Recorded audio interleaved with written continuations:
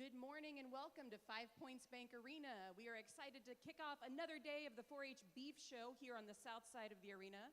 And as always, we would like to start with our national anthem. If you would direct your attention to the east side of the arena, Katie Umland from Humboldt, Nebraska, will sing our anthem for us today.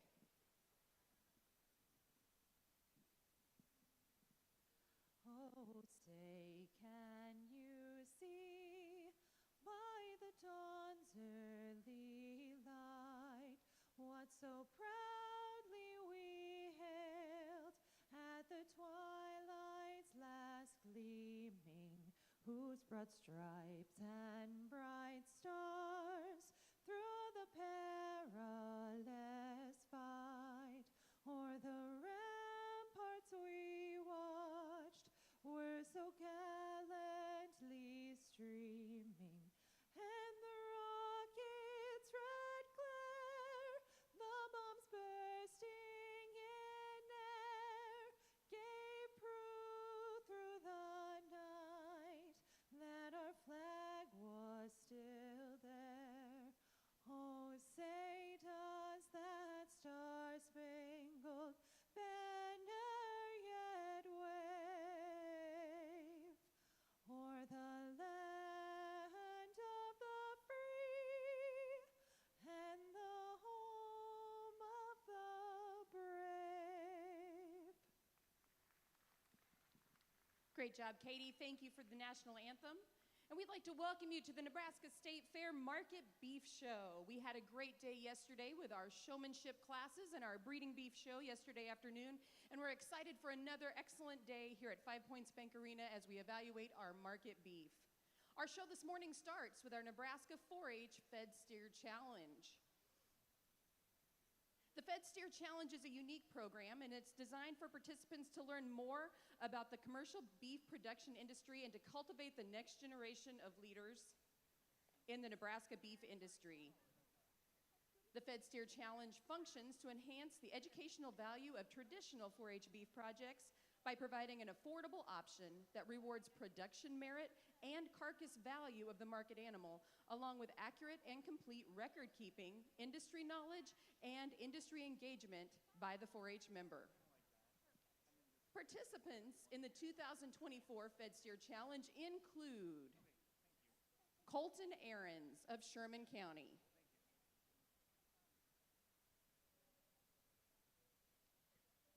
Colton, who is 14 years old, is from Ravenna and is exhibiting at the State Fair for the second time. His steer's name is Grumpy.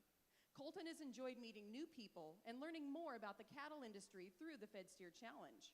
While he's unsure of his future plans right now, he says it will be something related to agriculture. Our next participant is Claire Ahrens, also of Sherman County. Claire is 16 years old and is from Ravenna and is exhibiting at the State Fair also for the second time. Her steer's name is Dopey.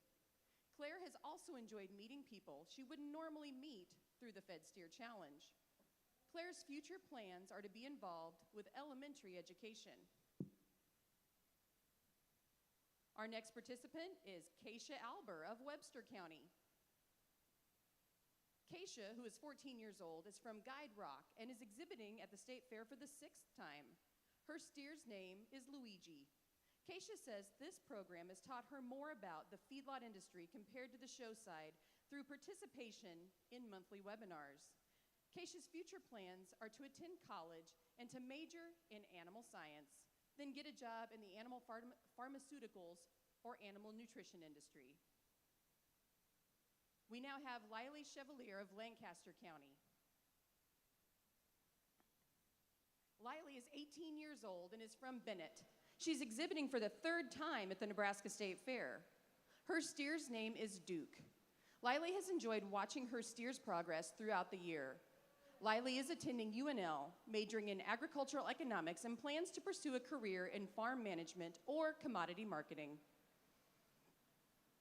Eldon Hake from Franklin County is our next exhibitor. Eldon is 17 years old, and he's from Upland and is exhibiting for the 3rd time at the Nebraska State Fair. Through the Fed Steer Challenge, he enjoyed real-world experience of completing the record book and calculating the expenses of his project. Eldon plans to continue to raise cattle and work on the farm and hopes to have a farm of his own.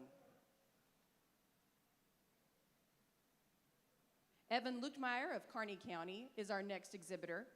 Evan is 15 years old and is from Campbell, Nebraska. And this is his first time exhibiting at the Nebraska State Fair. His steer's name is Jim. Evan has enjoyed gaining a lot more knowledge about the feedlot and market side of the cattle industry, and he hopes to come back to the farm and run their cattle operation when he is older. We now have Laurel Moore from Clay County.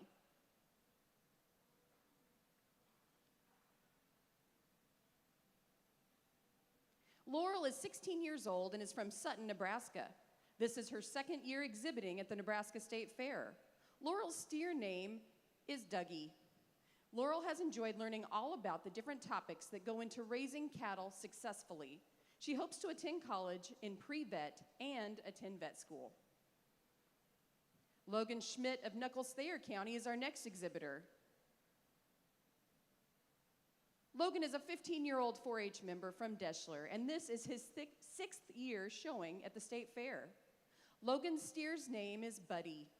Logan enjoys the monthly evening hangout, also known as the monthly educational webinars, as part of the Fed Steer Challenge. He plans to continue participation in this program, then move on to college, studying something in the agricultural field, and to be a part of the livestock judging team. Karina Smirda of Howard County is our next exhibitor. Karina is 15 years old and is from St. Paul, and this is her 5th year exhibiting at the Nebraska State Fair. Karina's steer's name is Dario. During the Fed Steer Challenge, Karina most enjoyed learning new things through the monthly Zoom meetings. Her future goal is to be an ag teacher and run a cattle operation on the side. We now have Spencer Snyder from Howard County. Spencer is 15 years old and is from McCook, Nebraska. Spencer is in his 5th year exhibiting at the Nebraska State Fair. His steer's name is William. Spencer has enjoyed the monthly Fed Steer Challenge meetings and learning from different people in the beef industry. He hopes to attend UNL after high school and return home to the family farm.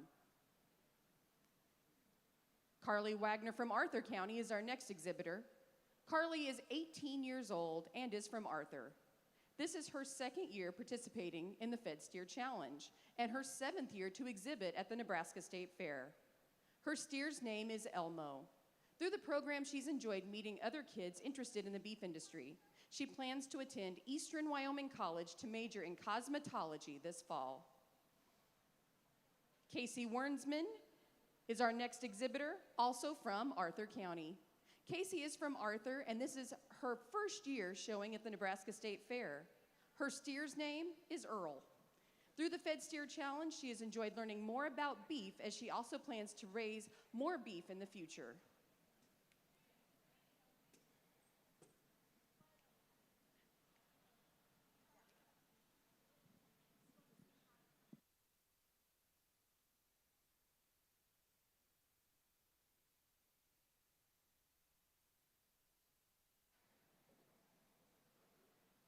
And just a little correction, Casey, I'm sorry I said she.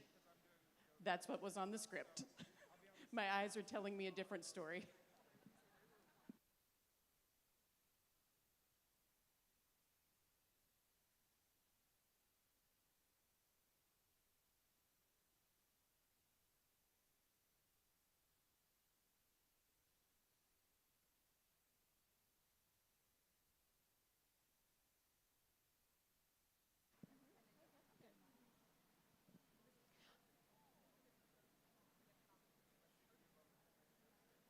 As you can see, our steers are right now being visually evaluated by Mr. Jay Nordhausen, who's the co-owner of the Ogallala Livestock Market in Ogallala. Jay will sort these cattle into purple, blue, and red ribbon categories based primarily on market readiness and projected market merit and value. And this is just one part of the entire project in the Fed Steer Challenge. But a little more about our judge this morning.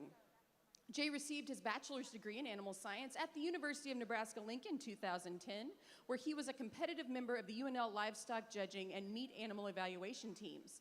He continued to work with the livestock judging program, serving as an assistant coach as he completed his master's degree. Upon graduation, Jay served as a regional manager for the American Angus Association before becoming the co-owner of the Ogallala Livestock Market and North Platte Stockyards in 2018. Jay and his wife Abby live in Ogallala, and they have 3 beautiful daughters.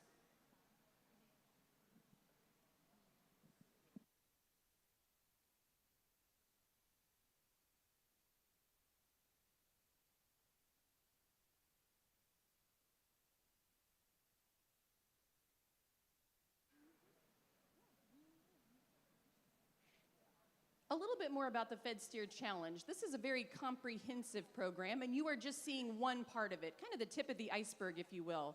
Leading up to today's special live evaluation class, youth involved with this program were challenged to select and purchase a commercial feeder steer, ideally paying no more than market price.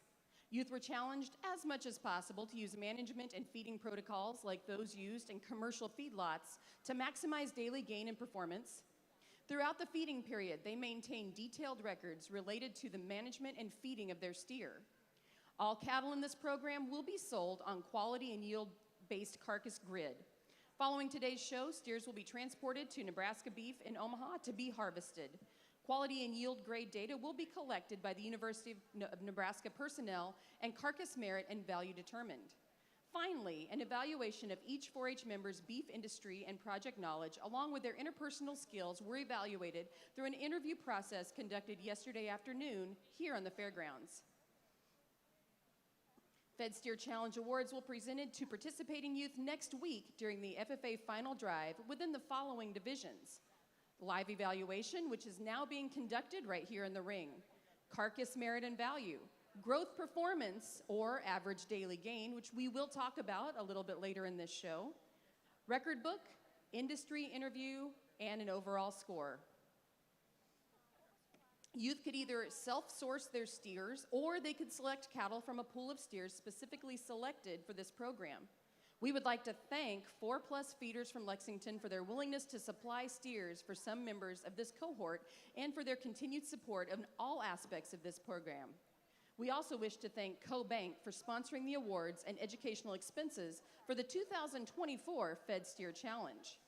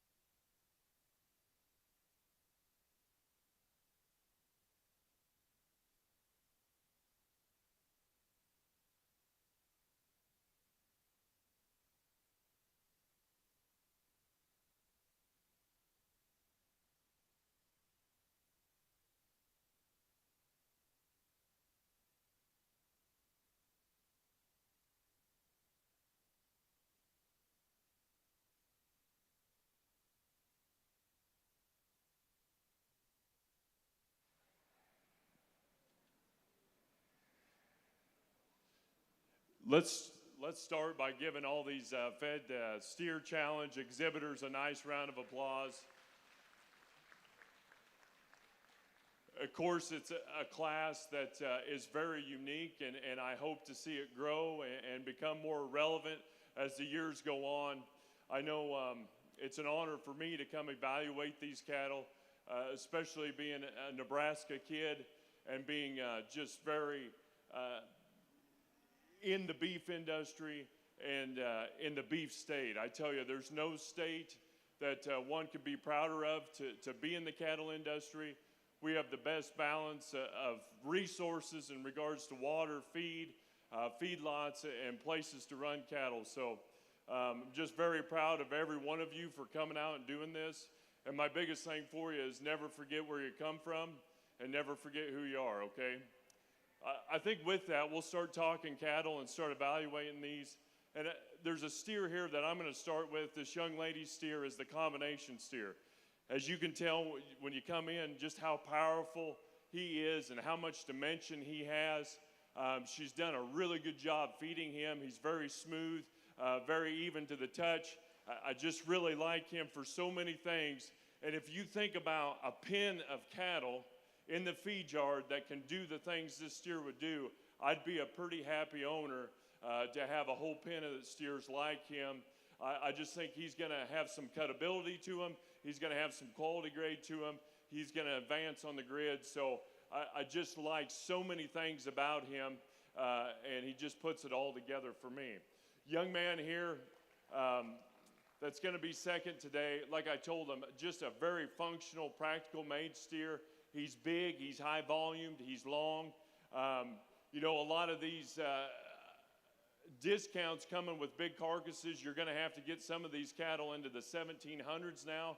So the industry has been changing, okay? We can take heavier cattle. I like to make them big. I don't think he's going to have some yield grade concerns. I don't think he's overdone by any means in regards to finish. But you talk about a big practical one that has some muscle, he's the one right there. The young lady that's going to come in third, like I told her, this steer has tons of muscle. He's a big top steer. He's really expressive and expansive through that hip and that quarter and that stifle. A steer that gives you a pretty nice look.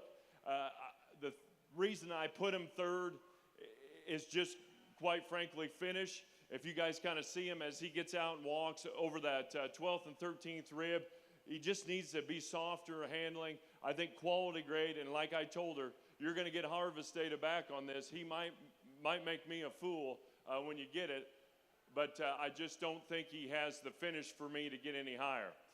The young man coming next, another big, powerful, high-performing steer with tons of length of body, lots of dimension, one of the biggest steers in here. For as much body and as much size as he has, I need to see him with some more muscle. I just want to see him thicker through that top and just have some more muscle shape right there at that 12th and 13th. And then as he goes away from you, just has some more width and more power from behind. Young man next here, I think that's where this steer excels. He's one that comes to you really wide through his chest. He leads with the same advantage and is really good in terms of muscle shape. He's just too small statured for me, quite frankly.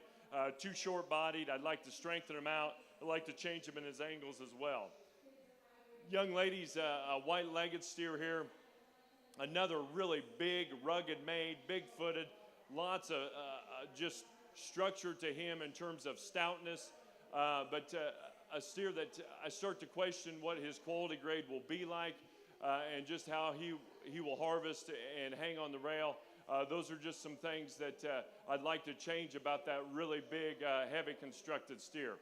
Our young man next, actually these next two steers are very functional in regards to structural soundness.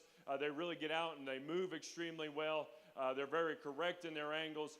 I would say both of them are about the same in regards to finish. I just would like to see them both with some more muscle, some more power.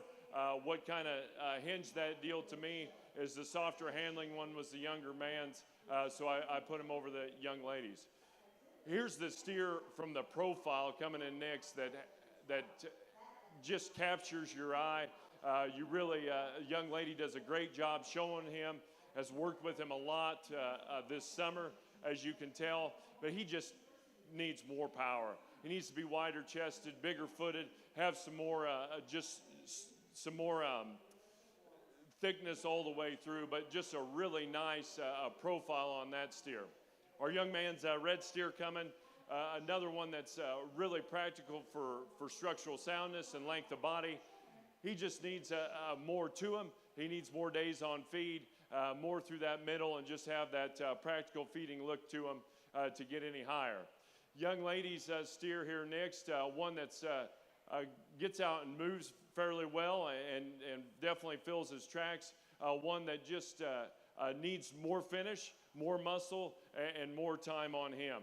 Young man's steer out here, he's done an awesome job showing him. He's really worked hard out here to showcase this steer, but it's like I told him, I said, he's got some troubles off those back legs, and just in this feeding challenge for his weight and his structure, I think a steer that would really have some troubles holding up weight if he was to feed him any longer. So I just, from a functionality standpoint, I just see some major issues with that steer. So let's give them all a nice round of applause again. They're going to announce the average daily gain, and it's good to be here today, and you all did a very good job. So thank you for letting me evaluate them.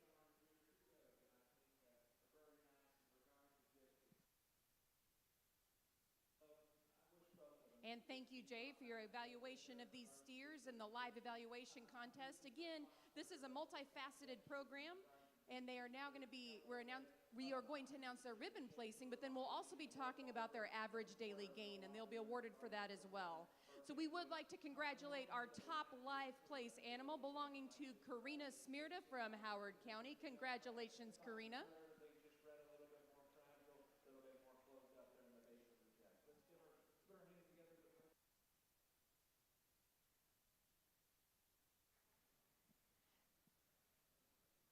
And an important component of the Fed Steer Challenge is for youth to feed steers to maximize performance and their average daily gain. Thus, the cattle were weighed in upon the start of the project, and again here at the State Fair. We will now recognize the top 5 steers in the average daily gain category and talk about their rate of gain per day. I ask you to step forward as we call your name. In 5th place, Carly Wagner from Arthur County, with an average daily gain of 3.85 pounds per day. In 4th place, Laurel Moore of Clay County, with an average daily gain of 4.25 pounds per day. In 3rd place, Spencer Snyder of Frontier County, with an average daily gain of 4.36 pounds per day. In 2nd place, Calton Aarons from Sherman County, with an average daily gain of 4.41 pounds per day. And your 1st place rate of gain is Evan Lukemeyer of Kearney County, whose average daily gain is an impressive 4.71 pounds per day.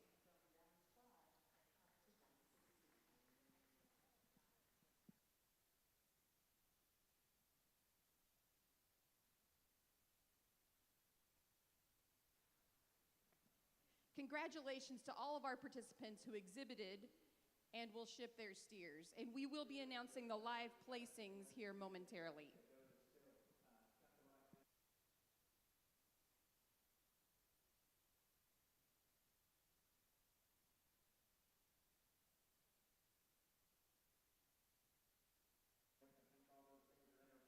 In live placing results, in the red ribbon group, Logan Schmidt from Thayer County. Lily Chevalier from Lancaster County. Eldon Hake from Franklin County. In blue ribbon group, Keisha Alber from Webster County. Carly Wagner from Arthur County. Casey Wernsman from Arthur County. Laurel Moore from Clay County. And in your purple ribbon group, Spencer Snyder from Frontier County. Evan Luchtemeier from Kearney County. Claire Ahrens from Sherman County. Calton Ahrens from Sherman County. And your top purple ribbon winner goes to Karina Smirda from Howard County. Great job on your live placings, and congratulations to our top 5 rate of gain.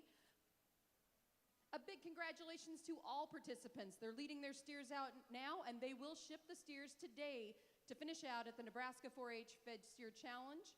This was certainly an exceptional group of young people, and we appreciate all your hard work and dedication. If anyone out there is interested in participating in this awesome opportunity called the Fed Steer Challenge for 2025, please see Ashley Benish, Carrie Elson, or Dr. Brian Reiling for more information, or look on the 4h.unl.edu website at Fed Steer Challenge. Great job, everyone.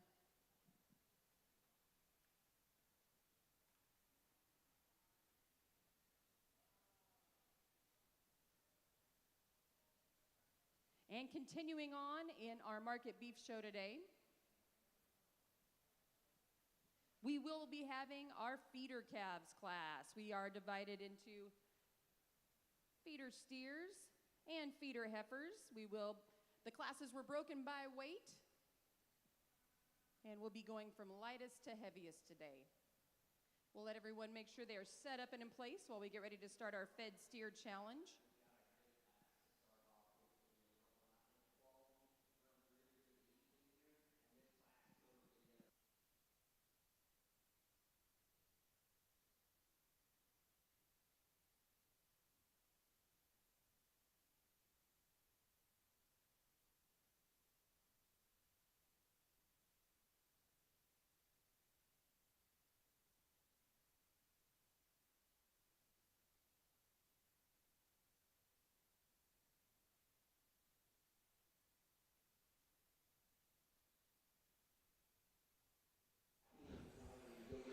Okay. Good morning from the Nebraska State Fair. We are just starting the feeder calf show for the 4-H show. Our first class, we're starting with the feeder steers. Our first class be crossbred steers weighing 380 to 497 pounds. Our judge for today is Mr. Jared Arthur from Stillwater, Oklahoma. I haven't got his whole biography yet. I think if anybody knows anything about steers, Jared's one of the premier livestock men in the country. Especially he and his family have showed multiple national champions and judged, and he's starting to judge all over the country.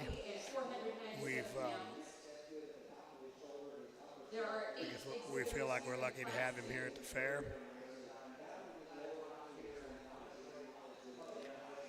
And I guess as I'm first starting, and I'll say this a few times during the day, if anybody knows anything about the calves, the sires, the dams, where they're going, this is Tim Burke. Today, I'd love to have you give me a shout, shoot me a text. If you know what something's in, if you sold something that's showing, you got a kid that's showing that you know something about, we'd love to share it with everybody. I'm pretty well in every magazine, but my number is 402-750-0440, and I'll give that a few times during the day. Give me a call when you can. Let me know what's happening.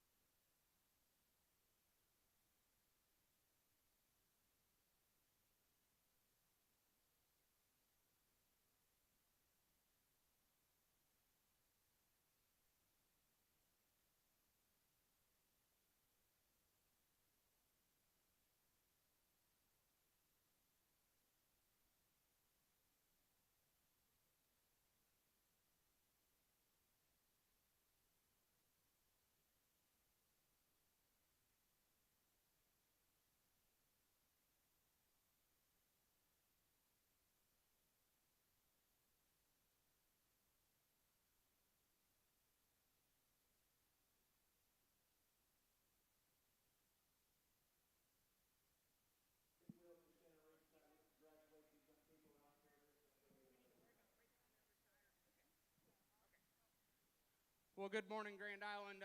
Definitely an honor and a privilege to be here with you and sort through your feeder steer show this morning. Pumped up and excited about the market steer show that we're going to get to evaluate. I know the state is packed full of quality breeders and families and homes and showmen, and I'm definitely looking forward to the quality that we're going to get to work through today, not only the cattle but the young people. As we get started here in our first class of feeder steers, I think a pretty logical place to start. The young lady's bold-built white one here, one that's opened up in his rib cage and got a lot of doability and feedability look to him. Still one that gives you a cool look. I like the shape to his skull, the stoutness he reads there. As you read him through the shape of his skull, he's a calf that comes with some extra foot size and bone. Get up on top of the cattle, still plenty of power, plenty of shape, works with quite a bit of stifle, some turn there when you get off to the side. Just a complete one that's got that good feed and look that comes with some extras. I think a pretty logical place to start within this nice group of calves. The next one, definitely one of the greener calves in the class, and that's okay. We got a lot of days left on feed. You put this guy into motion. I like the way he sets his...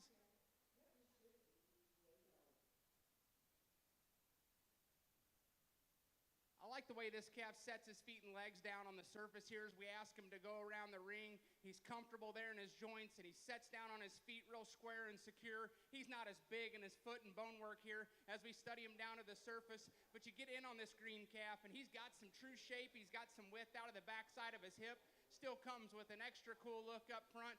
Put some pounds and some weight on him. I think he's got a bright future. Like we said, obviously the greener, more immature one today, but you just step back and study basic build. I think he's by far the second best calf. The gray steer's one that kind of comes in some pieces, just a shot, maybe doesn't just give you that extra neat outline as the two cattle that go ahead of him, but that's a good feeding type of steer. I like his joint work. I like the way he sets his feet to the ground. He's a bold body, good feeding type of steer. He comes with a lot of shape and a lot of power and dimension. We could just smooth him up there in the backside of his shoulder into his forearrib, maybe just neaten the way that his head comes out of the head and neck comes out of the top side of his shoulder, but a good feeding type of fat steer for this young lady. That's going to be a good project to go on down the road to make a good fat steer for him, just smoothing him and neating him a little there through his shoulder and neck to make him more competitive in a high quality pair on the top end. The red steer here is one that's kind of a challenge because I think there's some really good pieces to this calf. You got to love how high tying and the extra presence that this calf comes up front, little necked and tight chested, gives you an ultra cool look up front. He's one that's square built and got some shape and power. I think his ability to move around the ring very comfortably is what allows him to go ahead and be in this particular spot. For me today, we just got to give him just a little easier feed and look there. As you study him out of the backside of his chest and back into his flank, we just want to soften him up and maybe just give him a little easier feed and look. Now, if that comes with time and grain, as you go to pushing on that calf, he's got the outline and the basic build to make a nice fat steer for this young lady. No doubt structure's going to hold up. Just got to crack him apart there in his lower body. The black steer coming next, another green one, and we're not going to get critical of that today because, like we said, got a lot of days left on feed. This calf's up-headed, good-looking, long-sided type of calf. He's got some true shape. You get up on top of the cattle, and he's got some power. He's got some power when you get in behind him. For me, we put him in motion there. You can see his issues. He wants to raise in his top and wants to duck there in his loin. Just a shot uncoordinated when you get in behind him and watch him go away from you. But as he feeds on, if those things get a little better, I could see that calf moving up. The blue roan one here is one that you got to appreciate from a structure standpoint. He can still give you a pretty attractive look in motion. He wants to come into some pieces, wants to break there behind his shoulder blade and get up there in the middle of his back. Just from a balance perspective, need to change his lines and make him a shot more attractive. But a safe-built kind of calf maybe just doesn't have those extras as the ones ahead of him. The red steer and the stand is one that you can argue moving him up. I like his body. I like his feedability look here as you get off from the side. He's an extended calf that gives you an attractive look, and he still comes with shape in motions where we have to change him at this stage in the game. His structure is too much of a question for me off either end. Need to loosen him up and allow him to take a longer, more fluid stride there off both ends of his skeleton if that holds up. There's a lot of quality build to that calf for me today. We got to loosen him up in his structure. The black calf, he just needs some more power and some more muscle. We could give him a shot more substance and bone to compete with those calves ahead of him, but a smooth, complete, good feeding type of steer that's got some extra look. Folks, ringside, let's put a big round of applause together for our first class of feeder steers as we get going this morning. All right. In order, That was Josie Wilson from Lincoln County winning Class 1, or first in class.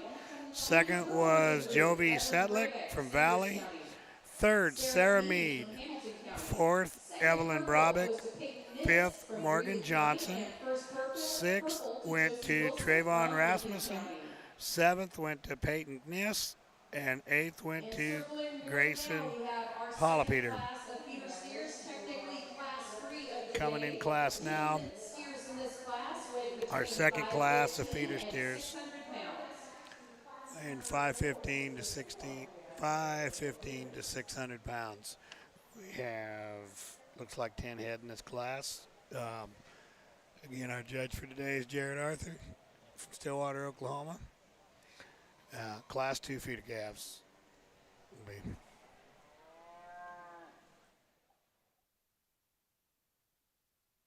Welcome to the Nebraska State Fair. Our judge today, Jared Arthur, is a native Oklahoman and a third-generation cattleman. Jared attended Oklahoma State University in Stillwater, Oklahoma, and has started Lucky Strike Show Cattle, which he has owned and operated for the last 18 years. Jared focuses on providing high-quality show steers and heifers to 4-H and FFA exhibitors throughout the nation and has helped exhibitors see success at all levels. Jared raised the reserve champion steer at the 2023 Oklahoma Youth Expo and the grand champion steer at the National Western Stock Show in 2018 and has sold grand champion steers and heifers at many other state fairs and national shows. Jared and his wife Blaine Arthur run around 200 purebred and club calf females and raise both fall and springborn calves in Oklahoma. Jared and Blaine have 2 children, Kelton and Kennedy. Kelton and Kennedy both enjoy showing cattle and being a part of the daily cattle operations. Let's give Jared a warm Nebraska welcome to the Nebraska State Fair.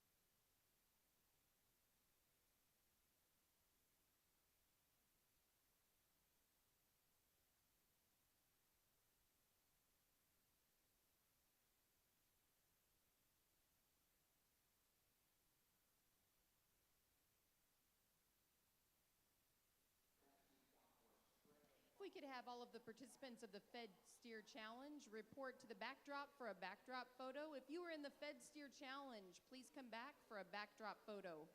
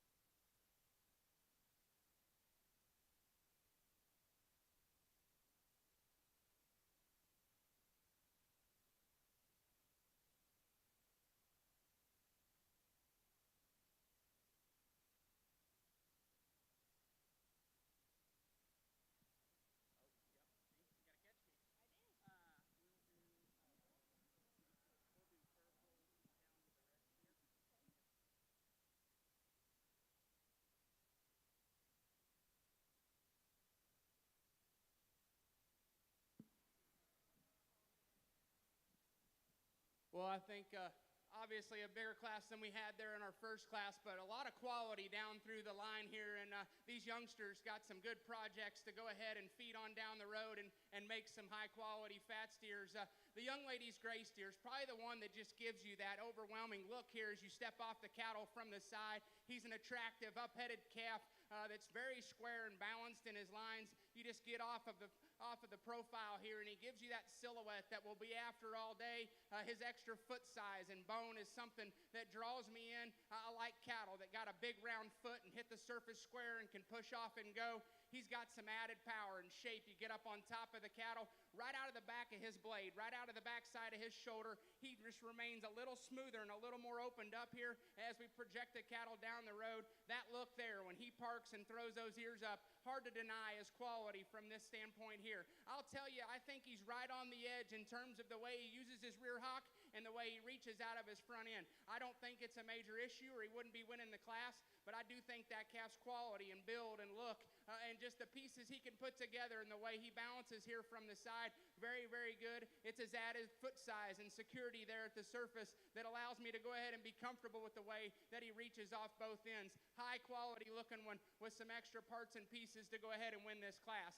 This white steer maybe just doesn't draw you quite as nice a lines here as you step off from the side. He's not quite as cut out, but you study just basic build and fundamentals of a good feed and fat steer. This young man's white calf has that. He's bold-bodied. He's got an easy feed and look, extra powerful. Probably has more true, genuine shape when you get in behind the cattle as the gray steer we chose to start. Extra powerful and extra massive. Still can get around the ring and cover the surface very good. He's not perfect in the way that he sets those front feet to the surface. Young man's staying with it and staying hooked here and doing a heck of a job. He wants to come apart right there behind his shoulder blade, not quite as nice in the transition there to his forerib, but a big, stout, powerful, good feeding calf for this young man. That's going to make a heck of a fat steer for him. The baldy calf here, I'll be the first to tell you, if we could put the front 1/3 of this calf on every one of them, I'd be just fine with that. That thing's neck and head and presence and look up front is undeniable. I love the way this thing's chest sets in him and his throat latch is built. Extra splash of white there just to add to the bonus. I think this calf here is one that when you study him right out of the back of his blade, he wants to narrow up, and I know we got a lot of time and a lot of maturity here to come as he goes ahead and matures and feeds. I think that will get better. He's not as powerful and not as just shaped up as those two that lead out. Maybe doesn't have that extra foot size, and I think we notice that as you put the cattle into motion. Maybe he doesn't set just quite as square and plant and drive off that rear leg. I love his body shape. I love his extra depth when you get off to the side. Like we said, killer looking, soft built. Maybe just power him a shot. I think for himself he has enough power just compared to two stouter steers that we go ahead and choose to start, but a killer looking one here from the side. Just change him in those areas. The black calf's one that takes you just a minute to really tie into him. From a structure standpoint, from a structure standpoint, you really got to appreciate this calf. You put those things in motion. The way this calf can get out and go and cover the surface very comfortably is something that I'm no doubt drawn to. He's an up-headed, attractive, good-looking one. This calf's got a lot of shape and a lot of power. You know, the longer he's out there, the more he starts to relax, the more you can draw into this calf. He wants to raise up in his spine when you put him into motion and maybe get into a few more pieces. Doesn't remain quite as nice balance there in motion as those cattle ahead of him. But there's a lot of good pieces. As time goes on, this calf relaxes and starts to fill in there in his forerib. There's a lot of good basic pieces that it takes to make a high-quality fat steer.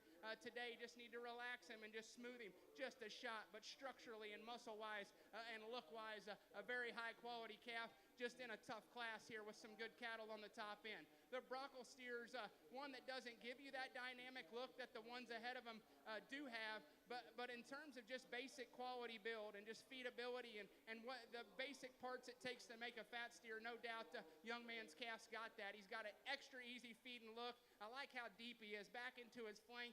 Just has that fat steer silhouette here. He's not as neat and chiseled up there through his throat. Wants to drop just a tick of chest. I don't think that calf calf's quite as powerful, but he's still got some shape, got some muscle. Just like to change him just from a profile and a silhouette standpoint, maybe to rival a nice set of cattle that are ahead of him, but still good feeding calf, young man. Go home and keep up the hard work on him. You do a heck of a job getting that calf shown. The red steer's one that's a challenge for me today because I could see putting 200 pounds on this calf and there'd be a lot to like. I think from a structure standpoint, he's comfortable in the way he uses both ends of his skeleton. He's a square-built calf that's got some shape and power.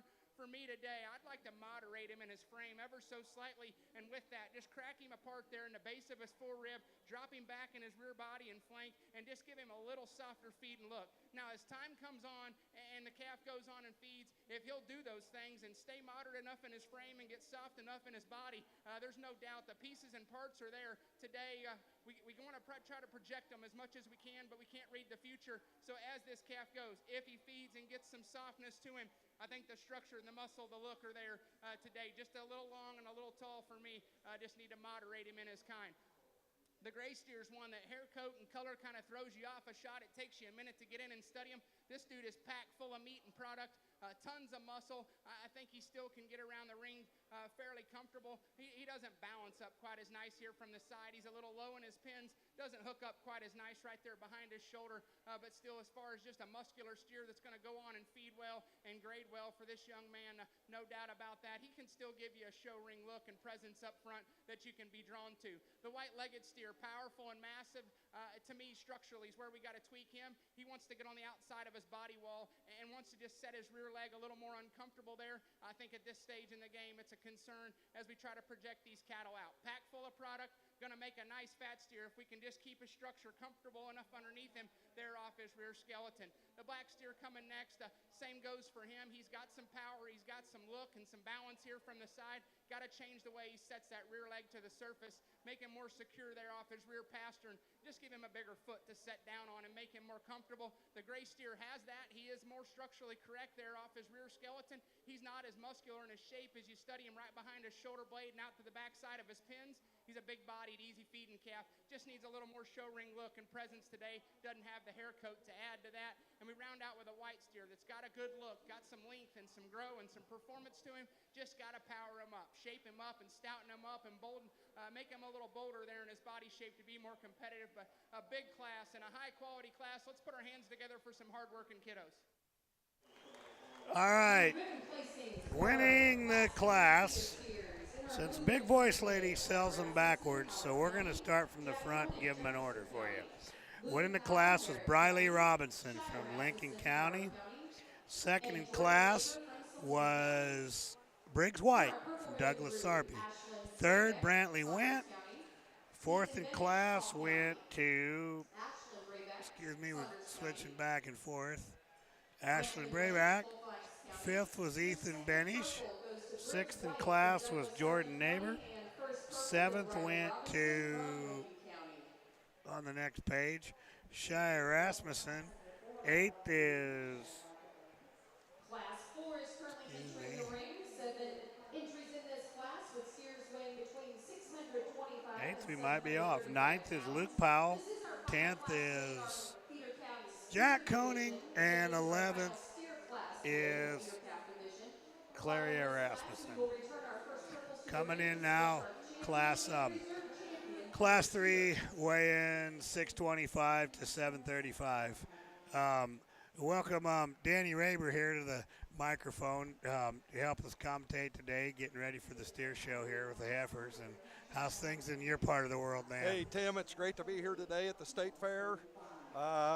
It's a little warm out there today, but I'll tell you, I walked through the barn. The kids look like they're ready to go. It looks like it's going to be a good show, and I'm great to be here with you. Things are good in eastern Nebraska, and looking forward to a great show here at the Nebraska State Fair here once again. Well, that's right. It is. We are pretty lucky this year. We've even had some rain, and they say rain in August makes a good farmer, and rain in June makes a good rancher. So we both look better today. But yeah, we missed a lot of that in August, but you know, we'll deal with it. We've dealt with it before, but what's better than being here today watching the steer show? Well, that's exactly right. Really nice set of feeder steers coming in now. These big stout ones. He's had a couple good winners early right before he got here. There's a really good Char calf from out west. Levi Wilson had in the first class, and then this last one was dang good, Robinson's. And I see that Robinson, they got one in this class as well. So, Do they? Yes. Oh, yeah. Didn't they what were they, reserve of the fat steer last year? A couple years ago, I think it was. 2 years ago. Yep. My years all kind of run together. It'd be nice if we knew what they all were. I've been telling people if they know to text me, but I'd just love to know like what that second steer is, what this one, it'd be just great. But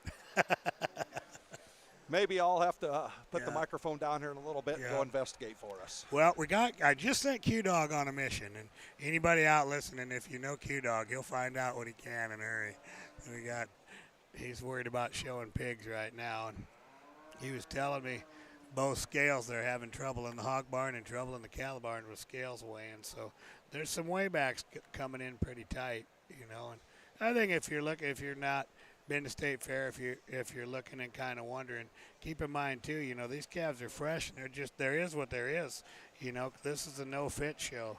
So these calves come out and stand on the hard ground with no chips, no fit and no nothing. So, if you think they look good now, just imagine what they look like with a little glue in them. Yeah.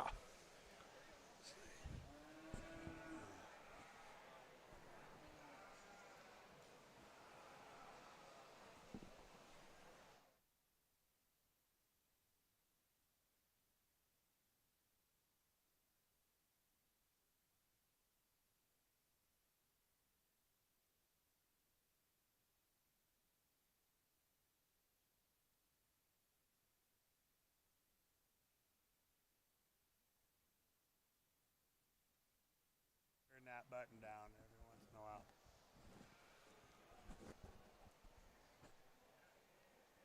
Start getting some numbers in here.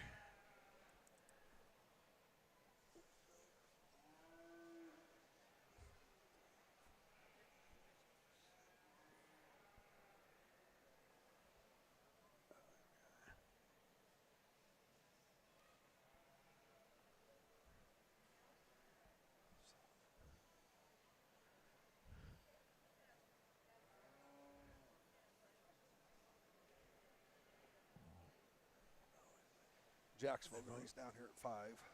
Where we at? Okay. Yeah, because there's his brothers up here. Oh, okay. Yeah, I can see that. That's Jack's. So that's that's Jack's. Fogarty. Yep. Okay. Yep. Those people had a sale with us last year for the first time on SC. Really did good later in the year. I'm still not getting them right, am I? This is walking a couple good through. Yeah, we got Jace Fogarty leading the class right now. He's walking them. 535, that's Garrett Scholes from Phelps County. They've been having a good year showing heifers this year. And then 513 and third is Briley Robinson from Lincoln County. So yeah, that's a pretty tough trio he's got in there. Yeah, very good. He's just recircling them to see what he wants to do with them. He don't know This is yet. the first time he's had to walk them. He's got a little more to do here. Them are 3 dang good steers.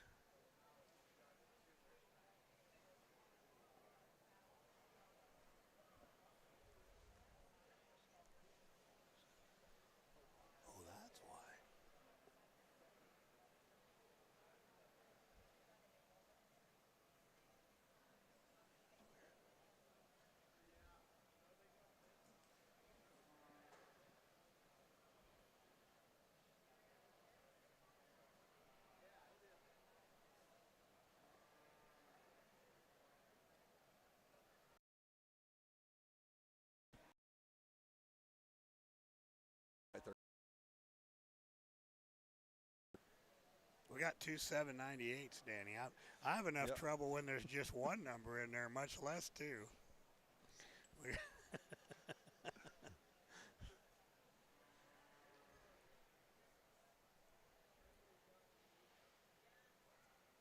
Pulled the Robinson steer in third.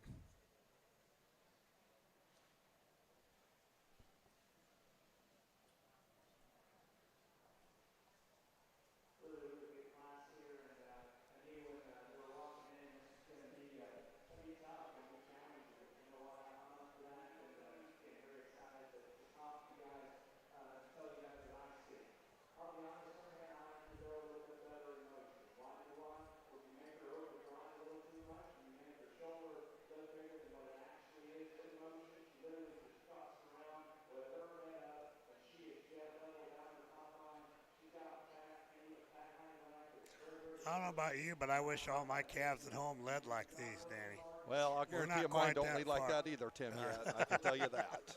I'll tell you what, we got a ways to go. They chased pretty good. And he left them the way they stood. So that puts, Jace Fogarty. who got first? Fogarty winning the class? Yep. Yes, sir.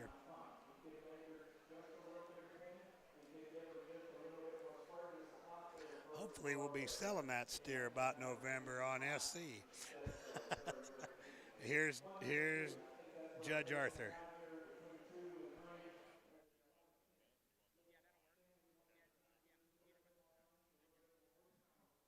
You'll hear me say this later as we get into the Fat Steer show. I'm not going to apologize for taking a little more time and really getting in on breaking down these cattle. We took these last pair here for an extra lap, and I'm big on structure, so a lot of what I'm going to do today is going to be placed in terms of their movement if it's a close call as far as quality build. I think this is a really good class, and not taking anything away from the bottom four, but I think these top three are very, very high quality, and they're very good in their own right, and they're very different. The young man steer that I chose to start with, of these top three, he's the most immature, he's the greenest in terms of his condition, and he's the furthest behind in terms of where he's at weight-wise, but there is no denying that calf's quality. I think the longer you're out here, the more you start studying the cattle as you project these things out and say, all right, let's just stand back and which one do we want to load up and take home and look at all year to feed and try to make the best fat steer we can to be competitive.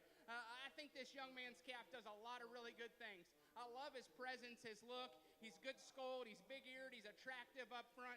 You study that calf. For a green one, he's still cracked apart in his lower body wall there. A calf that comes with some feed and look. You get behind him. I love this calf's rear 1/3 as far as how stout he is out to the back side of his pins.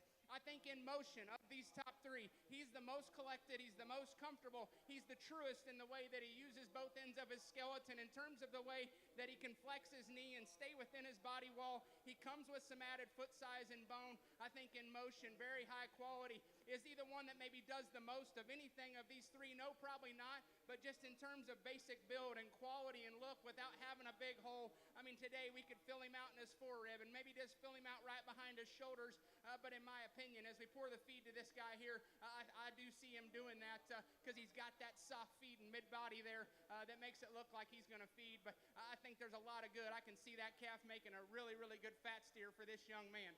No doubt the advantage in terms of just mass and body and just total dimension would go to the young man's calf that's in second. He's a big-footed calf that's got some added bone. You love his body shape and just the depth and the feed and look that he comes with.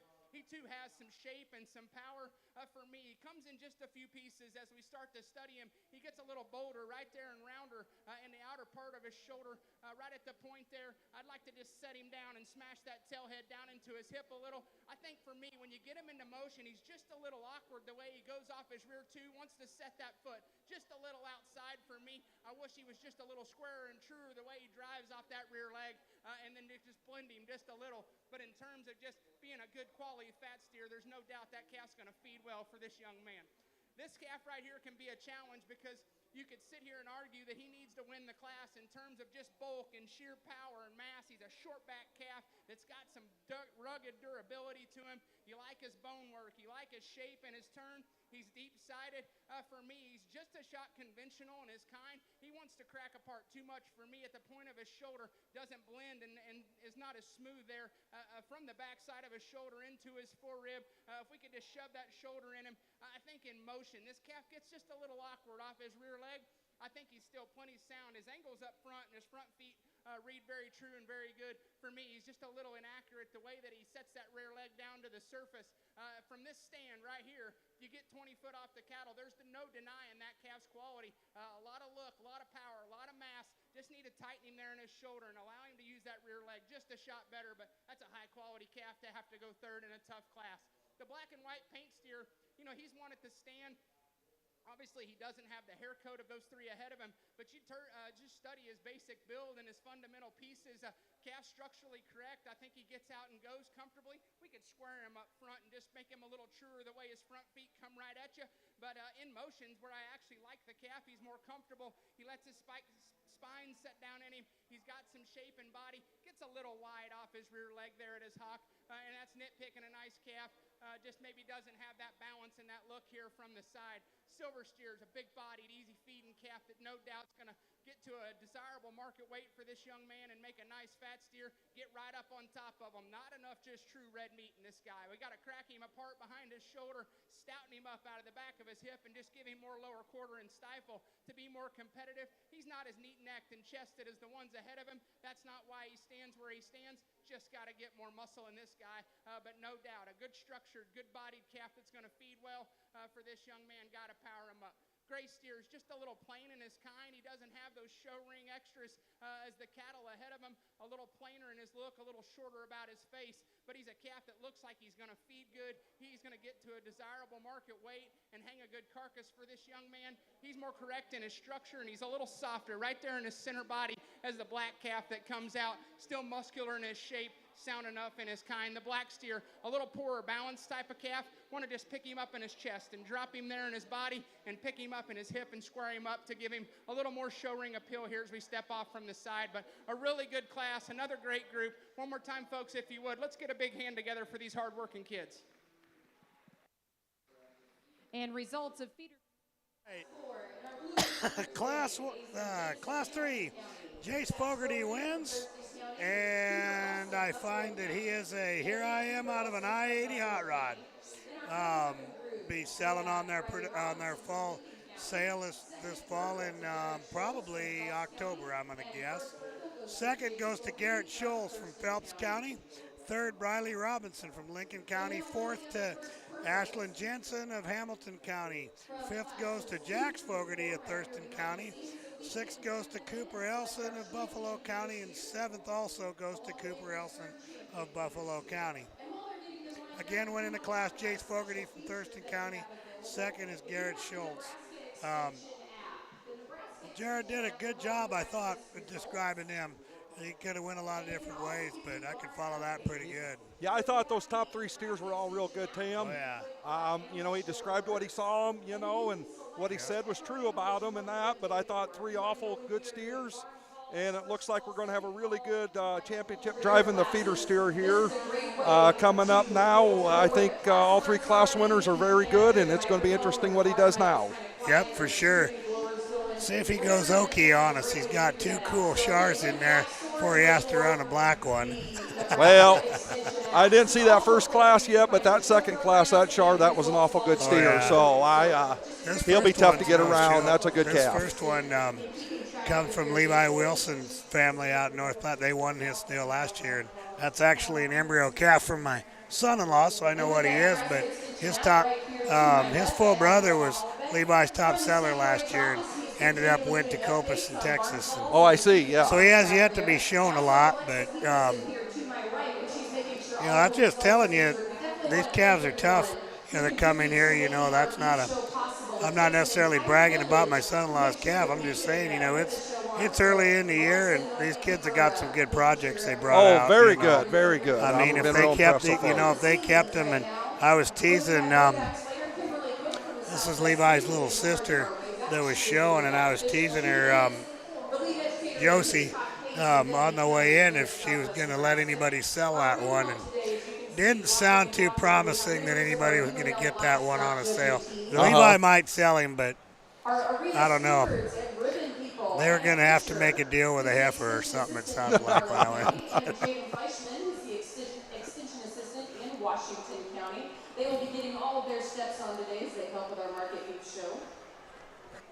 Emily Soul is outside. She is our blow-and-go checker. She's an extension educator from Merrick and Hamilton counties. And our gate help, Aaron Scholes from Saunders County. He is a wonderful volunteer and keeps us organized at all of our beef shows. As well as Caleb Durheim, who's a UNL graduate student volunteer, keeping everyone We got a blow-and-go checker. That's what I tell. We remind everybody a few times during the day, you know, if you just tune in and you're looking to know that these are showing blow-and-go, and they still, I mean, man, they got some hair on them. They look good. I mean, they're presented right, and, you know, that's a lot more. It takes a lot more work to show them that way and make them look as good as they do coming out That's there. what I was going to say. These kids have done a lot of work at home, Tim, to get them to look like this, you know, to have that hair look like that without no glue in them legs, and Yep. that for them still to look like that, like they've been fitted up some, and that they've done an awful lot of work at home. So And we just got to down on commend the those hard kids for dirt that. too. You know, no chips, no nothing. What you see is what you get. Well, at least, you know, the judge, we can't hide them feet and them That's wood right. chips. He's going to be able to see right. what they are, and that, you know, and this structure deal's become so important in these feeder man. cattle because, you know, it's a long time. It's a year from now before we show them as Absolutely. a market-ready animal, and that, so that structure is very important in that. And as you can tell, you know, all three of these class winners, they were all really sound and Yep. good on the ground. Something they could be proud of there, That's you know, and exactly so right. they're going to stay good for them next year as a project. So. For sure. Well, coming in here is our champion steer lineup, and we've got, like I said, Josie Wilson's coming in first. Her calf, what did she? Her calf weighed 460. Class 2 champion is Briley Robinson from Lincoln County, steer weighing 555. They said he's either a heat wave in God or an in God heat wave, and I can't remember which way. I weren't quite sure, or excuse me, here I am. Here I am in God or an in God, here I am, but either way, a darn nice one there out of that second class. And class 3 as well, Jace Fogarty from Thurston County with his steer weighing 6 1/4 already. I mean, he's got a really nice lineup out here, I think. Oh, no, they're real good in that, so. The reserve champions from their respective classes are lined up in the west corner of the ring. Once one of the animals is selected as your champion, we will pull the reserve back in for the selection of the reserve champion feeder steer.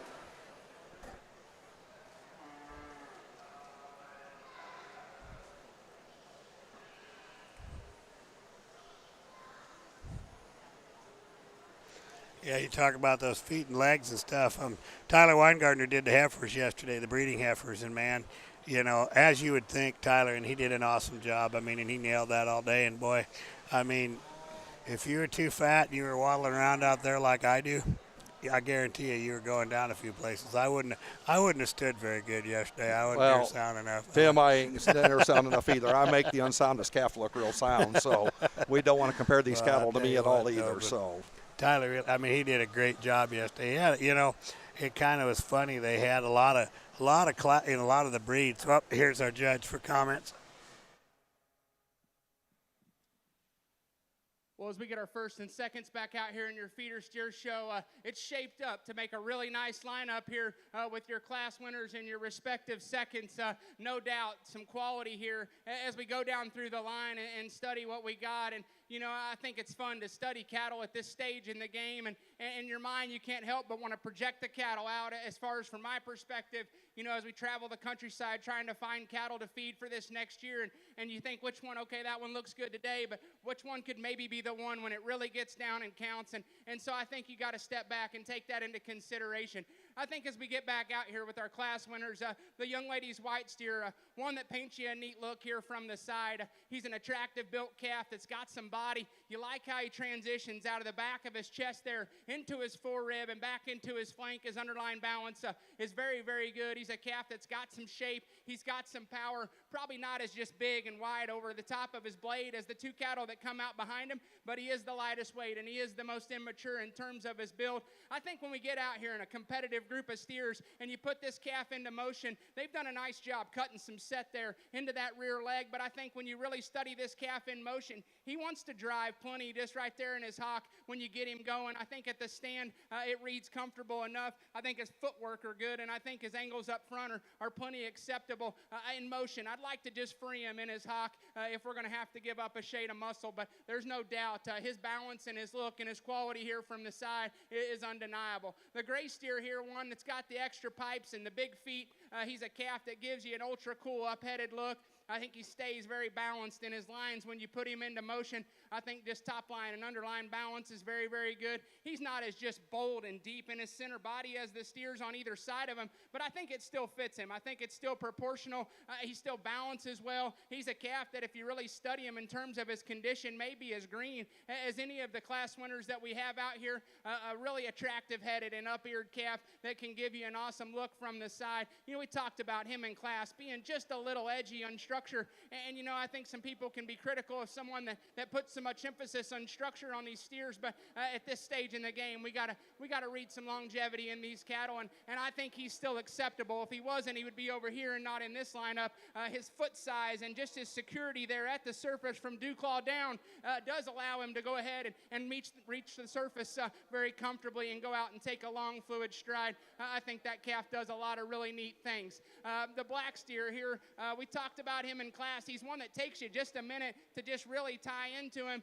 He's a little greener in his kind too, but I think whenever you study that calf, there's a lot of good to that guy. I tell you what, I love them when they come out this wide and this progressive in terms of the shape to his hip from hooks to pins. He is a wide, cracked apart guy. Got some stoutness and some power down his top, and you read in behind him. I love his look up front. I love the shape to his skull, his head quality, and his ear set there up top.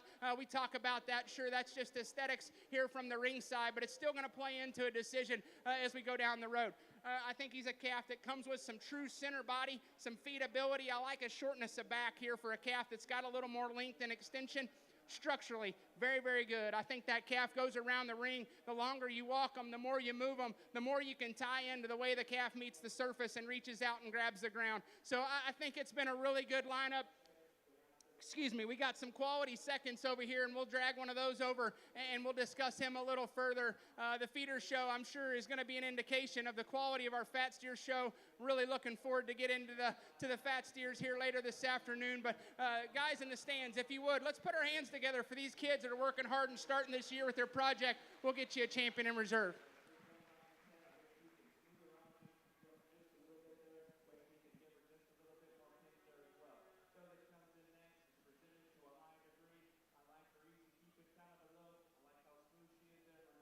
And congratulations to Jace Fogarty. He is your champion feeder steer exhibitor. Jace comes to us out of Class 4 with a calf that weighs 625 pounds. We will now bring back Garrett Scholes from Class 4, who was your second purple, to compete for your reserve champion feeder steer. Our Grand Champion Feeder Steer Award is sponsored by Bill's Volume Sales. Jace receives $200 for his award.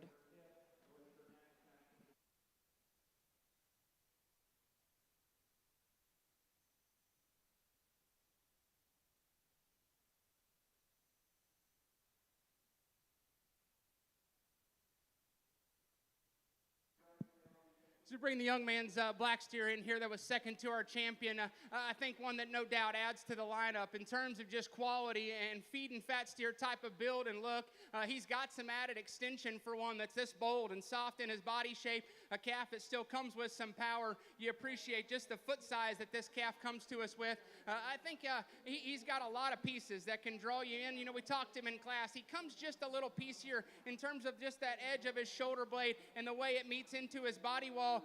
But I think still one that transitions well enough. We talked about setting his tail head down, and as you set it down on him, it does become more attractive. I think it still sets up just maybe a pinch higher than ideal, and we're not going to sit out here and try to just beat these things to pieces, but I want to tell you what I see and justify what we're doing here. So I think it really gets close. I like the white calf. To me, he's maybe not as much in contention as these two here as we get into this next two classes, and I think you got to decide, do you go with one that's just a little bolder and a little more massive, maybe not quite as smooth, or you go with one that's got a little more look and a little more balance, and maybe just long-term question just how those joints can hold up. And so I think it's close, and I think it's a flipping a coin somewhat. I think it's from a quality standpoint, both very, very good. So we'll take one more quick look and get you reserved and keep moving on.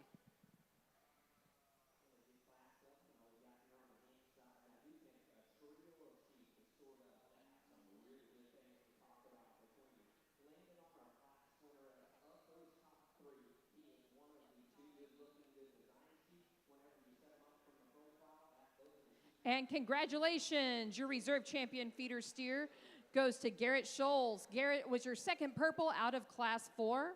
He's from Phelps County, and his calf weighs 648 pounds. The reserve champion award is also sponsored. All right, well, that was a good pair. They nailed him on the mic for dang sure. That champion, Chase Fogarty, with a Here I Am and Garrett Scholes. I don't know for sure, but Jace from Thurston County. Pretty good way to start that project. His dad, Mike, is just starting to really get after selling some calves. Bought a lot of embryos and stuff. I know that calf will be on their fall they're on their fall online sale coming up here. Well, probably in October, first part of November. But Mike's really stepped up the game. Had a really good year last year, and Scholes have been tough all year. You know, they've been running heifers at us hard all year, and that's been a darn good pair and a real good set way to start. Yeah, that family, they've been showing quite a few good heifers the last 4, 5, 6 years, you know, for quite a while. Sure. And it looks like they've built a pretty good cow herd and had a really nice steer to go out of one of those. And really good set of steers. You know, we talked that class, them three. He circled them a second time, them top three, and had a hard time placing them three. And so we knew the quality of them three, and he went ahead and used them for his Grand End Reserve. So he did good. Now we're starting Class 1 feeder heifers. Class 5, if you've got the book, will be, but it's Class 1 heifers. Heifers weighing 340 to 421. It's always interesting how a judge interprets a feeder heifer. Yeah, that's the thing. I mean, some judges want to pick them like they're going to be a breeding heifer, and some as a market animal. In that, like our county fair, Tim, you know, we do a junior breeding heifer show with the breeding heifers.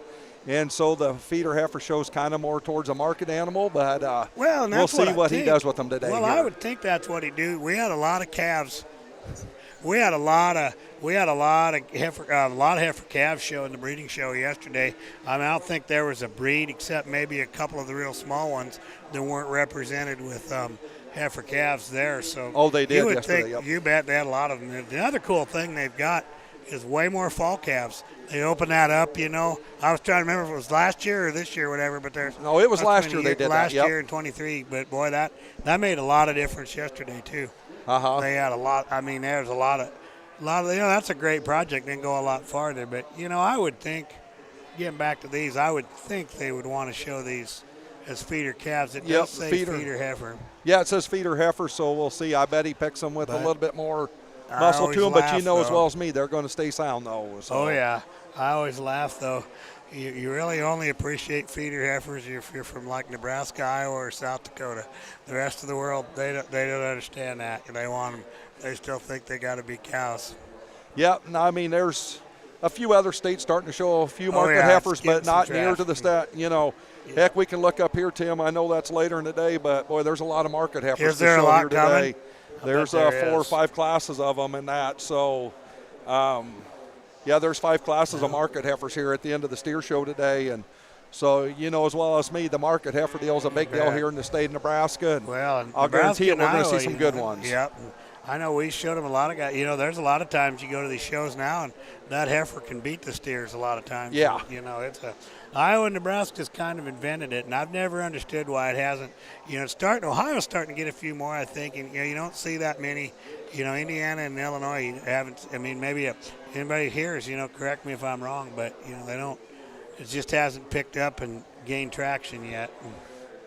You know, Tim, this is showing my age, but you know, back when we showed, the market heifer was a big deal in Nebraska back then. You know, and that's been 30. Yep. That's been almost 40 years ago that I showed. You know, so 80s. yeah. We did build a cow herd. You know, a lot of times we didn't take them to the end, but we showed a lot of those steer cows. You know, and now they got a new thing. Speaking of that, they've got a cool new event on Tuesday here. Steer producing dams, kind of like the weather dams. Kansas City started it with their steer making mamas thing last year. They're going to have one of them in the open show here on Tuesday. Yeah, that's what I heard they were going to do. Yeah. So that will be interesting to see and how I've that heard judge of some picks those. Smoke and Thunder coming to it too. I mean, there's several high-end good ones that it'll be the right place for them, you know. And I mean, the guys over here on the other side, you know, the goats. I mean, that weather dam thing. I mean, they make a lot of hay. That's a great market for them. Oh yeah, very good thing for them and that. So, but no, I hear they're going to do that this week, and it's a good place for them, you know. Absolutely. And you bet. Hopefully, it gains enough. be nice to see it as a class over here, you know, then that sorts some of that out. But that's kind of Vaughn's brainchild, I think, to get that started. It's good, you know, it's great to see another class and something else going on during the week too. And that, I mean, that might just increase the numbers for the week, you know, and get just a few more cattle here and represent, you know, a lot of good cattle raised here in the state of Nebraska, and just gives these kids and those people, even in the open show, to showcase what they do have and what they're going to be using in the future for their cow prospects. So, yep. And it takes a little more of that. It takes a little more of that sort out of it, you know, where you don't have to think, is this a market or breeding, you know, and you know, there's a lot of, you know, they spend some good money on these, and you know, they shouldn't have to decide that they're gonna take them to town to get them so fat that they got to kill them. You know, if they want to keep them, raise steers with them, more power to them. Okay, we're starting to place Class 1, 592. Pulling in Alexis Jensen.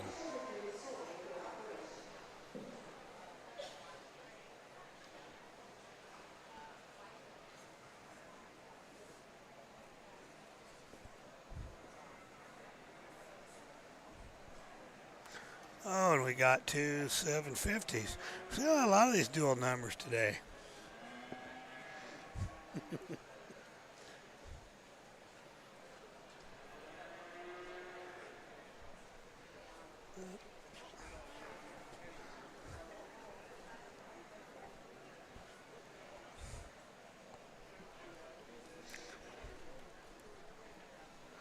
Good thing we got a big boy on this one here. He's having quite trouble. That one's kind of broke like ours are at home, Danny.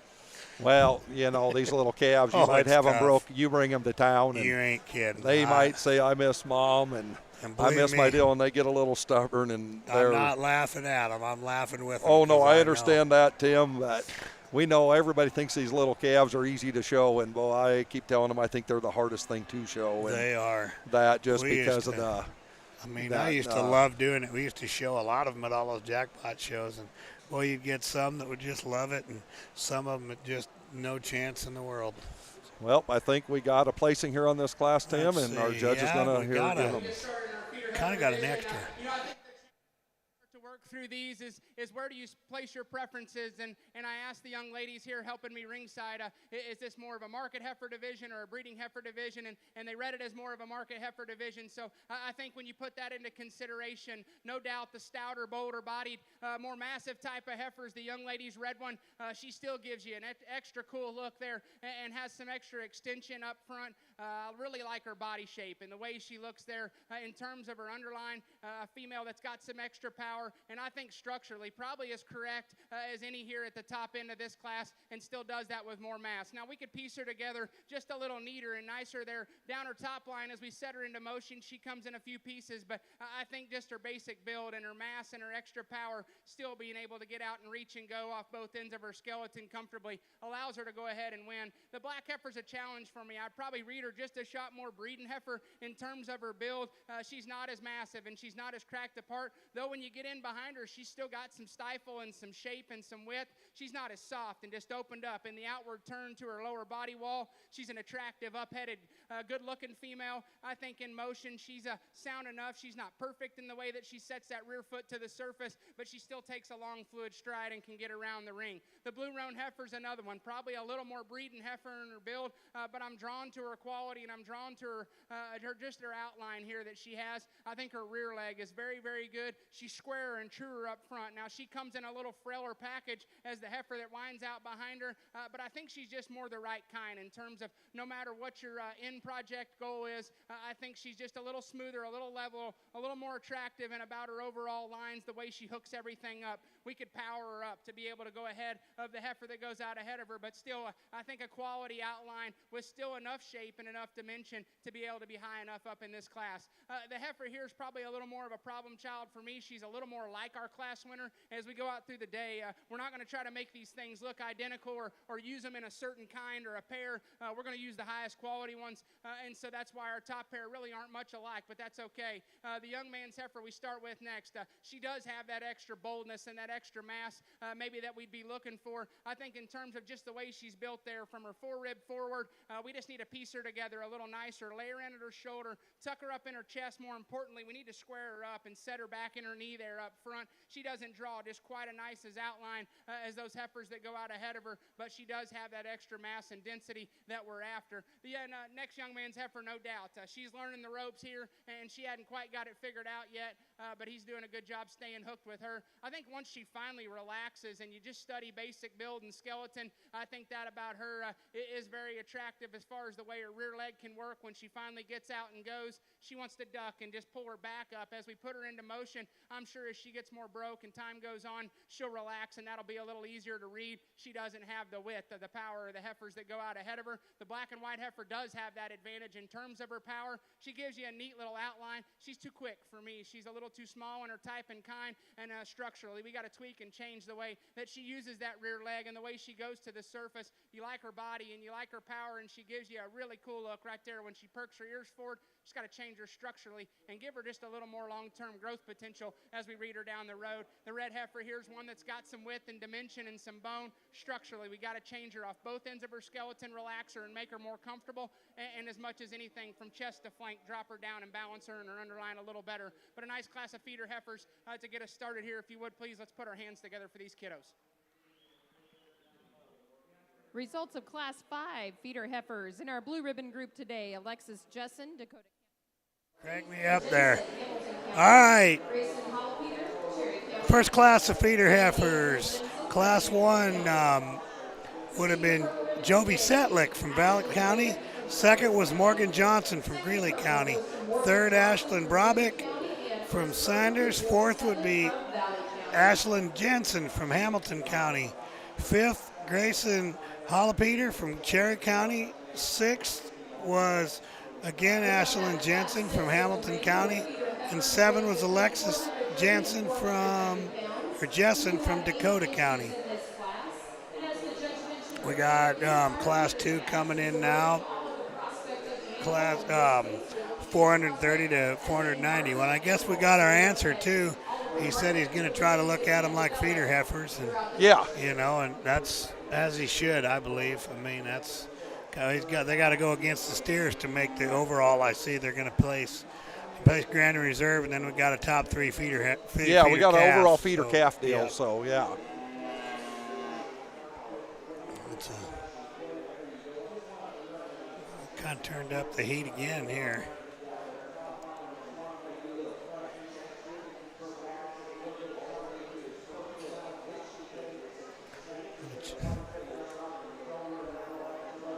Okay, Dan, we got to check in with our man text me. Let's see here.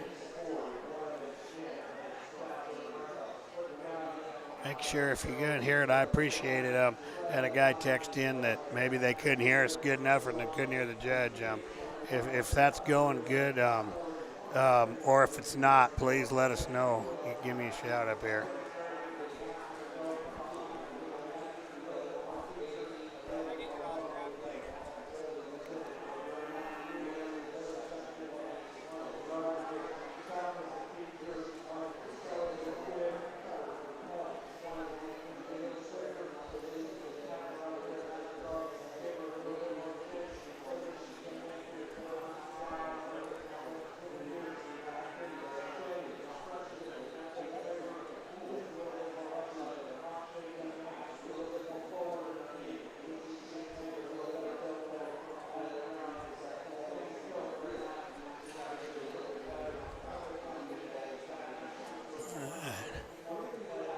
See if we got anybody we know in here.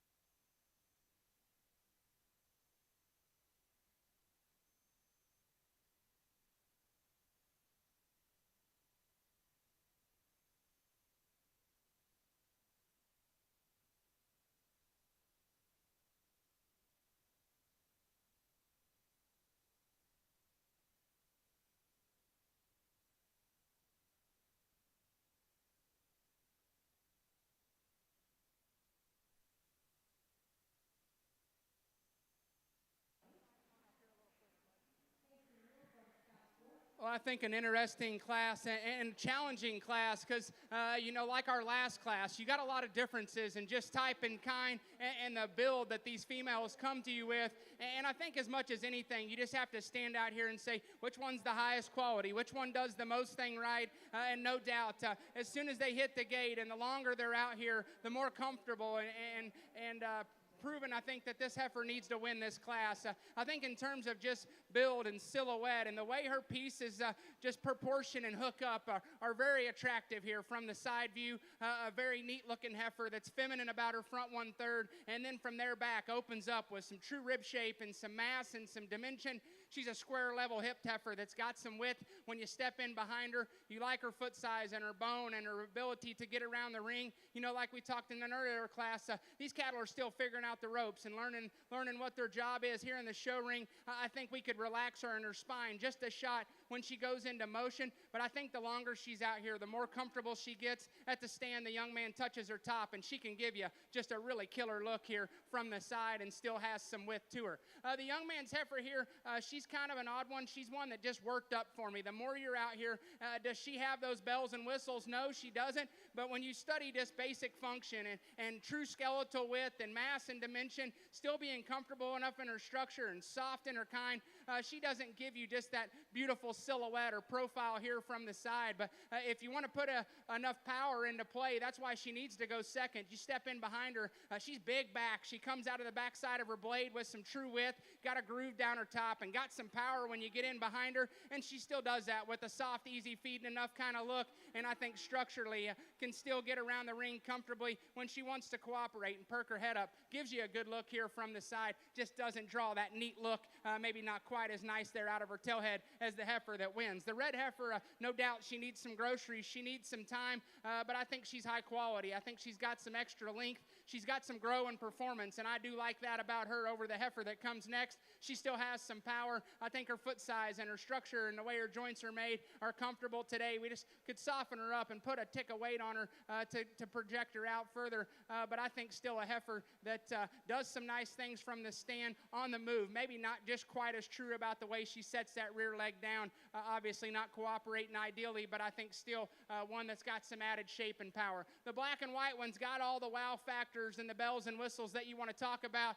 She's a neat looking one that's really, really powerful, and if you just put emphasis just sheerly on which one is the stoutest, I could see you working her up. For me, she's just not my speed.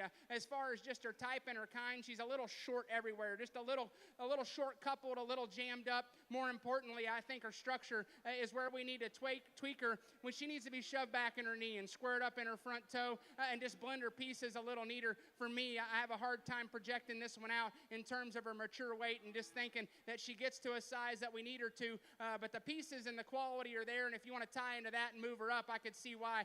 For me, like I said, she's just not as much my speed. The gray heifer's another powerful one that comes with some bone and some body in motion. We got to change her, got to free her up and allow her to go more comfortably. Not quite as neat and attractive there to the base of her throat latch, but comes with some added shape and some added power. Another heifer here coming next that can give you a nice look, maybe not quite as highly presented as the cattle that are ahead of her. She too's just a little harder there back into her flank and not quite as attractive the way her hip and tail head's built in her. I think structurally still plenty comfortable. Just need to change a few of those things from an aesthetic standpoint when we step off of the cattle. The next heifer here is maybe just a little more breeding cattle in her build, maybe not quite as just heavy substance of bone and quite as much mass to her. Still a nice kind of silhouette, just a little frailer, and like to change the shape of her feet and the way that that's built. The young man's heifer that wounds out just doesn't have that show ring look here. We get off from the side. She's not as just balanced up and square and neat. Still functional in her kind and got some growth and performance. Just need to neaten her up from a show ring perspective. But a challenging class here as we work through our second class of heifers. Let's put a hand together for these kiddos that are working hard, please. And results of Class 6. And All right. We got Jet Fogarty from Thurston County winning that class. Second going to Bo Mosier from Antelope County. Third, Sarah Mead from Hamilton. And fourth goes to Ella Platte from Cass County. Fifth is Erica Graff. Sixth is Brianna Powell. Seventh, Andy Yost. And eighth is Cash Majerus from Hamilton County. Coming in now, third class feeder heifers, calf weighing 505 to We have 7 entries coming in for 549. There'll be one more class after this. They got them pretty close here. 505 to 549. So we got, less than 50 pounds here. This is tough. And looks like we got the Charlet class here with one lost one or two lost ones. Yep, we have two in there that are a little different. So, but we got some Charlet classes and that and that. Just a real nice class of heifers we're going to evaluate. If you can't.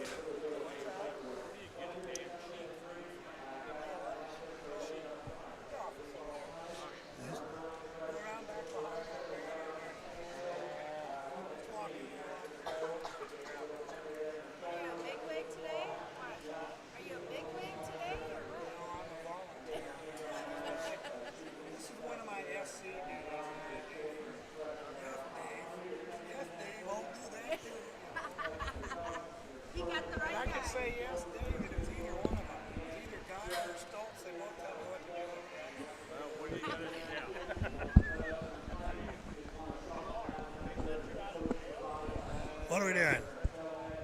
Oh, what's the website to go to? Yeah, Show Barn Flicks.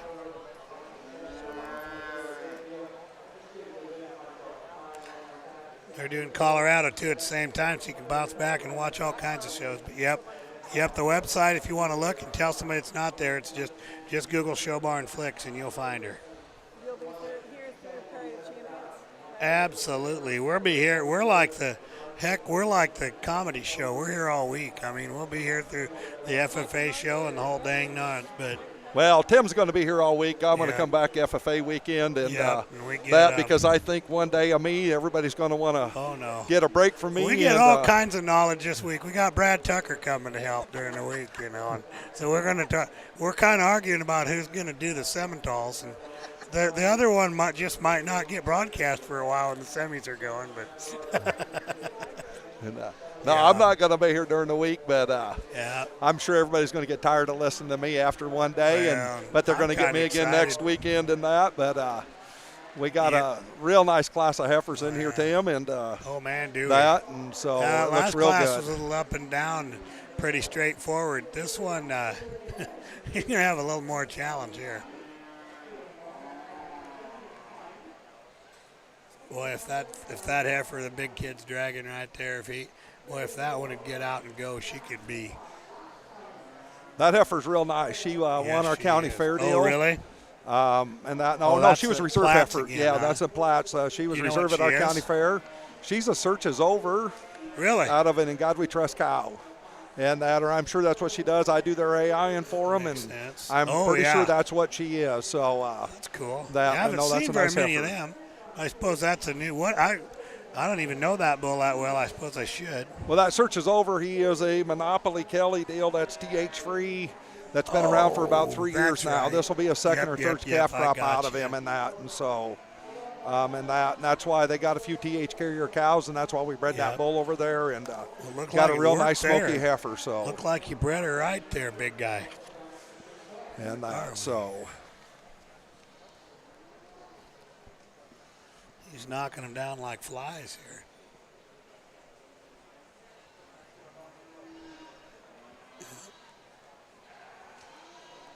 Well, now she's moving better.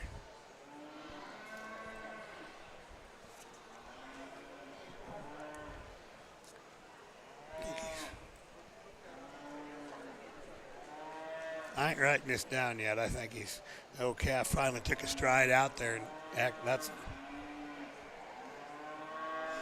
what I figured. Once she started walking, he flipped him. She just having a bad day. She's still fighting to halter.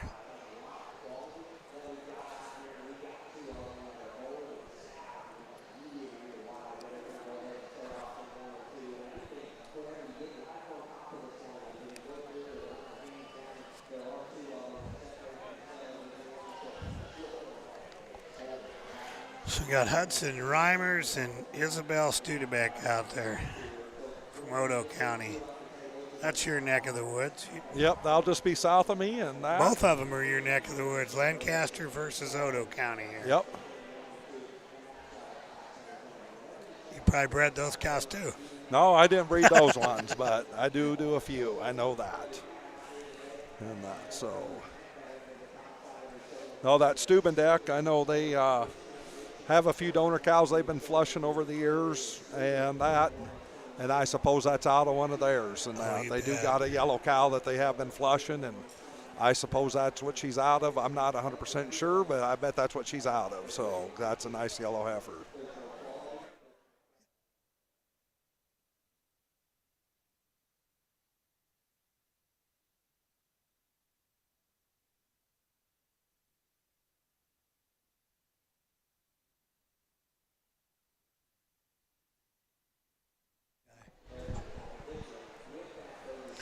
Well, I bet we're about to make a decision here. But that is not an easy heifer decision. That's a nice pair, boy. Yep. So we're taking Hudson Reimer's going to be second, and Isabel Steubendeck's going to be first. Here's Judge Arthur. Well, a really good class and a challenging class, and I wish as much as anything that these two heifers would just relax and just get out here and cooperate a shot better. I think it'd make it easier to really get in and break them apart. Both very, very high quality and both quite a bit different in their kind. No doubt, the more pulled apart, stouter built type of female is the gold heifer. Man, you get behind this thing and she is wide from stifle to stifle. A lot of power and a lot of shape and dimension in her as you project her down the road. And for one that's got that kind of power and that kind of body mass and balance, still got some grow and some performance. I like that about her. Very, very attractive. I love her shape to her skull, the way she sets her ears up high on top of her pole there and gives you an ultra attractive look. You know, like I said, at first there when she fought the halter just a little, I wish she'd just relax and go ahead and take a longer step. I asked the young lady to give her head just a shot, and I think when you get that look of her relaxing and going ahead and taking a fluid stride, she's still comfortable. You read her in her joint work and the way she's built and the flatness of her joints and the shape to her feet and the set to her pastern. I think that part's very, very good. Love the power, love the shape, love the look, love the silhouette that she paints from the side. There's a lot to like about this kind of speckle roan type heifer here the young man brings us, because her length of stride and the softness to her hind leg and the size to her foot is something that I am absolutely drawn to. Though she's not cooperating, you can tell she's a long-strided, ultra-flexible heifer that's very, very correct in terms of her joint work and the way her angles are made. She's too attractive, very neat-necked heifer.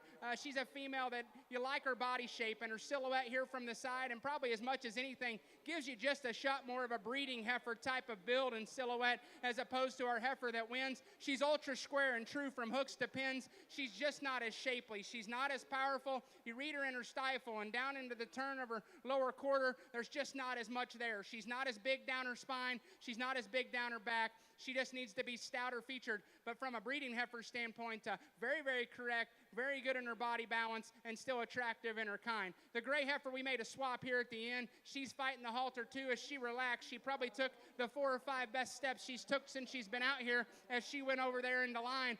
And from just a bone and a power standpoint, we needed to flip those pair. I think as much as anything between this two pair, she's more comfortable in her footwork. She's more appropriate in the way that she sets her pastern down to the ground. She's bold in her body. She's extra powerful. You got to get on top of this one to really appreciate how much width and dimensions there. She just doesn't tie it all together quite as nicely. As she comes on and breaks and relaxes, I could see her being more competitive because she's an attractive heifer with a lot of quality. Just need to relax her and allow her to go. We could square her front feet a little truer ahead as we get in front of her. The Baldy heifer's kind of more of a Simmental influence looking type of heifer, maybe more breeding cattle, if you will. She's a really big-bodied one. You got to love just her silhouette of her underline there and the attractiveness there to her lower body wall.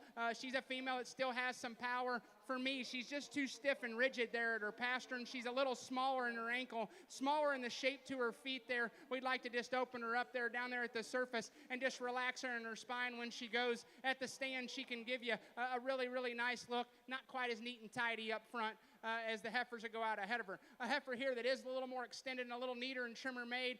She's a female that can give you a good look here from this side. She's a little frailer in her bone work and a little smaller in her feet. Maybe not quite as just powerful, but a female that can give you a really nice look here from the side. Just need to give her some more substance and mass here as we read her down there to the ground. And the gray heifer, she's one that comes with all the power and all the mass. Man, this thing is grooved down her back and really stout down her loin there and out of the back of her hip. She just doesn't draw quite as nice a lines here from the side. We need to soften her body and just make her a little neater about the way her hip and hind leg hooks up and goes around the ring. The gray heifer, another one, plenty of power, plenty of shape, just doesn't balance as nice in motion. Got to change the way she sets that rear leg down, square her up in her hip. But a nice class and a challenging class and a really top end here on the top. All righty. All right. How we did from the start. Isabel Stubendick was first. Hudson Reimer second. Nolan Platt third. Peyton Kniss is fourth. Fifth goes to Luke Jensen. Sixth, Mason Prothman. And seventh is Shire Rasmussen from Howard County. Coming in now, let's see, we got one more class of feeder heifers. We got 4 head weighing from 563 to 648. So we got the big girls coming now. This is our final class of feeder heifers today. Feeder heifer class 8. And Tim, like we talked earlier, these feeder calves sometimes don't want to cooperate. Oh, yeah. And, you know, even Judge Arthur said, by that last class, we had all 4 or 5 of them top ones. Boy, none of them just really wanted to walk out today and that, but, you know, he was able to get a look at them after a time, and he got them placed and was able to finally get a look at them. You know, he took his time and made sure he did get a good look at them because, boy, there was 4.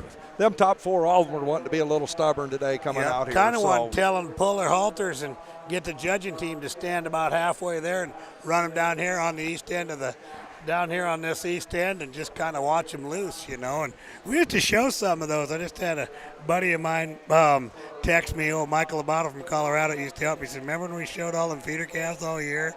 You know, God, we used to show the dang things like 10, 12, 14. We had one year we had I think we went to 14 of them shows showing these things, and it's amazing.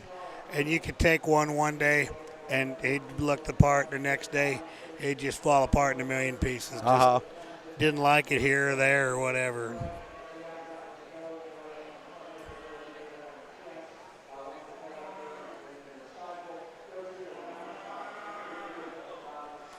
I don't think he's going to mess around very long here. Well, we just got 4 in this class of the bigger heifers and that. And that. And,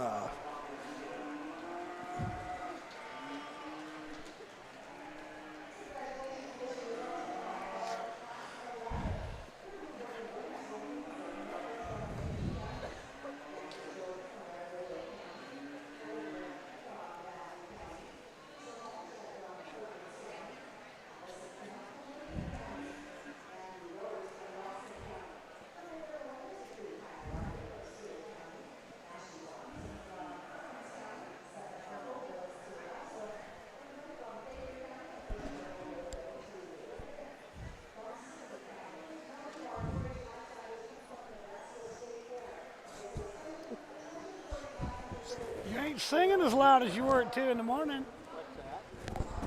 You ain't singing as loud as you were at 2 in the morning on video. I was rocking right along.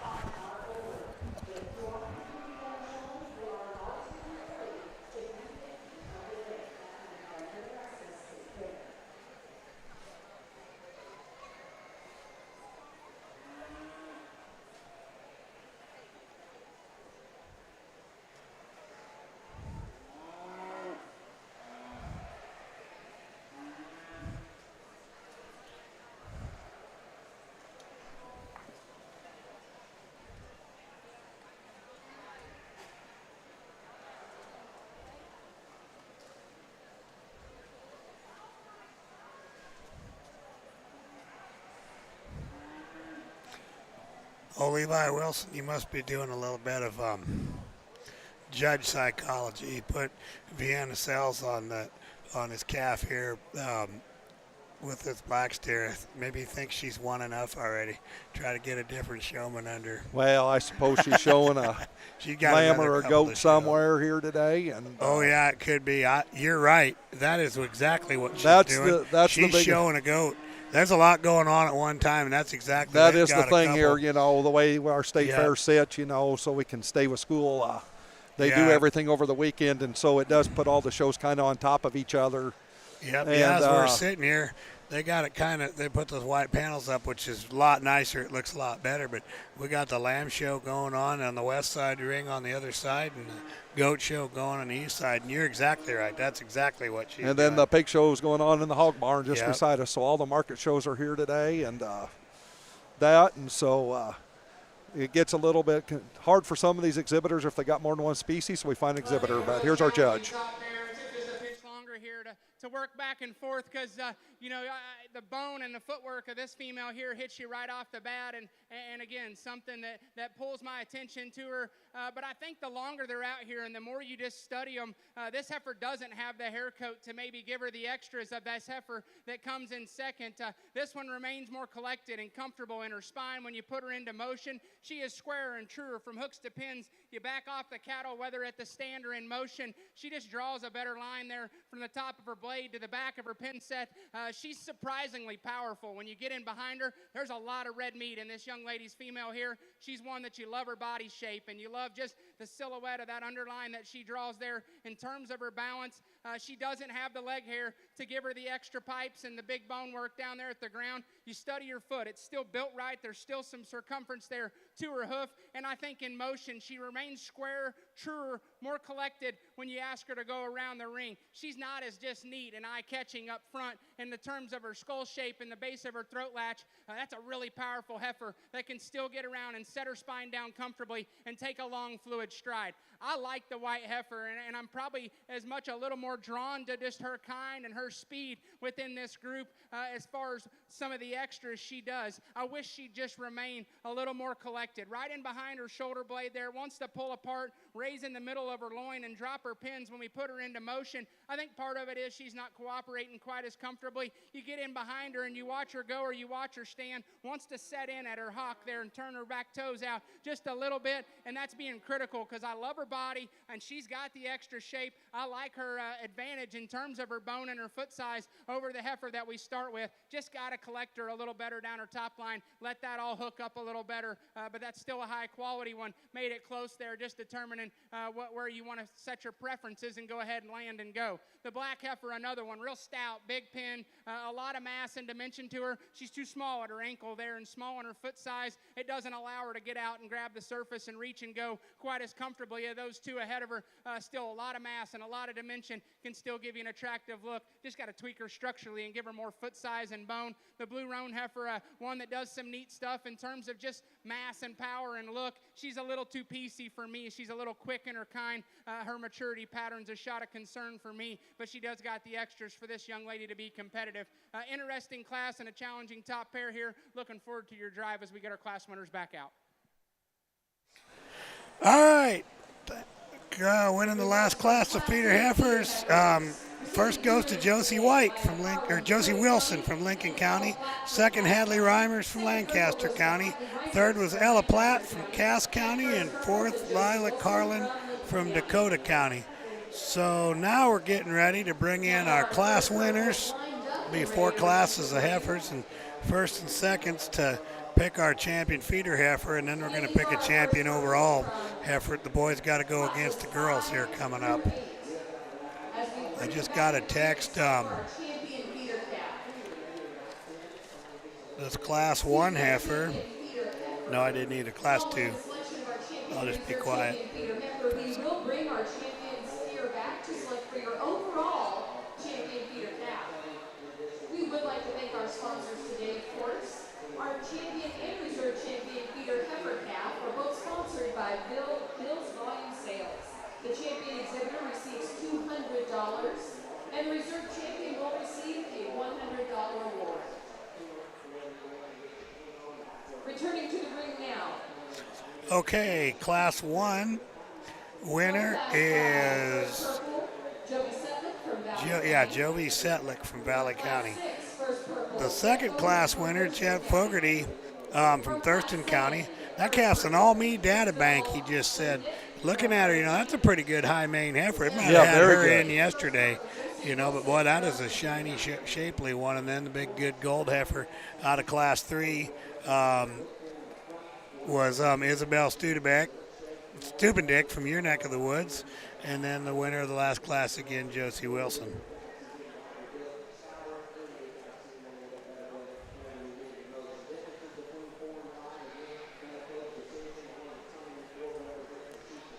Well, they're all four different, man, but those are all four awesome heifers.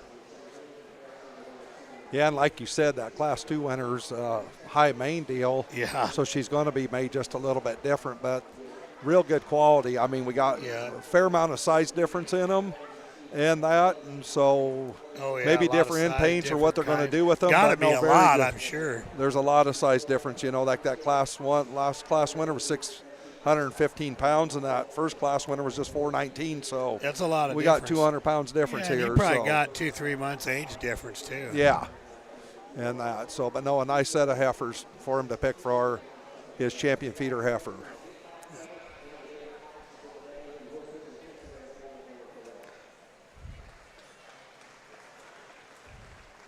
I bet I can find out what that gold heifer is.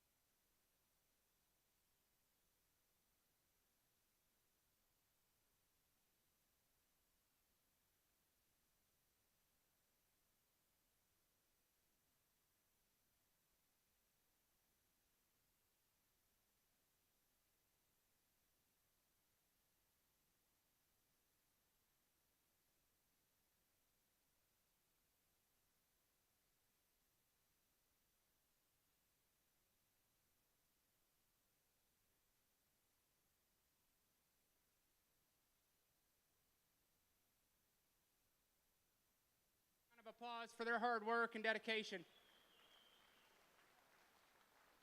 You would get these first and seconds back out here, and it makes for a really nice lineup. I think these heifers that represent our first places all got some look from the side here. They got some body and some functional quality build to them, and they do that with still enough substance and enough power and enough width. The red heifer maybe comes in a few more pieces, doesn't blend quite as nicely down her top line. I think structurally maybe not quite as ideal as the heifers that come behind her, but it was her extra power and mass and look that allowed her to go ahead and win that class. The young man's black heifer here next, one that gives you a really nice look here from the side. As we've talked, you got some differences in type and kind, maybe just a little more breed and heifer in the type and kind that she comes to us today. I think a lot of quality and a lot of good. She's up-headed, she's attractive. I like the shape to her underline for this stage in her maturity and her condition. She's a female that's got some added foot size and some bone work. She's probably the least powerful heifer of the lineup. And to me, we put this heifer into motion. She is extremely high quality. I think she's just a little upright right there as you study her from the point of her shoulder to the tip of her toe there, and consequently wants to get her up in the middle of her spine just a little bit. And I think those are some things that are minor tweaks, and I hate to just get out here and rip them apart, but I want to be open and upfront about what I see in these cattle. I think at the stand, her silhouette is undeniable.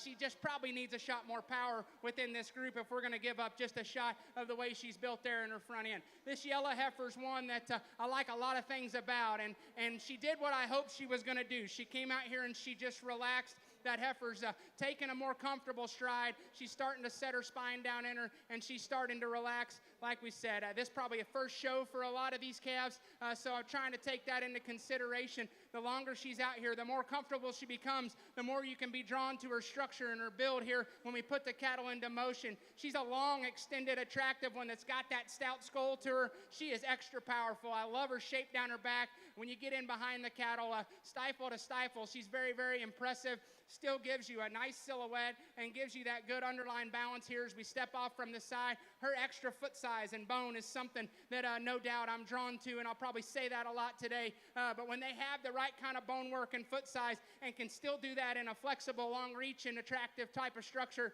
then that's what we're going to kind of look for. We could pick her up in her pin square or just a shot there if we're going to pick on her, but that's a high-quality heifer that does a lot of neat things. This next heifer come out of a competitive class, as was the one before her as well. This heifer takes you just a minute to really draw into her. She doesn't have those extras as the heifer in front of her, but when you study this basic functional build in terms of rib cage and power and body and mass and still having a functional set of feet and legs underneath her, she does that. She's not as just cool-skulled and neat-necked as the heifer in front of her. Doesn't have that added foot size and bone work. When you read her there from hock to ground, just the size and circumference of her ankle there, not quite as big, but a lot of shape and power, and she's actually deceiving for a pretty smooth-made heifer. When you step in behind her, there's still a lot of power within her. So I think a really good lineup. I think there's one that just suits me a little bit more my speed. Young lady with the yellow heifer, you're going to have our champion. And congratulations to Isabel Stubendick from Otoe County. She comes out of Class 7, and she is your champion feeder heifer for the 2024 Nebraska State Fair. We will bring back Hudson Reimers from Lancaster County to compete for your reserve champion feeder heifer.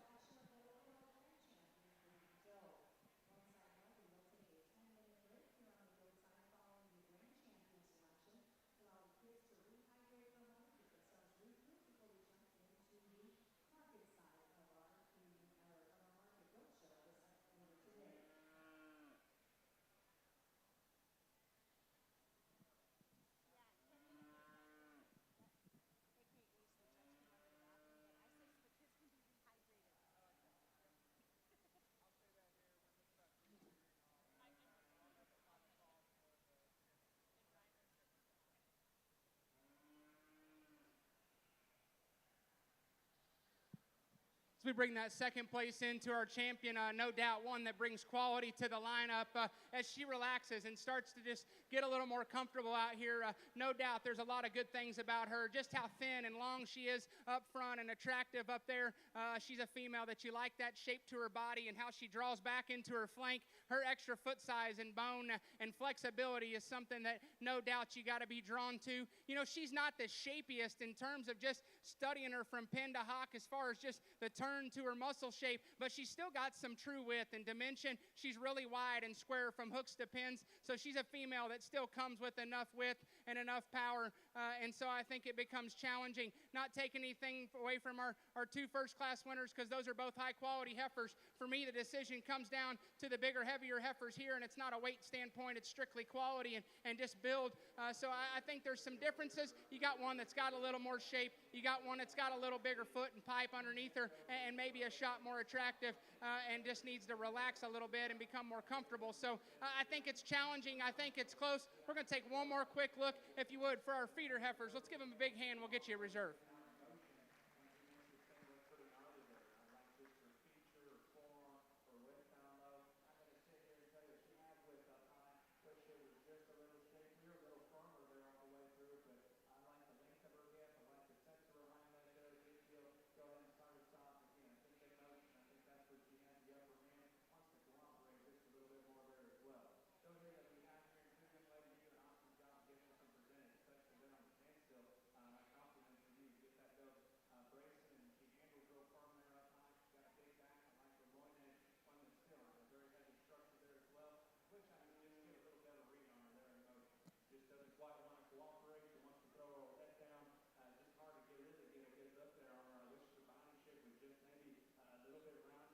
And congratulations, your reserve champion feeder steer is exhibited by Hudson Reimers from Lancaster County. Again, he was the second purple out of Class 7, and he is now your Okay, as she said, well, Isabel Stubendick won that, and I found out that is a next man up out of a Fu Manchu donor cow that they have, and the reserve went to Hudson Reimers from Lancaster County, so right down the road from the champion, Otoe and Lancaster. So now we've got, they're going to stay in the ring. We're going to pick a champion feeder calf overall between the steers and the heifers, and they're going to go champion reserve and third, I guess, overall. Here, exhibited by Jace Fogarty, back to the ring for a selection of our overall grand champion feeder calf. So they need Jace Fogarty and Garrett Scholes back Our overall feeder calf awards. to pick an overall. Calf receives $400, while a reserve champion overall, also sponsored by Wheels Running Sales, receives $250.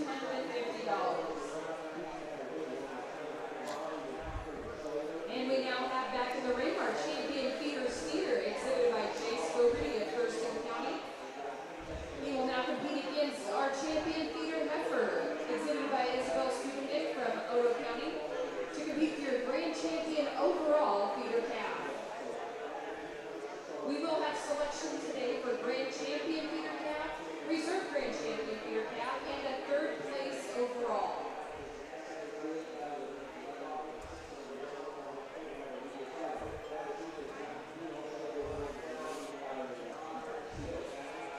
And Tim, I just found out the reserve feeder heifer is a Do What's Right Oh, awesome. out of a Monopoly Charlene cow.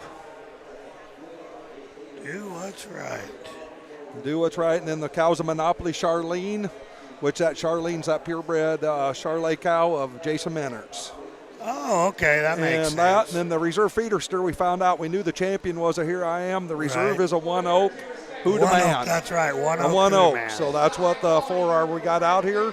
And here's our judge now. You know, I think this is the first big step, is getting them out and getting them in the ring and getting them to cooperate and learn what their job is in the ring so you can get the most out of them. I think there's a lot of quality in here. And, a little bit comparing apples to oranges, but you just step back and say, all right, which one's the most your kind or which one has the most quality? And we didn't really determine, unlike what we will do in the Fat Steers show, the Fat Steers, they got to be right today. And these kids, I don't know what their end point is or what their projected goal is. So we're just going to step back and pick the cattle as we like them and the ones we think are the hardest to make and the highest quality. I think this group has been really, really good. I've discussed these cattle in class and in division to a very good detail, in my opinion. And so we're not going to go back through and spend any more time discussing this group of 4, but a lot of quality and a lot of good, and it's been a lot of fun. Really looking forward to breaking into these Fat Steers and getting into the heavy-duty ones. If you would, ringside, let's give them one more big hand. Throw your hands together for these kids that are doing a great job. We'll get you a champion in reserve.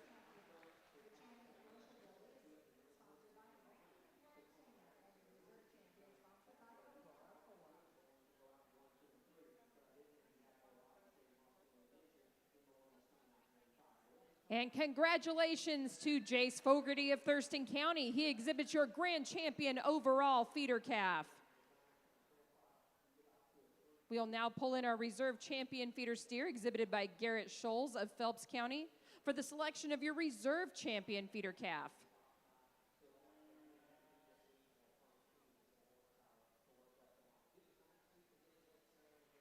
Congratulations to Garrett Scholes of Phelps County for being selected as your reserve champion overall feeder calf.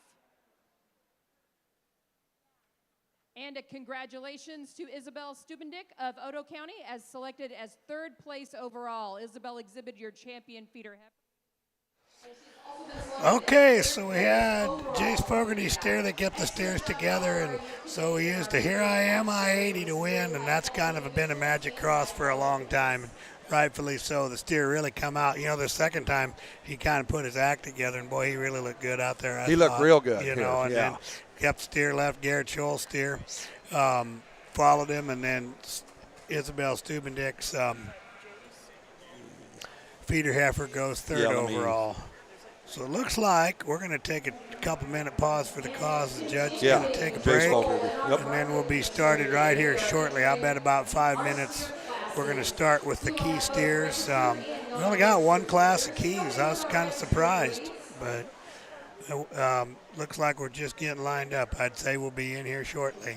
No, all of our breed steers today, Tim, are 1 classes in that. We got a few registered cattle mostly in that, but they're all 1 class per breed in that, and so.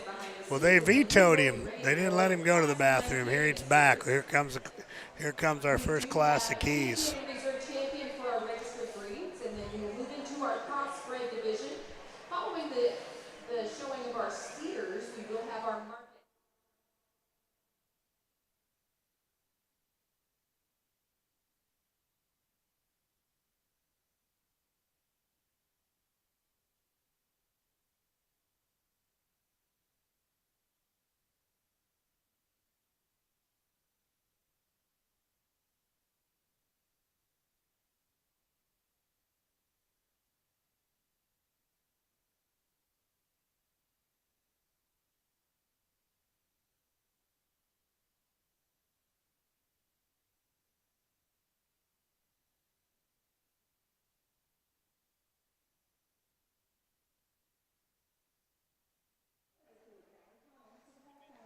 Looks like we got everybody lined up and ready to rock here. And here we go. Steers weighing 1086 to 1430. I would assume they'd come in weight order. Nicholas Rohr, Lawrence Desner, Trey Logan, Brody Weezy, and Coy Robinson.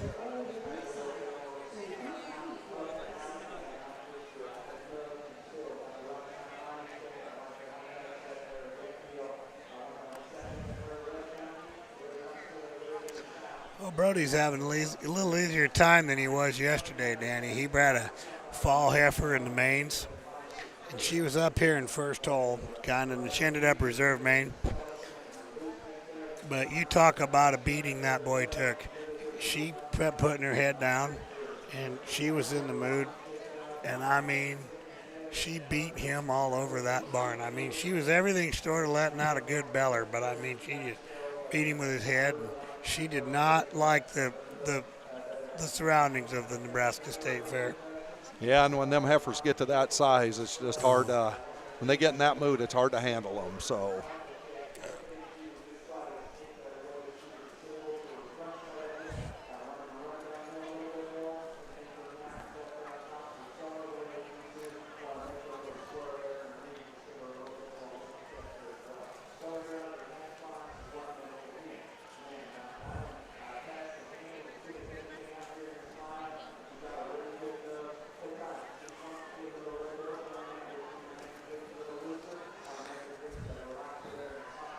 Yeah, I'm kind of surprised Moore didn't run breeds.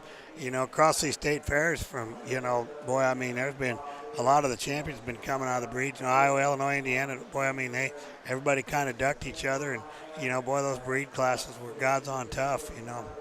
All three of those states just looked unreal.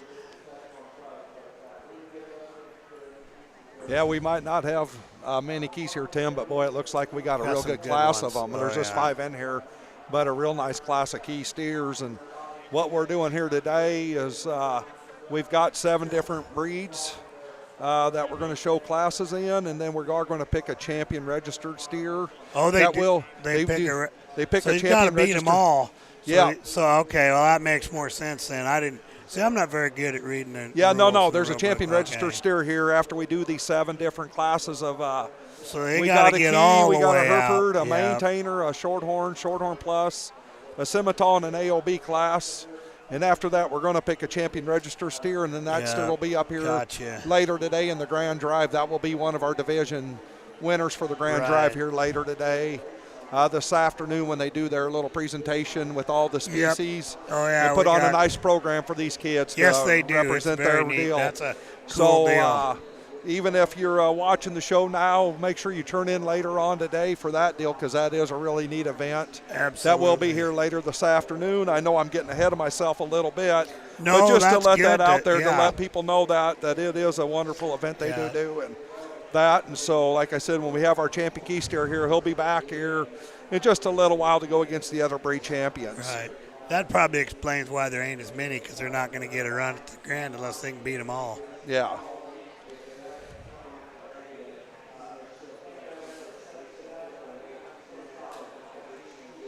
And we're going to use Brody to win the class. Here we'll get the comments from Judge Arthur.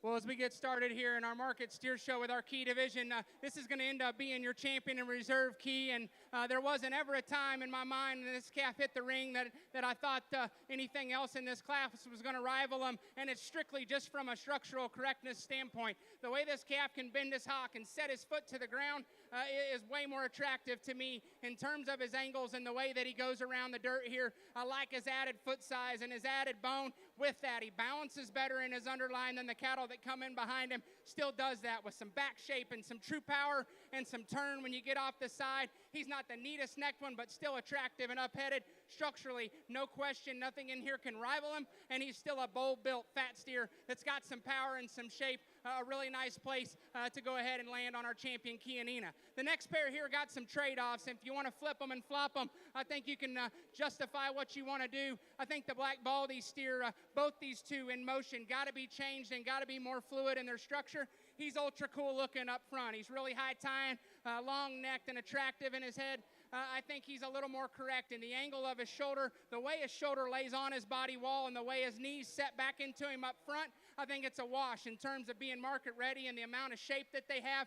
Both of them need to set more secure and square off their rear leg. That calf's just better the way he's built through his shoulder, chest, and knee than this calf. If we could shove his shoulder in and set his knee back into him, there's a lot to like about this calf. He can give you an attractive look, doesn't square up in his lines. Right there as you read him out of the back of his blade, still got enough shape there, just not as attractive. And the way that hooks up, he's a little lower in his pin set here when you step off from the side. I like his body shape. Calf handles with some condition. I think he's very appropriate where he's at there today at the stand. A high-quality calf in motion. Got to loosen him up. Got to make him more flexible and comfortable off both ends of his skeleton. Same for the young man's black and white steer. Pack full of power, pack full of meat and product. I think he handles with enough condition to be considered market ready. Structurally, we got to tweak him even more than the two steers ahead of him. He's got to be squared up and changed in the way he's built in his knee, relax him in his hock, and allow him to go more fluid there off his rear end. And the steer that we round out with, he is more correct in terms of his structure than the steers ahead of him. He just surely doesn't have enough product. There's not enough mass, not enough muscle in this guy, not as soft in the way his body's built in him. Maybe doesn't have quite the fat steer look as much as anything. Got to power him up. But a really nice way to get our Kianina show or get our fat steer show started. Let's give those Kianina exhibitors a big hand, if you would, in the ring. Results of Class 9. All righty. Key steers now to be champion in reserve if they weigh back. I saw Dudley Do-Right over there. We just couldn't wait to get the Wheezy boys over to the scale to get them weighed. So we got that's pending weigh back. Champion key steer Brody Wheezy. Second in reserve will be Lawrence Desner from Greeley County. Third went to Coy Robinson from Lincoln County. Fourth, Trey Logan. And fifth, Nicholas Rohr. So I guess we won't find out till they come back for champions since there's only one class with the way back. Yeah, no, we won't know that till they bring back the keys here for the overall deal and that. And we've moved on forward to our Hereford and Pulled Hereford class. There's 7 in this class and ranging weight from 1288 to 1510. And they got a bunch of them.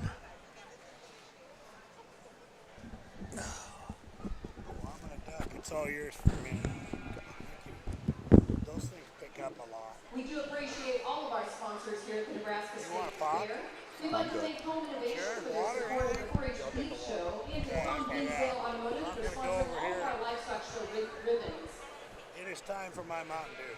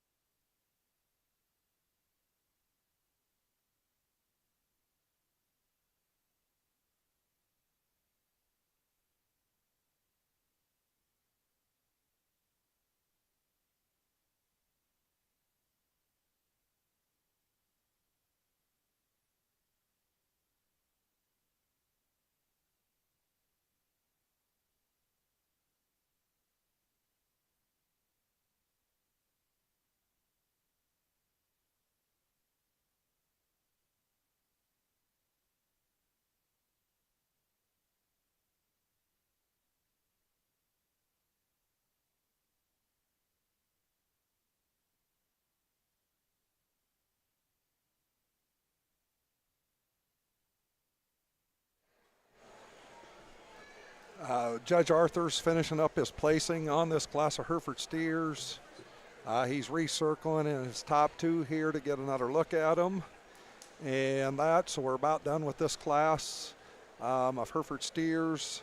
The steer leading out in the front is Landon Linneman with a steer weighing 1346. And the steer right behind him is Weston Stemick from Pierce County with a steer that weighs 1495. Here's Judge Arthur with his comments on this class.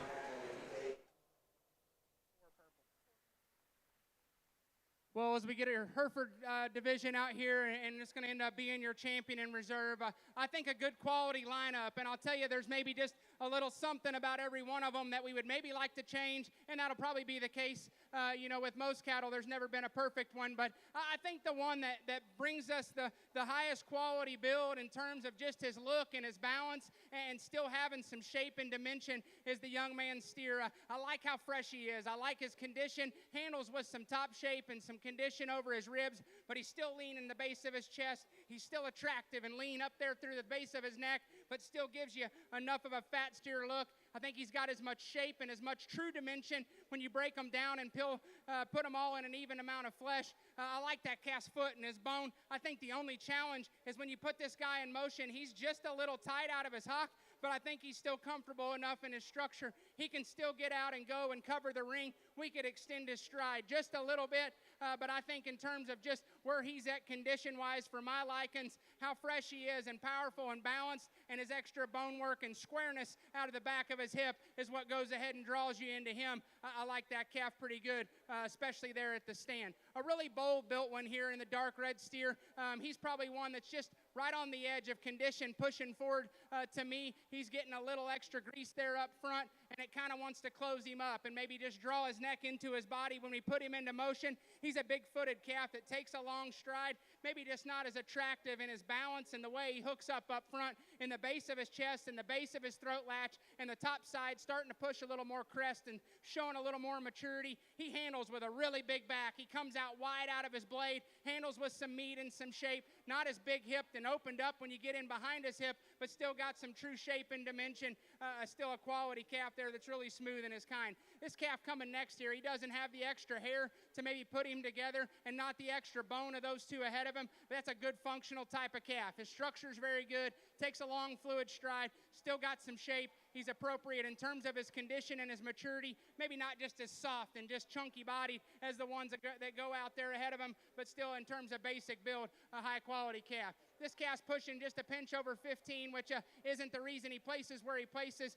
He's starting to also push a little extra condition down there in the base of his chest, and I think that's a fine line of getting these cattle market ready and having them where you want them, but still keeping them fresh and lean and tidy enough to be attractive in the ring. He gets a little tight out of his rear hip and hind leg, just a little more rigid the way he uses that hind leg. Doesn't balance there through his forerib and flank quite as nicely, but a calf that's got some true shape and some true dimension. This calf coming next can give you a really good look here at the stand. He runs out of gas when you get right up on top of him. Wants to tuck his hind leg underneath him and duck his hip when he goes. We'd want to change him up there, but still a good quality calf that's gotten to a market weight here for this young man. The young ladies, red and white steers, one at the stand. You can want to move him up structurally. Got to loosen him up and got to change him. He's market ready, and then that's why he goes over the steer that's in behind him. Just got to free him up and allow him to go more comfortably. If we do that, we can work him up because he's a good-looking, muscular type of steer. Just got to loosen him up off both ends of his skeleton, and we round out with a calf that's got some length and some grow and some performance in him.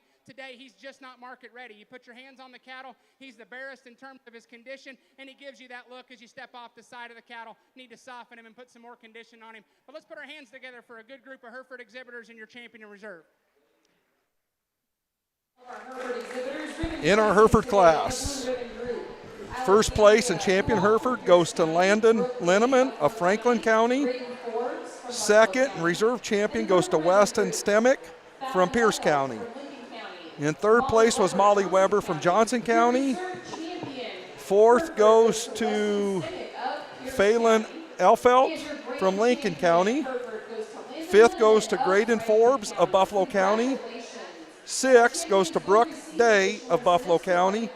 And seventh goes to Alexandria Huwalt of Pierce County. I apologize to any exhibitor that I mispronounced their name and that. As we go on here now, we are into the maintainer class. There are 6 in this class that weigh from 1260 to 1475. We got 6 in this class of maintainers.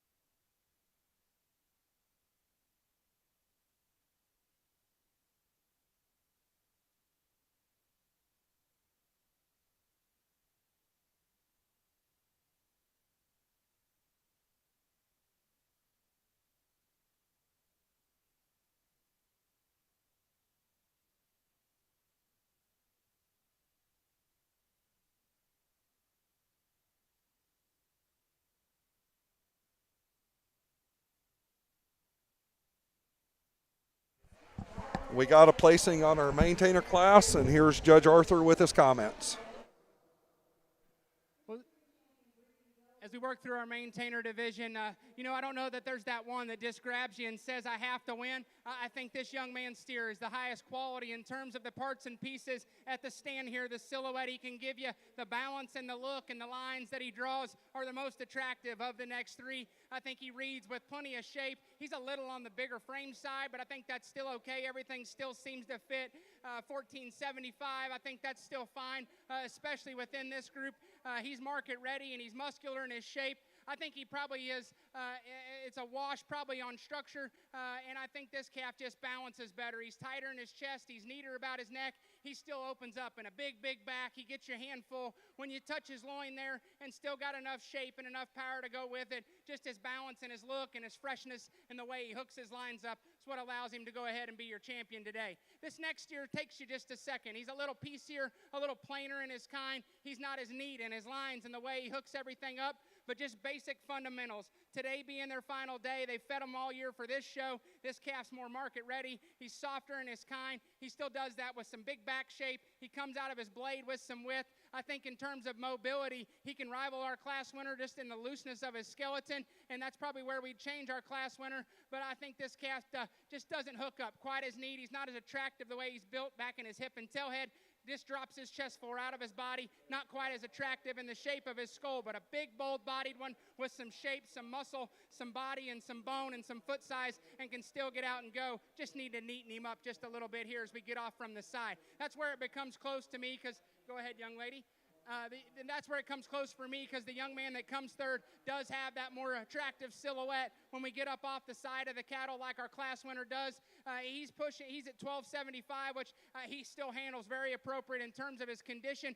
You can tell he's a lighter weight calf. To me, he just needs to be softened up in his type and his kind and just overall lower base of his body wall there. And as much as anything, we need to free him up off both ends of his skeleton, make that calf structure better, and I think he rivals our second place steer in terms of just look and balance. Got to free him up and soften him there in his body.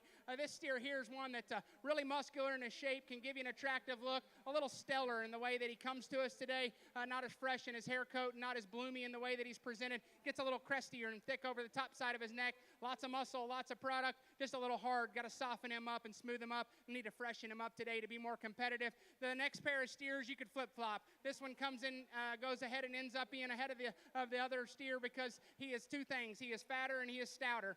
He is not as built as good in terms of his structure. He wants to be a little hesitant on this right rear leg. But if we're going to take the cattle and put them on the rail today, which one is going to be the more attractive carcass? And it's the young man's black and white steer. That's what we go ahead and allow him to win. Does he need to be changed just aesthetically? Absolutely. Needs to go better, but he's real stout and he handles with a lot of condition and he's appropriate. This calf here can give you a nice silhouette from the side. He's too flat in his shape. He doesn't have enough power and he handles a little bare for me as you read him there on the back side of his ribs. We just need to soften him and make him fatter to be able to move him ahead of that class or that steer that's ahead of him. If you would, let's give those maintainer exhibitors a big round of applause. Okay, in the maintainer class, in first place in our champion maintainer goes to Evan Pancoke from Hamilton County. Second reserve champion goes to Claire Cromie from Saunders County. Third place is Baker Bremer of Wayne County.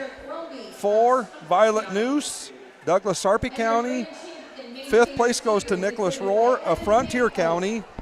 And 6th goes to Troy Lindquist of Douglas Sarpy County. Coming into the ring right now is our Shorthorn steer class. There are 3 in this class with a weight of 1245 to 1395. Grand and reserve champion will be selected from this class, and they receive additional incentives from the Nebraska Shorthorn Association. Steers in this class weigh between 1245 and 1395.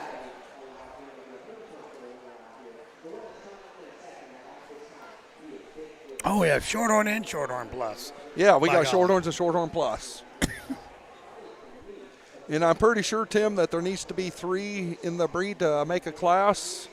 Because coming up, we have an AOB class, so that's probably going to be all the other registered cattle that there wasn't 3 in the class. That so makes sense. we just did have enough Shorthorns to have a class here, but there's 3 in this class from 1245 to 1395.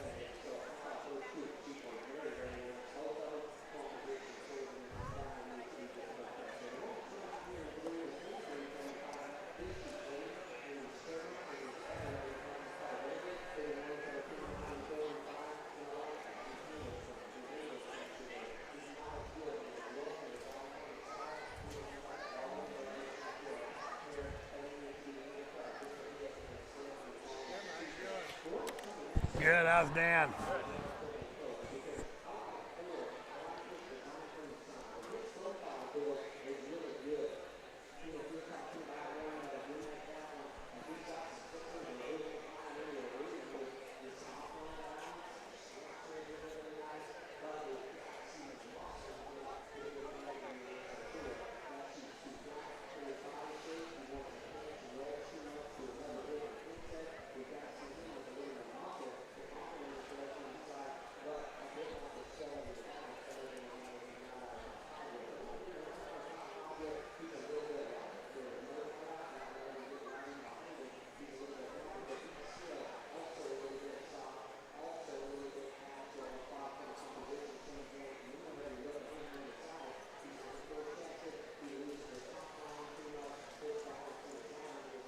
Judge Arthur has this placed, and here is his comments on this class.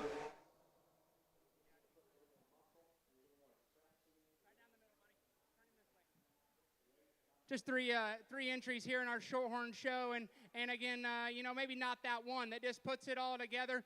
No doubt, the most powerful steers, the young man's dark red roan steer. You get up on top of the cattle, you put your hands on the cattle. He reads with the most true, genuine red meat in him. Out of the back of his blade, he is the biggest and the widest and the most pulled apart. As you study him there and out to the back of his loin edge, a calf that reads with the most muscular shape when you get right in behind him and view him from a rear view. I'll be the first to tell you in motion, he wants to get a little forward in his shoulder and pull his neck into his body. I'd like to change that. If we change that, I think he's a pretty easy winner. From just a fat steer perspective, he's got some added bone, some added power, and some body. I think all three steers need to be changed structurally, and that's where we could free him up on the move. But at the stand where we need to go ahead and set back and judge him, no doubt the most powerful, squarest, most pulled apart steer still handles with an appropriate amount of condition. The redneck roan steer here, he is more attractive. I like his angles up front. I like the way he's able to pick his head up out of his shoulder a lot freer, a lot neater up front than the calf that goes ahead and wins. You get right up on top of him, he just isn't as powerful when you get up there on him. Put your hands on him. He's not as wide and pulled apart right there at his hip and wants to flatten in his shape of his body or in his lower quarter there when you step in behind. We could just drop his flank and his rear body to balance him up a little better, but at the stand gives you an attractive silhouette. Just got to mass him up and open him up and crack him apart to be able to rival that stout one that goes ahead and wins. And the red and white steer, another one that's fed to an appropriate amount of condition. He's a calf that's got some body and some doability. He's just not powerful enough. He's not as opened up and stout. To me, I don't like the shape of his feet. He's a little long-toed, a little frailer in his bone work, not as attractive up front, but still a steer that's going to go to the rail and hang a quality carcass for this young lady. So if you would, let's put our hands together for our Shorthorn exhibitors. They're doing a great job. And great job to our In the Shorthorn class, in first place and champion Shorthorn steer goes to Tanner Hansen from Dixon County. Second place and reserve champion goes to Mara Hendrick from Butler County. And then third goes to Lizzie David of Dawson County. At this time, we'll start with our Shorthorn Plus steers. There's 3 in this class, and they range in weight from 1270 to 1504. Now there's a range weight. Yeah, when we do these breed deals, it's going to be a pretty good range in there, Tim, just because we only had 3 of them, so there's a range in weight. And, boy, you can sure see it as they come out here that there's a big difference in them. Oh, yeah.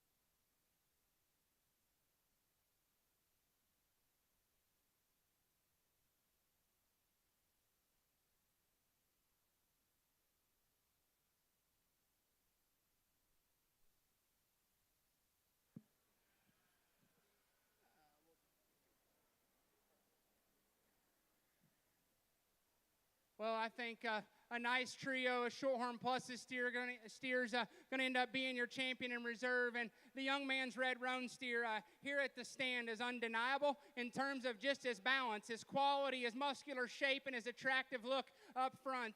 I'll be the first to tell you I'd like to tweak and strain structure on all three of these. And if you make this red roan right here perfect structured, it's not even close. And that's not taking anything away from the next two. His basic build and fundamental quality here as we step off from the side or you get in on him and put your hands on his loin.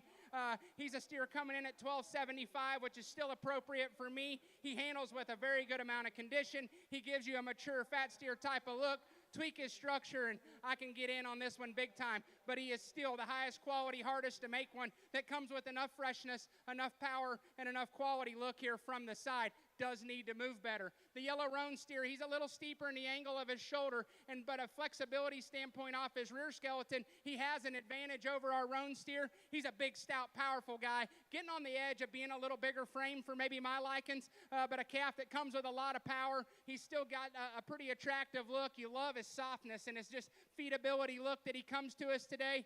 He just not as neat in his overall type and kind, not as square and pulled apart right there. You read him from loin to tailhead, not as attractive as the red roan steer. We got to change his angle and allow him to reach out of his front end skeleton to become more comfortable. If he is perfect structured, I think you got a question to ask yourself, which one do you have to lean on? But I think since their structure washes, then we got to go ahead and use the one that hits you the hardest, that's the highest quality one. The young man's black and white steer, still a nice calf to round us out. He's got some length, he's got some power.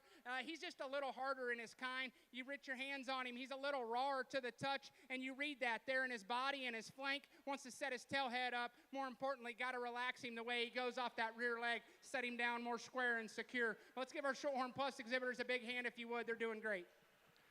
And results of class Shorthorn Plus receiving a blue ribbon. In our Shorthorn Plus class, first place and champion Shorthorn Plus steer goes to Ty Sievers from Wayne County. Second place and reserve champion goes to Kinsley White from Douglas Sarpy County. And third place goes to Bowden Bush of Franklin County. Now entering the ring is our Foundation Simmental class. We have 4 in this class that range in weight from 1202 to 1468. Again, we will be selecting our champion and reserve champion Foundation Simmental. I might be a little biased in here. I don't know. Well, we all can have our favorites, Tim. Oh, yeah. And that, so... but again, like this class, we still got a 260-pound weight range from the lightest one to the heaviest one. Yeah.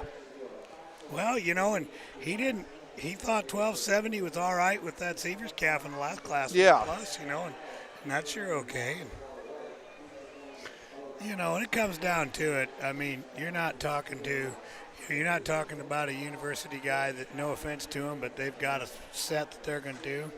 You're talking a guy that's pretty open-minded. Jared's showed a lot of cattle, a lot of different kinds, a lot of different breeds, seen a lot of stuff, and I think I like his comment there about that's the hardest one to make, the most unique in that last class, and I think that doesn't get talked about enough sometimes. How hard you get to single trait selecting. Is that one too big? Is this one too straight? Is this one too small? You still got to look at that balance and the combination and not try to single trait selection as much as you can. That's just my opinion. I could be wrong, but I sure like that part about him. And and when you're talking about that, Tim, that steer just weighing 1270. He was a little more moderate in his size. At that weight, he was finished. What I'm saying? Finished. He looked finished. There's some that just aren't, at that weight. Them bigger framed ones need that little extra weight to be finished. But that one at that weight looked fine and appropriate for finish and muscle. And that now, like he said, he'd like to change the structure on that one. But like he said, they were all 3 in that class, something you would change about their structure. And that was an awful complete one, muscle and look and combining everything. Yep. Sometimes those kind of classes are tougher, They're tougher than when you got 10 heaters in there, because there's a lot of give and take in them. Well, yeah, because they're all a little different. And all 3 were good in their own right. Yeah, they were all 3 good, but they were all 3 different. So where are you going to lay your priorities when you're placing on that place or that class? So We got him done with this class. He's placed this already, and we'll turn the mic over to our judge for his comments.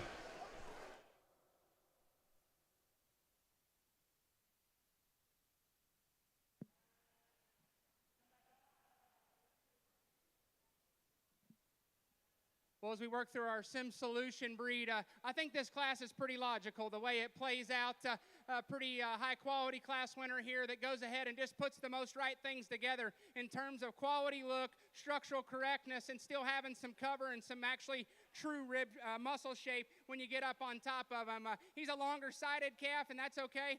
He's a calf that I like his bone work. I like his footwork. I like the way he can get out and reach and grab the surface and extend his structure off both ends of his skeleton. I think both these two steers that are on the top end of this class structurally are very, very good. This calf's just bigger, bolder, stouter down his back, out of the back of his hip when you get in behind him. Stifle to stifle, he's the widest and boldest of the top two. Still gives you enough of attractive look. I think he's soft enough in terms of his body. We could maybe just pull him down there in his center body and midrib there to balance him a shot better, but undeniable in terms of power and structure and a combination of quality. There's no doubt this young lady's steer that comes second, when he came in the ring, that just his balance and his ability to be able to go around the ring is very good. He's an attractive steer that can give you a good look. It's just a sheer power issue. You get up on top of this calf, he's a little closed at his blade. He doesn't offer as much shape. When you get right up on top of him, you get your hands on this calf. I think he's got enough cover to be considered market ready, though he comes in at a lighter weight. I think it's still his quality, his structural correctness, his softness of the body, and his balance from the side. Got to power him up to rival the steer that goes ahead and wins. That's still a good calf, and you got to appreciate his structure underneath him. The young man steer that comes next, it's power and just flesh and ability for me that goes ahead and allows him to be next. He's a really powerful steer, a lot of rump, a lot of power in that guy. You put your hands on him, he's more market ready. His structure needs to be changed, his balance needs to be tweaked to be able to move up higher in this class, but he does have a muscular advantage over the steer that comes in second. He just got to be put together different structurally. The red steer gives you a good look. He's long and level in his lines. To me, he's just a little bare and he's a little raw. Need to get more fat on this guy to have him market ready. We need to change the way he moves off both ends of his skeleton and make him more square and secure. He is a big hip calf that offers some shape, just a little raw, and got to change his structure today. If you would, let's give those Sim Solution exhibitors a big round of applause. All right, Foundation Simmental is winning that class, and champion was Grayson Kurtaki from Buffalo County. Second, Natalia Schultz from Hall County. Third, Bowden Bush from Franklin County. And fourth in that class was Austin Avery from Knox County. So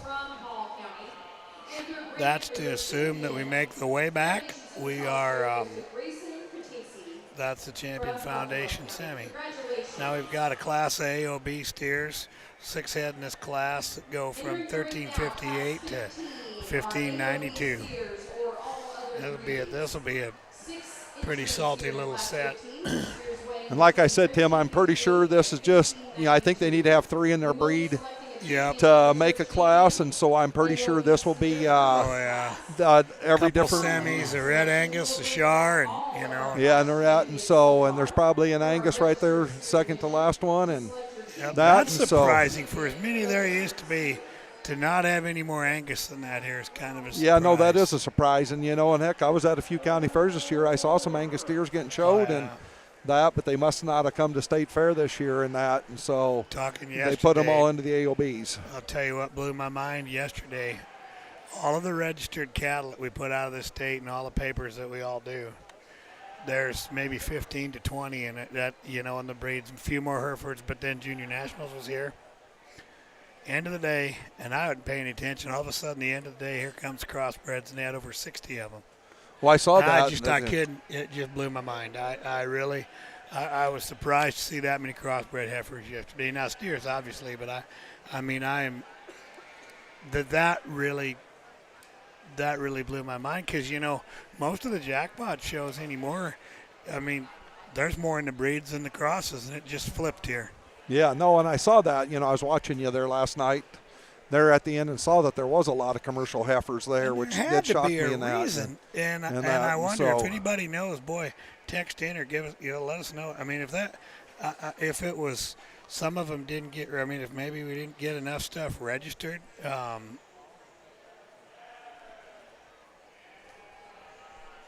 Early enough if they had to have them in real soon.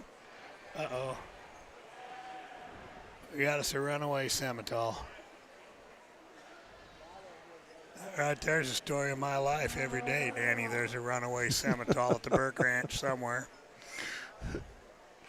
Well, as long as you find them and get them back in, that's all that matters. I got one that likes the yard. Isabel named him Lawn Ornament. He just kind of hangs out there, fall bull. He just likes it. Looks good in the green grass. Well, it must be tastier than out in the pasture, Tim. Evidently, I can't really blame him. Must be a little tastier, so.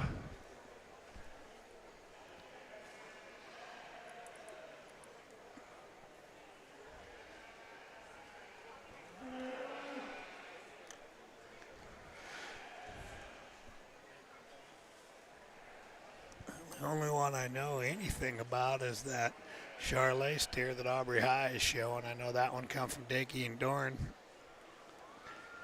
And Andy just told me what he was a minute ago, and it was not more than a minute ago, and I still don't remember it. So.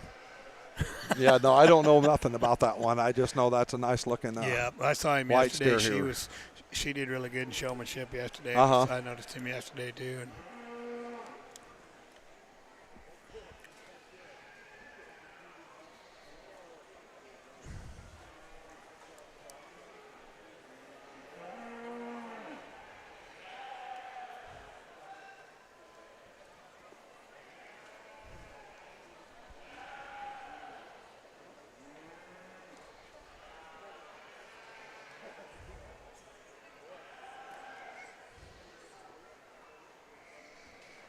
I'm almost wondering if what the change was, or if you know, like because it seemed to me like that Angus used to be 3 or 4 classes of them. No, I know that. And if they pulled some support, or I mean, I can't imagine the Angus Association not supporting. no, I doubt that was the deal. I mean, I suppose it's almost like that, but that just doesn't sound very logical. I can't believe that would be the case. I mean, we live in the land of Angus back here too, you know. You know, and part of this deal too, sometimes, Tim, you know, when we're AIing these deals and we're doing these embryos, you know, we're sexing the semen because everybody wants a heifer and that. And so, you know, we're raising heifers that we're registering. And if we raise a bull, you know, gosh, these bull sales the last few years have been awful good. And so we're leaving them bulls. Probably right there. They're probably all out that running might be the part country. of that. You know, they're running the country and that, and maybe not as many of these Angus steers are getting raised, you know, so. I just realized, not to interrupt you, that's our Lemmy steer. You'd think I'd know something about that Gage Anderson. That's actually a limousine cross steer. Derek Schultz raised last year. Oh, really? Yep.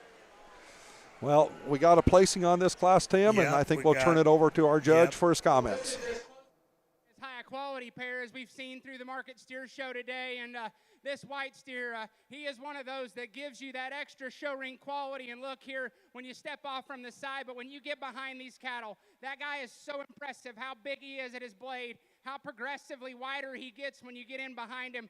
From hooks to pins, this dude is cracked apart. He is wide and bold and stout up high and still carries that transition and that effect all the way down to the ground. He's big in his bone work. He's plenty good in his foot size. I like his body shape. I think he's still attractive enough. His chest drops out of him just a little bit. You could give the advantage to that in the black steer. I like his extra power, his boldness. He's still, for one that's got a little chest, still got a cool fat steer look. He's got a stout skull and some big fuzzy ears to go with it just to aid to his look up front. I think his structure is good enough. He's a little edgy at his hock. When he plants and goes, he still takes a long fluid stride, sets plants square. We could just ease him back in his hock every so slightly. His extra power and mass is undeniable. The black steer here is a high quality calf. At the stand, he probably gives you a little better silhouette than he does in motion. In motion, he wants to just kind of tuck his neck into his body and raise up there behind his blade.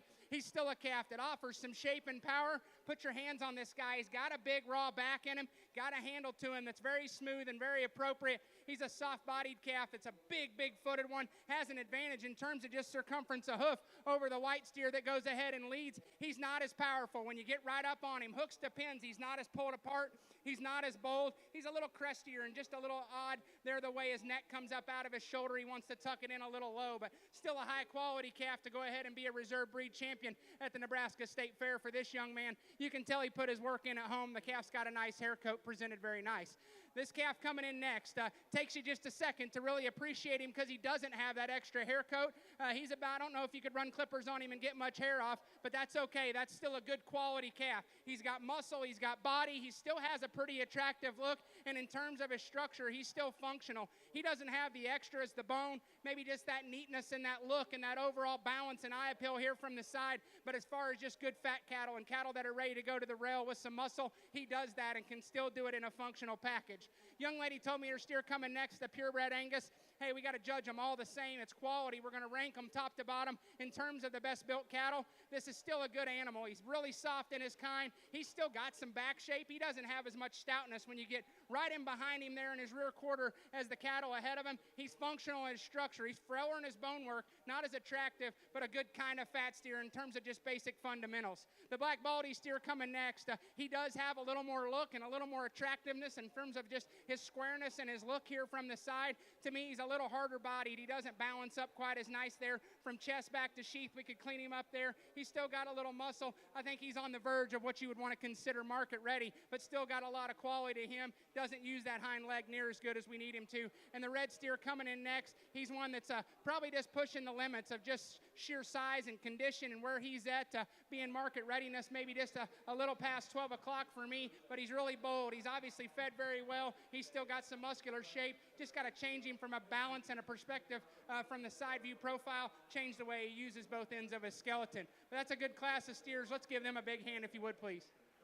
And results of Class 15. All right, the AOB steers champion was going to be a Charlet steer from Aubrey High raised, and I got to apologize. I didn't see my buddy Gage Anderson there. That's a calf actually that Burke's raised. That's a Lemmy steer of Gage Anderson's. Third goes to Camille Carr from Webster County. Fourth, Bristol Lovett. Fifth, Dylan Shutt. And sixth goes to Madison Engel. Now we're going to have a champion in reserve registered steer from everything that's been in there so far. I would imagine it'll take just a minute to reweigh those two AOBs before they can bring them in, I would think. Well, they must have them done because here we go, Tim. Well, I wonder what we're doing there. There's been a lot of scale problems, I've heard. I just went down and went to the bathroom. But there was enough in that class. They probably got them out there and got them weighed. Okay, so here we got Brody Weiss. Go ahead. Okay, our champion key goes to Brody Weiss. Wheezy. Our Hereford, Pulled Hereford champion goes to Landon Linneman. The maintainer is Evan Pancock. Our champion Shorthorn is Tanner Hansen. Our Shorthorn Plus goes to Ty Sievers. Our Foundation Simmental goes to Grayson Krataki. And then our AOB steer is Aubrey High. These will be all of our breed champions. And our judge will pick our champion registered steer from this deal. And like we said earlier, they'll come back here later this afternoon when they do their parade of champions for their overall champion market animal. And your champion all other breed steer exhibited by Aubrey High from Gosford County.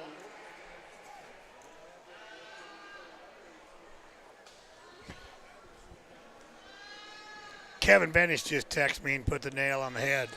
The problem is we're showing them against these crosses and the breeds. If we'd go back to the British breed, the Angus and the Hereford and Shorthorns like we used to do, I forgot all about that. That's an obvious reason, and that's why, and I didn't think of it, but he's exactly right.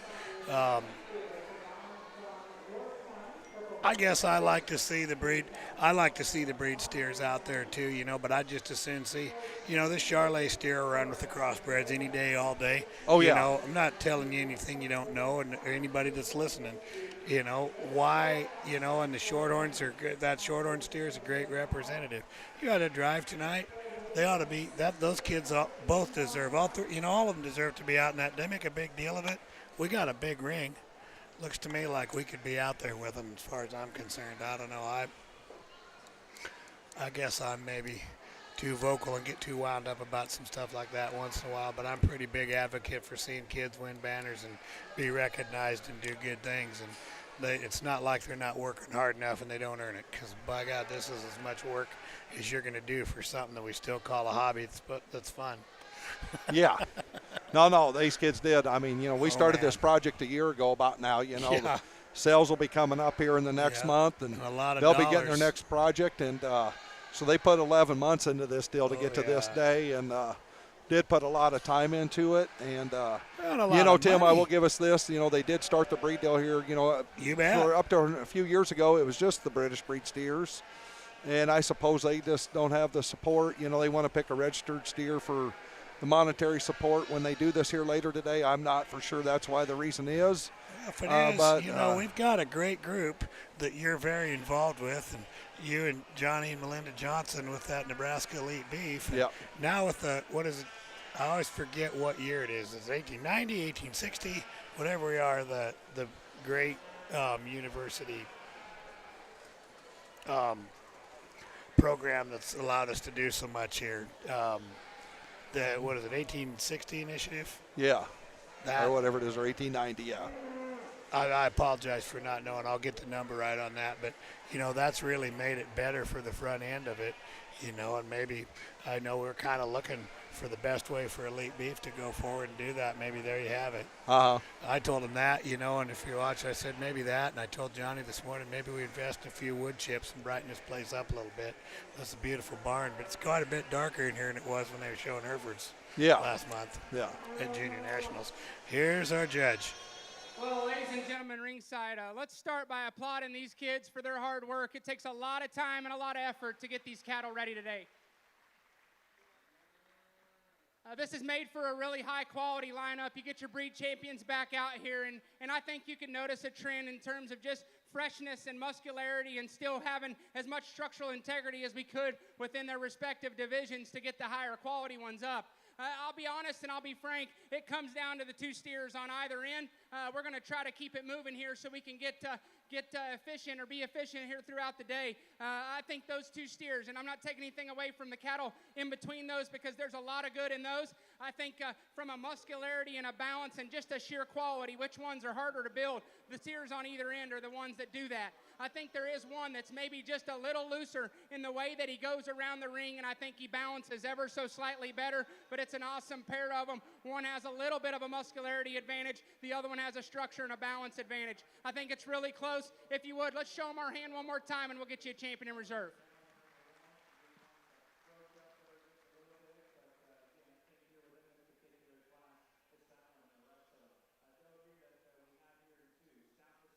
And congratulations to Brady Weezy of Platte County, exhibiting your champion Kianina steer and also your champion registered steer. Congratulations to Brody. We'll now pull in the reserve champion from that division belonging to Lawrence Diesner of Greeley County for the selection of your reserve champion registered steer. He brings that second reserve breed champion in, and I think that's an attractive calf on the stand. We talked about in breed there. We could just change the way he's structurally built. No doubt, young lady down here at the white steer, she's going to have your reserve.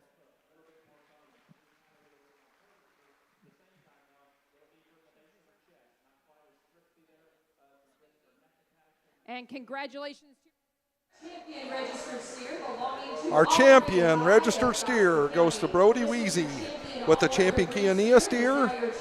The reserve registered steer goes to Aubrey High with the AOB Charlet steer. At this time, we'll be going into the Crossbred steer show, class 16. There will be 11 in the first class, and they weigh from 910 to 1170. We will have 3 classes in the Division 1, the lightweights. In the middleweights, there will be also 3 classes, and 3 classes for the heavyweight crossbred steers. So we got 3 divisions of crossbred steers with 3 classes in each division.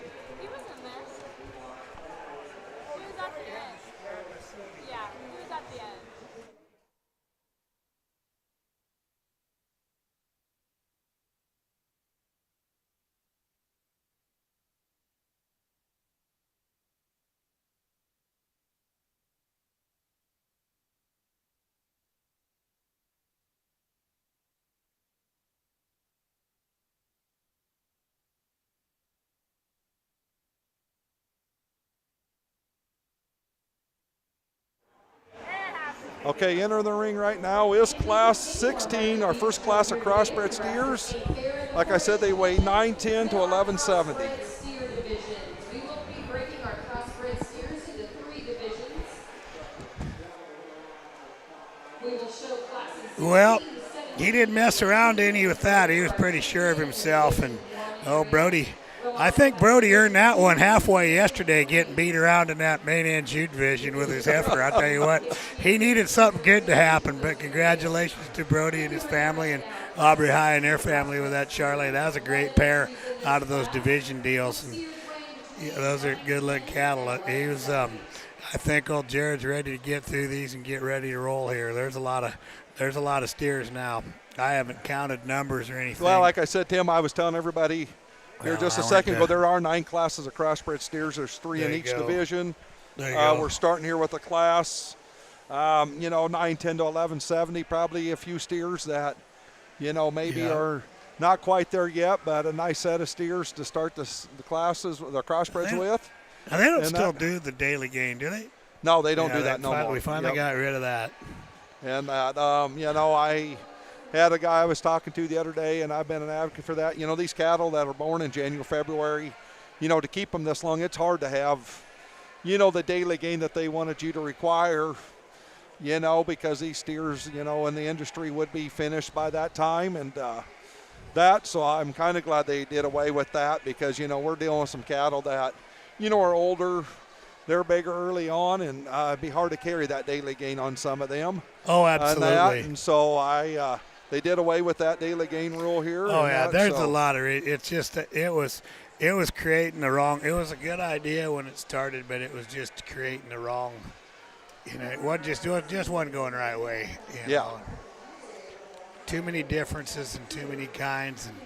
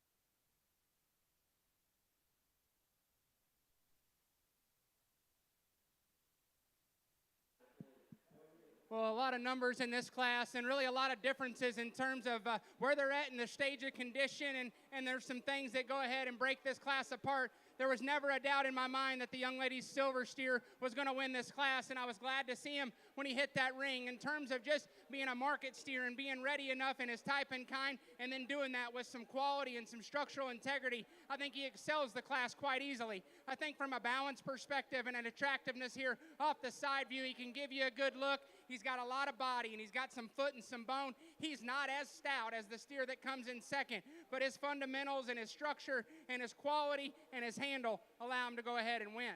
The young lady steer coming second and the steer in third are both heavy muscled steers. They've got a lot of power and a lot of back shape, a lot of dimension, and a lot of turn to their quarter. This calf here got some added bone and some added foot size. He's a little neater and attractive the way he's built up front. He needs pulled down in his flank and softened in his midrib to be able to balance him. But for a calf that needs a shot of body, he handles with a very appropriate amount of condition and does that with a lot of shape and a lot of power, and can still get out and take a long enough and fluid enough kind of stride with his extra bone work and power. The steer coming in next is another one from a market readiness standpoint is very, very good. That way, I think she's done a good job getting him fed. He's not as attractive in his lines. He's not as just square and hooked up as neat. He's a little plainer about his front 1/3, a little more awkward about the way he uses his hind leg. He is softer in his flank and softer in his midrib than the steer that goes out ahead of him. He's not quite as muscular shaped and just doesn't draw quite as neat a look here as you step off the cattle and get off to the side. The yellow steer does give you a good look. I think his feet and his joints and his structure are very good. He's got a balanced up look. We just need more of him. Need to make him more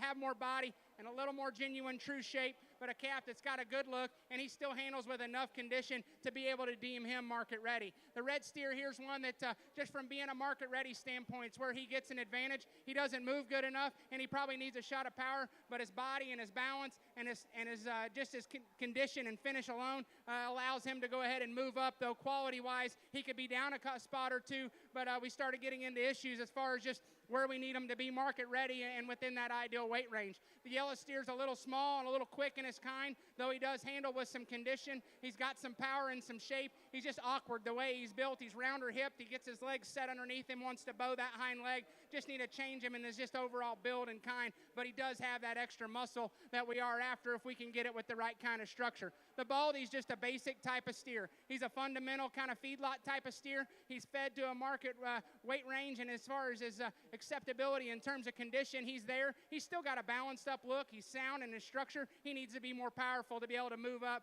but still a basic fundamental type of steer. The gray steer's got the wow factor, the extra pieces. He uses his hind leg pretty good for how he's built. He's a freaky one that's really up-headed. He's too raw in his kind. He's not fat enough for us today.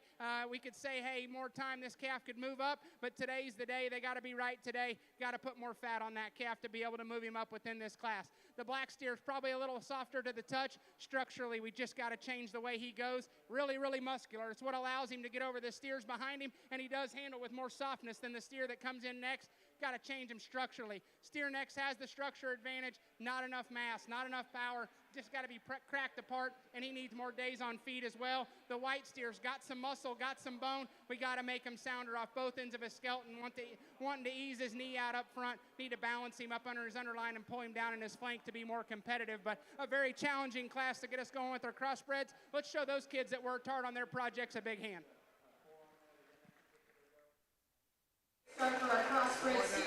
Okay, results from Class 16 Crossbred Steers. In first place goes to Piper Shepherd from Greeley County. Second goes to Aubrey Schmale from Wayne County. Third goes to Adeline Schuer from Lincoln County. Fourth goes to Macy Cruz from Saunders County. Fifth, Justine Wilkinson from Scottsbluff County. Sixth goes to Wyatt Cook from Kimball Banner County. 7 goes to Colin Beckemeyer from Jefferson County. 8 goes to Reese Harms from Thayer County.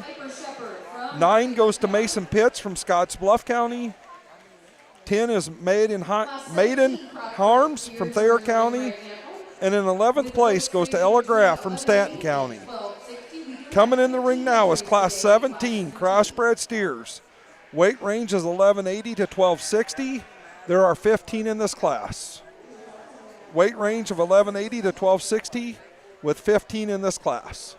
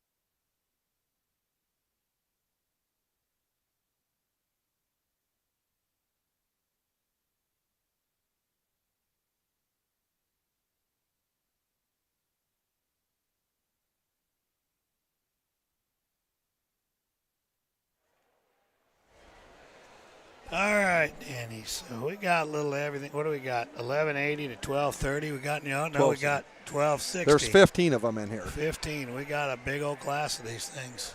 And probably a few more. Nothing against that first class, but we got a number more in this thing that look like they're closer to market ready and getting closer to the for sure 12 o'clock range, and that. Nothing against that first class. There was some real nice steers in there, but, at 1170, our steers will probably just need a little bit more time on feet to hit 12 o'clock and be where they need to be. So. And we got a lot more style and balance here, too.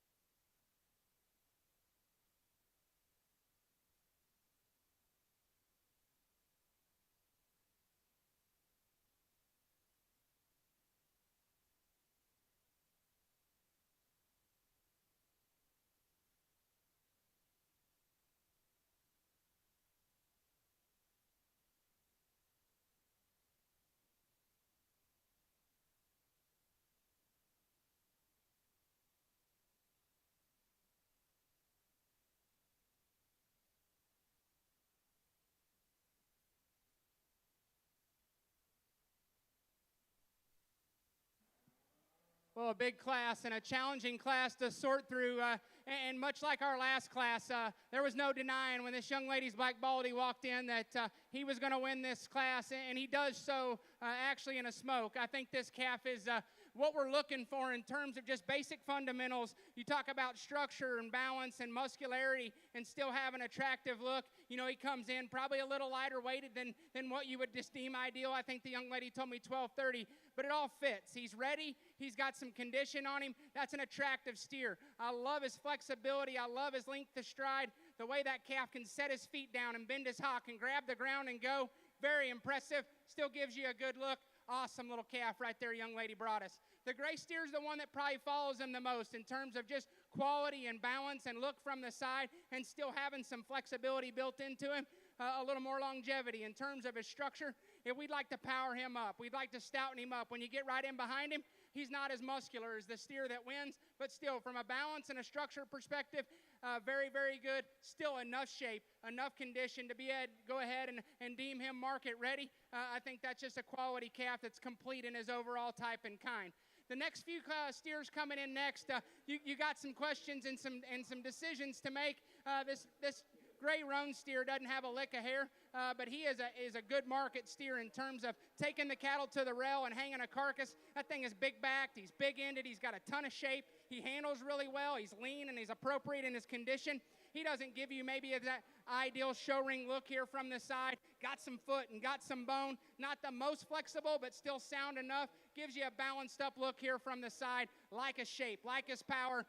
There when he stops, he can give you a good look. The gray steer coming next, maybe as muscular one as there is in this class. That guy is chock full of red meat. He's a little stale. He's a little coarse. Structurally, got to change him to move him up. Power is his advantage within this group. The baldy steer, he's one of those, he too doesn't have a lick of hair, but that's a good functional built type of calf. You would never go broke with a feedlot full of these guys. You can tell he's fed good. He's got some frame. He's grown. His structure is good. He's still got some muscle shape. He doesn't have that overwhelming show ring look, but that's still good basic fundamental cattle. That's what gets him up so far in this class. The black and white one's got the show steer extras, the cool look, the bigger bone, the squarer hip. He's too hard and rigid. The way he plants and drives off both ends of his skeleton, need to soften him, pulling him down his flank. If we drop him in his flank and change his rear leg structure, he runs right up into the top end of this class because at the stand he can give you a good look. The black baldy is chunky bodied. He's fat steer looking. He's got some muscular shape. Got to change him off both ends of his skeleton, allow him to go more comfortably at the stand. You can want to move him up. The yellow steer here is one that he too structurally got to be changed, wants to set that right foot outside of his body wall, needs to be more muscular to be able to move him up. A chunky built type of fat steer that's fed well and got to an appropriate condition. He's a little more rigid the way he uses that rear leg, not as muscular when you get up on top of him. This steer next is kind of a challenge. He looks hard bodied. You wouldn't think he has enough condition on him. Surprisingly, you put your hands on him, that calf's pretty covered. He's got a good look. He's got some muscularity. He's too hard in his body. He needs softened up and just softened in his kind, but that calf still feeds, still reads with some condition and some muscularity to be able to get him up higher in this class. Real stout one coming next. He's not as balanced. He's a little coarse, wanting to push too much condition for me up there through his front 1/3. Very muscular, though. Going to hang a nice carcass for this young man. The black steer coming next. One that's got some look and some extras at the stand. Got to get him to go better. Got to be able to be more flexible off both ends of his skeleton. The bigger black calf coming next. One that can give you a nice outline. He's a little dry, a little hard, maybe not quite as market ready and not as muscular shape. Takes a big long stride, a long-sided calf. Got to soften him up, put more fat and more muscle on him. Young man's black steer coming next. He beats the gray steer just because he can move better. He's a steer that's got some shape and got some body. He's not as fresh and not as neat in his lines. Just doesn't give you that complete look. The gray steer, really stout, really chunky. He's too heavy in his condition. Consequently, it keeps him from being able to be flexible enough today. Got to change him structurally to be able to move him up. Very, very challenging class there at Crossbreds. Let's put our hands together and show those exhibitors our love. Class 17 Crossbred steer results. In first place goes to Dayton Dorn from Gage County. Second place goes to Riley Schultz of Gosper County. Third place goes to Bryn Weber of Johnson County. Fourth goes to Jax Bergen of Hamilton County. Fifth goes to Maya Brummels of Dixon County. Sixth goes to Lane Kiner of Hamilton County. 7th goes to Kinley Schmale from Wayne County. 8th goes to Maddox Pitts from Scottsbluff County. 9th goes to Jada Jenkins from Kearney County. 10th goes to Brody Haying from Gosper County. 11th goes to Jack Coing from Jefferson County. 12th goes to Ellie Janning from Fillmore County. Ellie Top goes from Wayne County, is in 13th place. 14th was Mason Meads Rezac from Washington County. And in 15th was Riley Kerner of Lincoln County. We will be now moving to Class 18 crossbred steers with a weight of 1265 to 1301. We have 11 head in this class.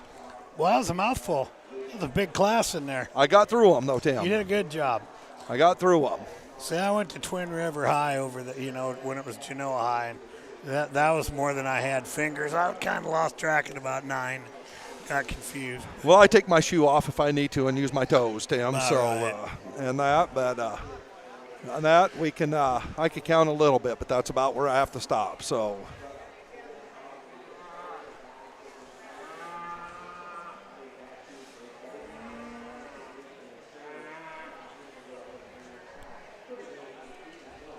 Looks like we had a real nice class come out here for Class 18 so far. It looks like there's a number of them that are really, really nice here. So not going to be able to sort them on cover quite a bit either. It looks like we've got, from the side anyway, it looks like everybody's got them pretty well. Good job of getting them fat in here. No, that's what I was going to say. We're starting to get up into them weights that they're going to be a little more market ready and finished. But no, it looks like a real nice class of steers to round out this first division of crossbreds.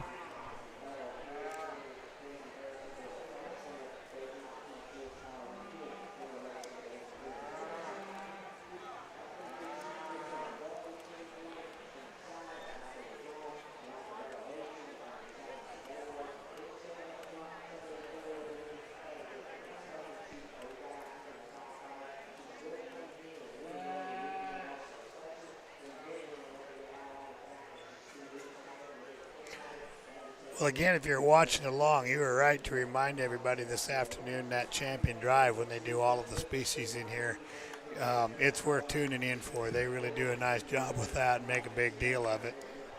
I know it's scheduled for 3, but it's noon. Jared's rolling right along. I mean, if you guys just joined us late, our judge today is Jared Arthur, Stillwater, Oklahoma. Him and his family, Lucky Strike Cattle Company. I think most people looking at steers have heard of Lucky Strike, had a lot of champions around the world. Trying to judge quite a bit, get around, and I like to see a breeder, kind of a lot like Tyler yesterday. The great thing about the breeders judging these shows, that know what they're they know what they're looking for, but they know how hard it is to make them, and they really appreciate, we've heard a lot of appreciation for the good cattle and how they're built, and, very, very upbeat, very positive, good comments on them, and it's pretty easy to say the 2 or 3 bad things about them, but it's really great when you hear them say the 2 or 3 good things about them. Yeah, no, they've been real positive here today.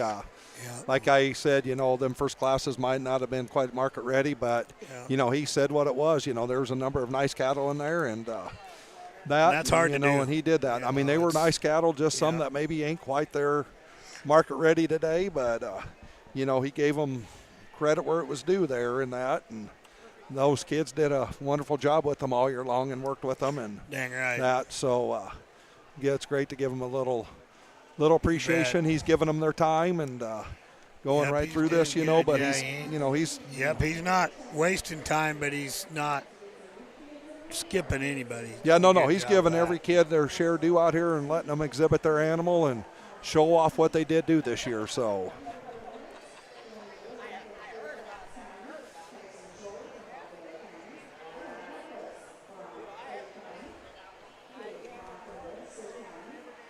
Oh, we got one. She got it stopped there, Tim. Yeah. That was good for her. And, some of these calves, they just get out here and we got hot goats. In the barn, it's hot outside, and it's air conditioned in here, And yep, and then there's the noise going on around them. We got a goat show right on. Yeah, they do got those. It's set good up, they but you put know, the canvas on the rails for, on the fence this time. but That you know, they helps, still but- can catch that Oh. little glimpse right there in the crack of that goat. All the sheep's got to do Yeah. is squeal, because we've got, if you couldn't tell watching, but we got the northeast corner, the quadrant of this thing full of goats, and the northwest full of lambs, because their market shows are going on today too, so they can have that parade of champion. The hogs obviously are in the hog barn, but I mean, so we got 3 market shows going on in the same building, which is great. I mean, what an awesome facility. Tyler Weingartner yesterday, when he's made his speech for the breed show, it was nice to hear, but he would know because he's been to all of them, and he said he thinks this is the best one. Yeah. So that's pretty neat to see for a facility. It's just really, a lot of people had their doubts when this place moved out of Lincoln, and there was a lot of neat things about it being in Lincoln, but there's probably even more neat things about being out yeah, here. this is a great facility. I mean, everybody that we talk to across the country just marvel about how this is set up and very good. So, I mean, I know one of the guys that was very instrumental in designing it, my good friend Van Niding, and I couldn't begin to mention everybody in there, but I always remember that first year they had a pig with little wings on it in that office that was bouncing around. It was a flying pig. 'Cause when they went into the unicameral in the legislature and said they're going to build this thing in less than a year, there's somebody, I forget, I don't know, not maybe the governor, but one of the legislators said, "You'll do that when pigs fly." So by God, that was the theme that first year. There were flying pigs everywhere, because by God, it did. They got her done And and they did a didn't wonderful just get job. her done. Now that look at these with the casino and all that. My God, that hotel's going to be, that's a big one coming up over there. That horse racing's going to be great for some and really bad for others. I wouldn't have wanted to make this decision, but boy, that's going to make it quite the deal during State Fair. Yeah. It's probably 2 years for completion. It's probably already sold out for the fair. Yeah, you're starting to place them. Yeah, we're starting to get a few placed here.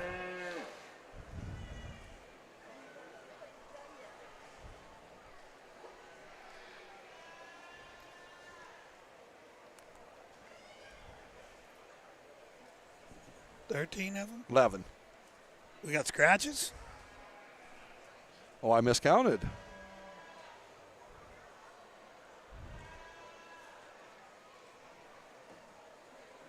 Good thing there's 2 of us. We got enough fingers this week. Boy, I ran out of fingers and I miscounted.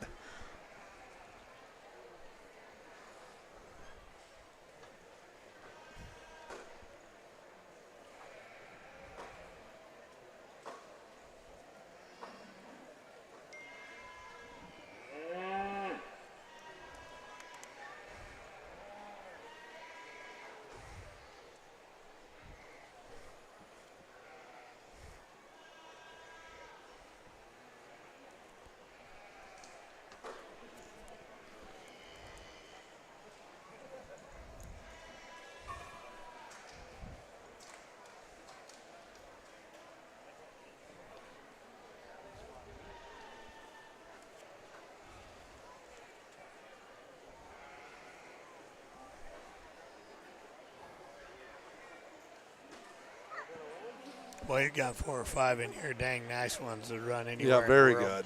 good. If you turn in and if you're looking and you watch these very much, and you watch, especially if you're from out of state and you don't realize it, remember this is blow and go, guys. These aren't even fit, so it's a different look, and I'm sure it looks different on the screen than it does if you're watching the Iowa State Fair last week. But it's a different way of looking at things. I'm not going to get into right or wrong. Anybody that knows me knows how I look at it, because I think fitting is a skill that it's a heck of an art. I think they ought to be able to use it. We're at state fair, at state level, and I just think, in my mind, I hate to see it not, but there's a lot of people that feel like it evens the playing field, and more power to them, because what you see is what you get. And, you know, these cattle still done a great job. I mean, these kids done a great job presenting them because, you know, they still look great. You know, they got the hair on them. They got it worked right. And thing about it, you're not going to let up in the barn just because it's a no fit. Well, no, good. Tim, and that's what I was going to say there. I mean, we all can have our opinion if we should be able to fit them or not. And, I mean, I think we all know a lot of people's opinions. But I will give these kids some credit, you know. Look at these things. That's where I'm going. I mean, look at that deal. I mean, these kids did a lot of work with these calves. Yep, to make them look like this, because I mean, glue. There is some of these that, you know, yeah, you can tell the difference that didn't use the glue and they're not fitted completely. But I'll tell you what, they got this hair presented real well. They've worked really hard on that because, God, they've got that leg hair sitting just right, so it does look like they've had a little work done to it on a fit deal. And I mean, these kids have put a lot of time in this summer. You can sure tell that. That's what I'm going with that. Them things, you know, to look like that, not be able to use the glue, that is a heck of a testament to those families and those kids that have got them looking that good.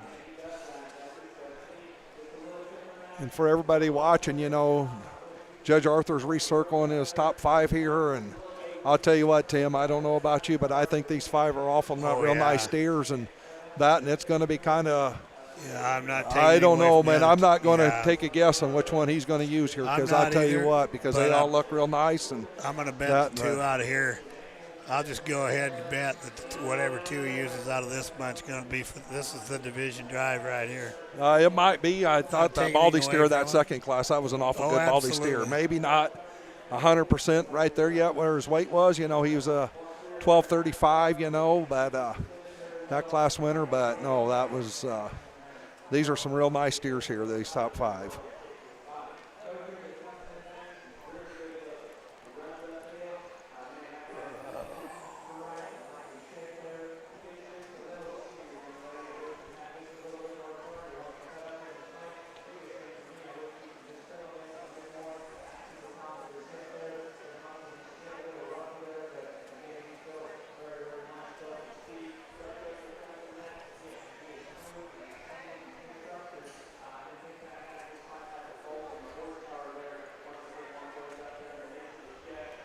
$295. Yep.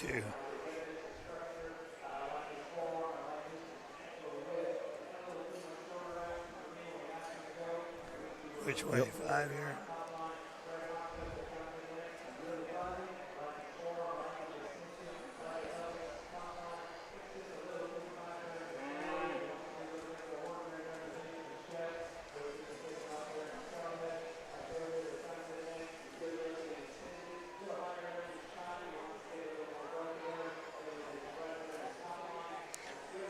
Go with the gold.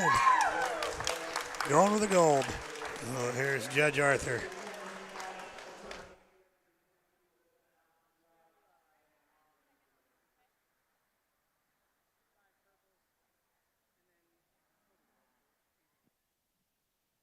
We've obviously slowed down quite a bit in these crossbred classes, and there's a lot more numbers, but I guess where I look at this from a judge's perspective and also from a parent's perspective, it's just as important to give this young lady down here my full attention and get her a reasonable placing and describe her calf accurately, because you never know when kids on this end are going to end up on this end. So I want to be fair to everybody and take our time. I think we moved along at a good click there through the other breeds, so we're going to ratchet it down just a little bit and make sure all these exhibitors, I know they gave up activities through the summer to work hard on these cattle, so they all deserve a look and get an equal evaluation. No doubt, I think we got a pretty logical winner in the yellow steer. He's bold, he's massive, he's got that fat steer look to him. He's big in his hind leg, he's big in his footwork. I think his underlying balance is good.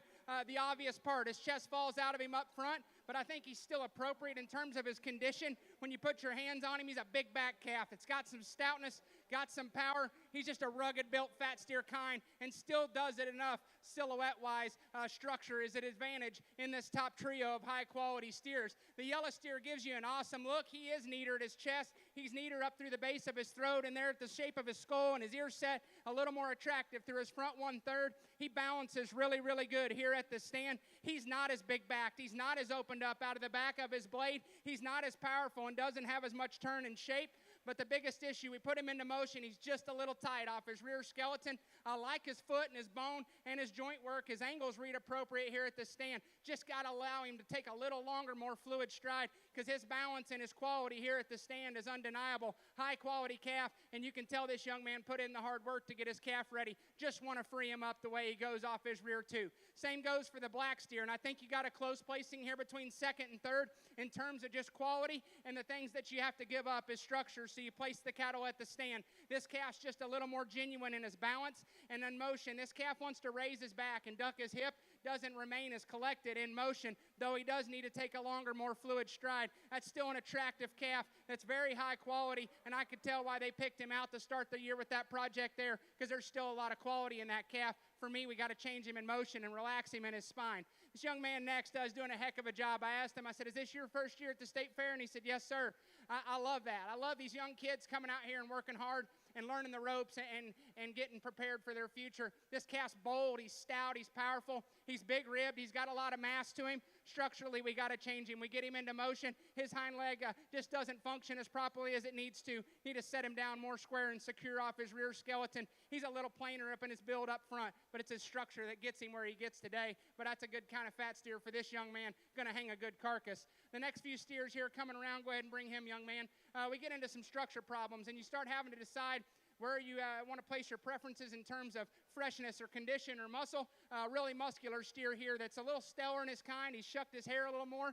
He needs to be changed the way he goes, but he's really powerful. Big back, big-ended, lots of shape. Got some balance from the side here. Just need to freshen him up and change the way he goes. Gray steer at the stand. Gives you an awesome look. He's long-necked. He's high-tying. He's cool. He balances up. He's got some shape and turn. He's too steep on both angles, both ends of his structure, and we need to just soften him up. Pull him down in his midrib and his flank. Give him more of a fat steer look. More importantly, got to change his angles up front and allow him to use that rear leg more correctly. The black steer coming next, a little plainer in his overall build, but he's a soft-built steer that's got to a very appropriate weight and condition. Got some muscularity, struggles off both ends. Got to loosen him up and extend him up front to make him more competitive. A little coarser, maybe this stellar type of steer. Wants to be a little fuller there at his crest on the top side of his neck. Lots of muscle, lots of shape. This guy's going to cut a big eye. I think his condition-wise is appropriate. He doesn't move quite as nice. He's longer-toed and shallower-heeled. Like to change the shape of his feet. Just freshen him up front, make him blend a little smoother. Next steer coming out, it's one that gives you a little harder look. He's a little bigger frame calf.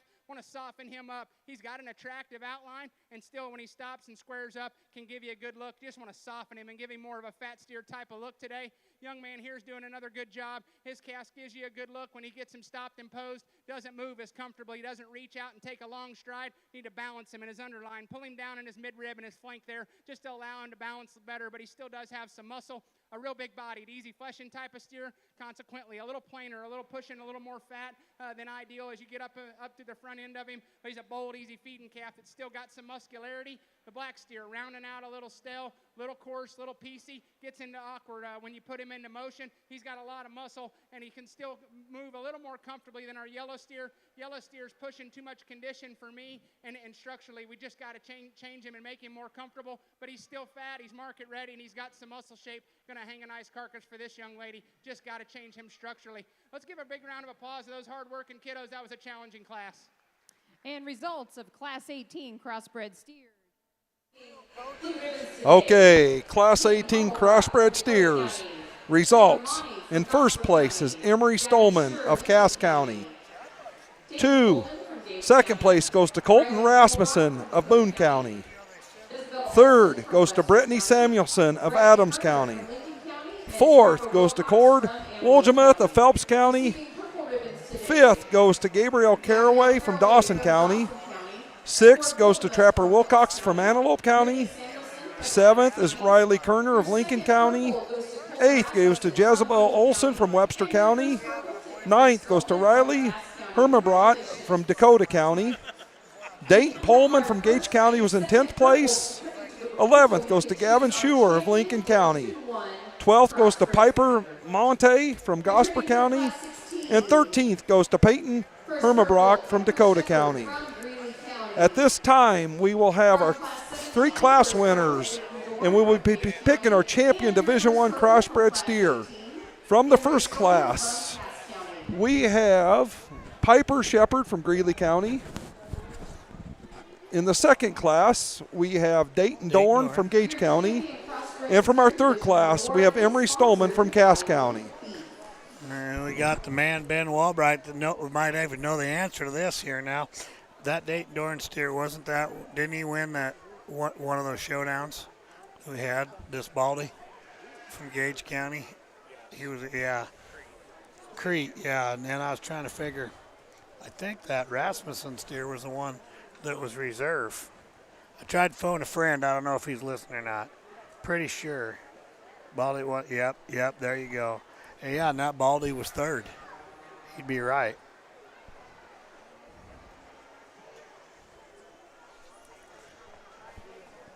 This would have been, absolutely. This would have been the third overall. What's that? The first one was? What's it out of? Okay. I just had a person come up here and sit beside me and tell me that Harmon Show Cattle raised the Class 1 winner. Yeah. And he's an In God We Trust. You betcha.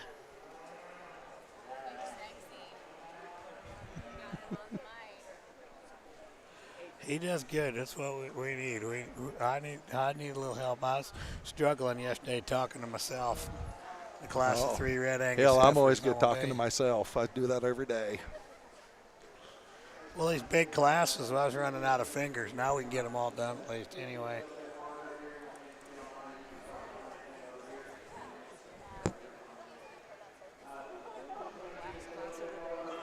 The last class was Emery Stolman.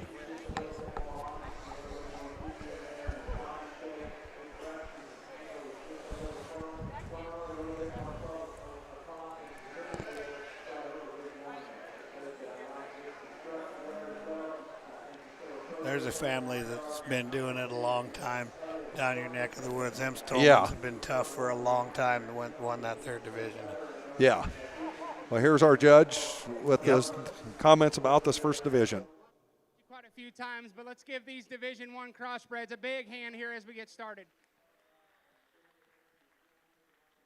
Very happy with as many cattle as we work through to get these class winners and seconds back out here, and the quality is very, very good. And I think, we start to work our way a little closer to an ideal weight range as we go down through these class winners.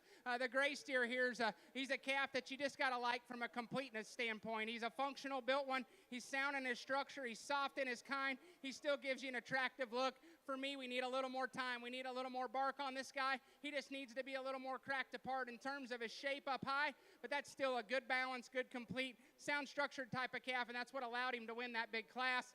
Today, he's probably not as much in consideration just from a sheer market readiness standpoint, but quality-wise, very, very good. I think we stepped it up quite a bit in terms of just the quality when we got into this next class, and this Baldy does some really interesting things to me. His balance and his quality from the side, very, very good. Maybe as functional and comfortable in his structure as any of the 6 cattle we have out here.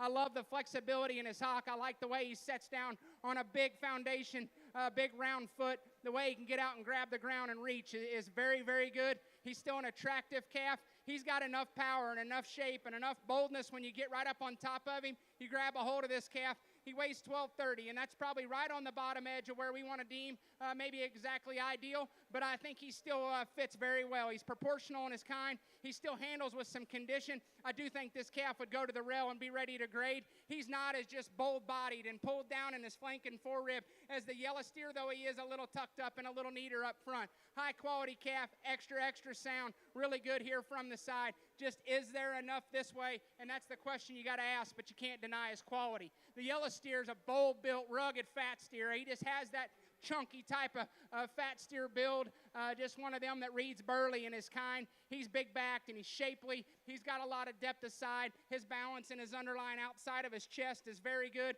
He's pulled down in his forerib. He's a little deeper and softer in his flank. He's pushing right at 1,300, just a pinch under or right at it. I think that's very appropriate where we need to be. That calf's really big in his bone work and big in his footwork. Maybe has that advantage over the steer in front of him. He is just bold and just powerful when you read him all the way from shoulder back there as he progressively widens and gets massive. He's not as neat-headed. He's not as neat-throated. He's not as tucked up in his chest, but he is bolder and he is pried apart. So I think there's some questions you got to answer for yourself. Do you go with the burlier one that's not quite as neat-looking, that probably just one shot more ready, or do you go with the baldy that's just silhouette's awesome and structure's so good? So I think it's close, and I'm not taking anything away from the silver steer like we talked, needs more days on feed. But I think these two here are very, very high quality. We'll pull in a high quality second and discuss him, but let's give these kids another big hand. We'll go get you a champion.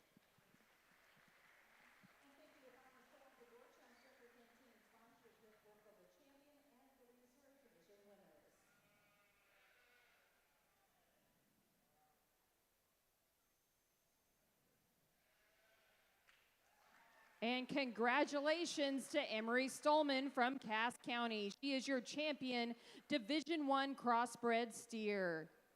Emery receives an award sponsored by Elite Beef.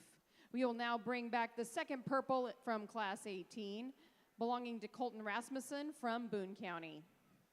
Bringing another high-quality steer that was second to our champion, and that was a good trio in that class. And like we talked, here at the stand, that calf can paint you as nice a silhouette as one that we have in here. I think his balance and just his lines and his look up front are very, very good. You like here at the stand his bone work and his joint work and his foot size.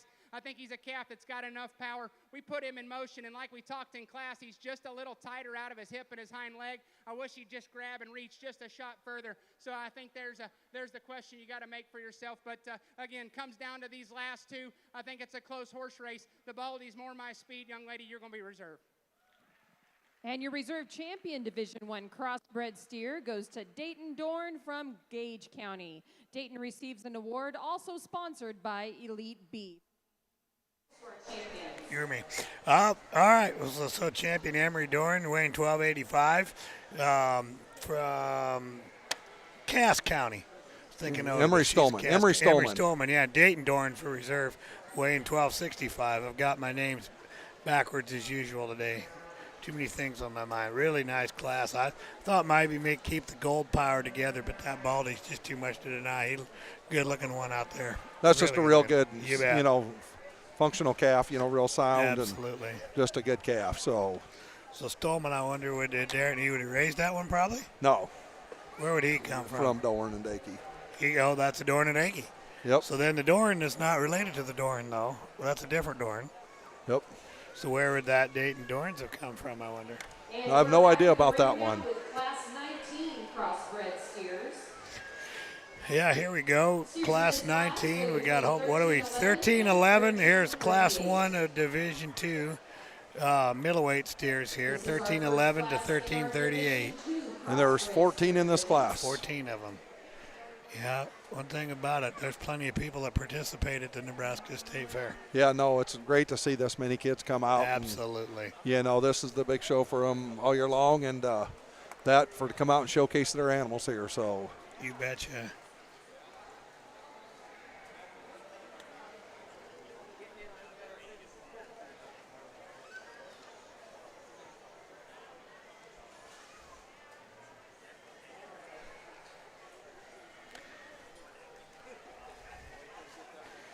Again, if you're just tuning in or something, we'd like to give anybody credit. If you're out there and you see something doing good, winning or whatever, if you can sure text myself, Tim Burke, or Danny Rabers here helping. We're going through the day. We got Mr. Jared Arthur from Stillwater, Oklahoma, judging today. Just kind of getting into the heart of the steer show, I'd say. We had a very competitive feeder calf show this morning. Now we're getting right into them low 1,300 rates, kind of getting right into the heart of it. And Tim, just to let you know, I just received a text that reserve, that baldy steer from that first division was raised by them Rudolphs. Oh, okay. And they think he was a Here I Am, but we're not 100% sure on that part, but we do know that Rudolphs did raise that one, so. Yep. and that. So that was good to give those guys credit Awesome, for you raising betcha. that one and that. And so, You bet. and that.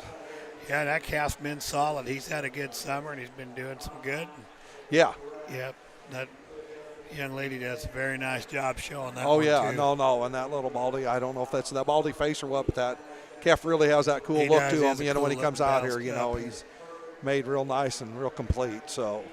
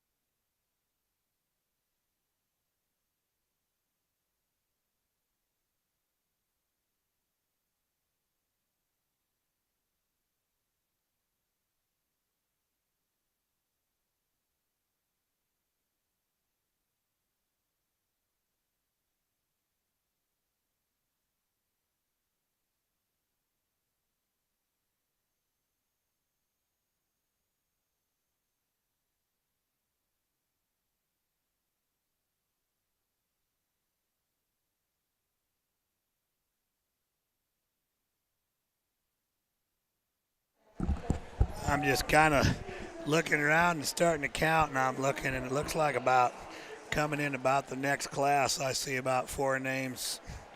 If you're going to start watching, that'll be about the time. Might want to fire up the Mac or however you say it, get on the computer, tell your friends and neighbors, because it's fixing to get to be a steer show here pretty soon. Yeah, no, we're starting to get to those weight ranges where, you know, them Weights steers and are names, getting there and that. There's and so, several coming in the next one.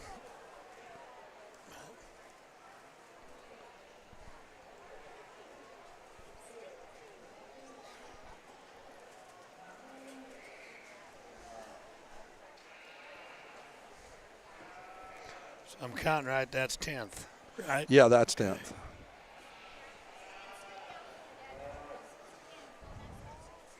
Boy, Tim, I don't know about you. All these people are walking in here with all this food behind us, and And I don't know if I'm going to be able to, you know, they're enjoying the state fair food vendors, good. and I tell you right now, it smells awful good. I think I might just have to move back a row here and help these youngsters eat just a little bit, then I'll come back to help you out.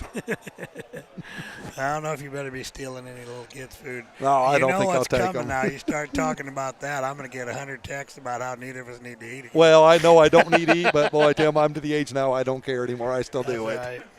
right.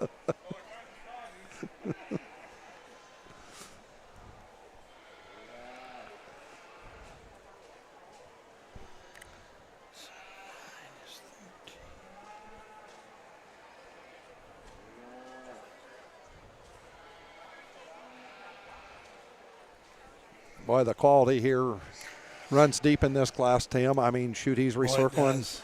You know, he's already placed a few, and now he's recircling 10 of them to do something with here. So, I mean, he also thinks we got a lot of deep quality in this class, you know, and that. Yeah, and he so walked a lot of them this time. He walked a lot of them a second time, and so, and that. But no, that's a good set of steers here in this class.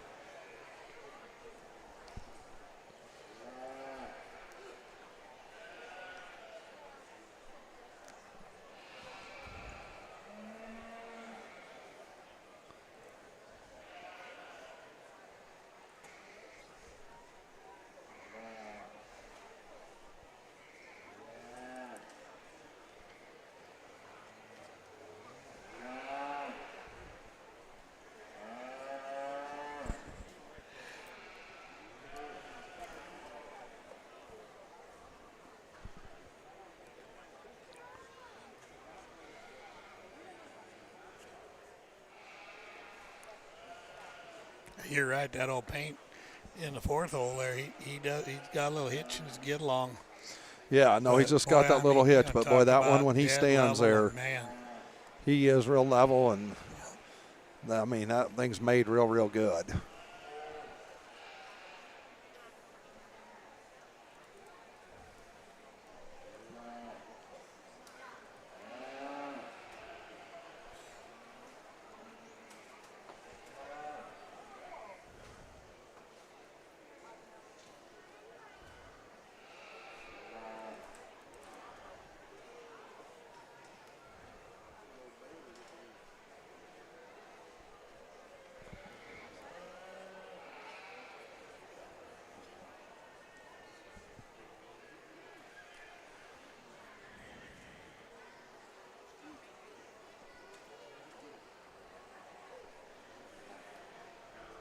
Whoops, I'm sorry.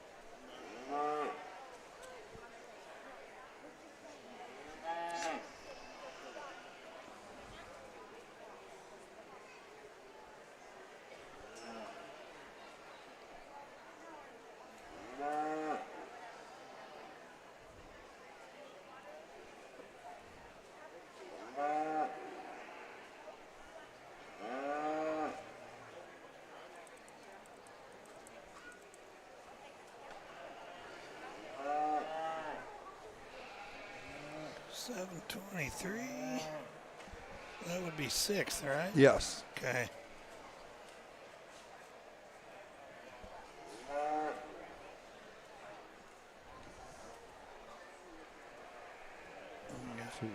.233 pulled in Carter Tremblay. Fifth hole. Fifth.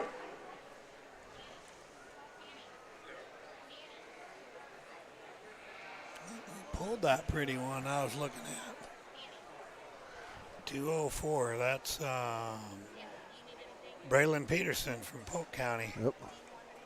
I'm good. Thank you.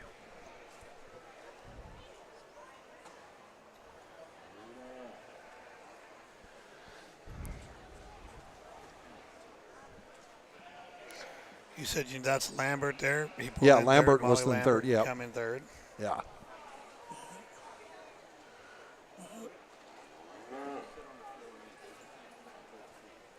First one, he just about took a nap on her there. Yeah.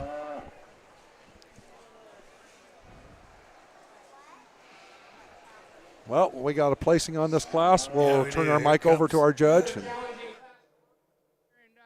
These two were the top two in my mind the whole time, and I think as you go past those, we got some structure issues down through the line, and you got to just sort which way you want to go.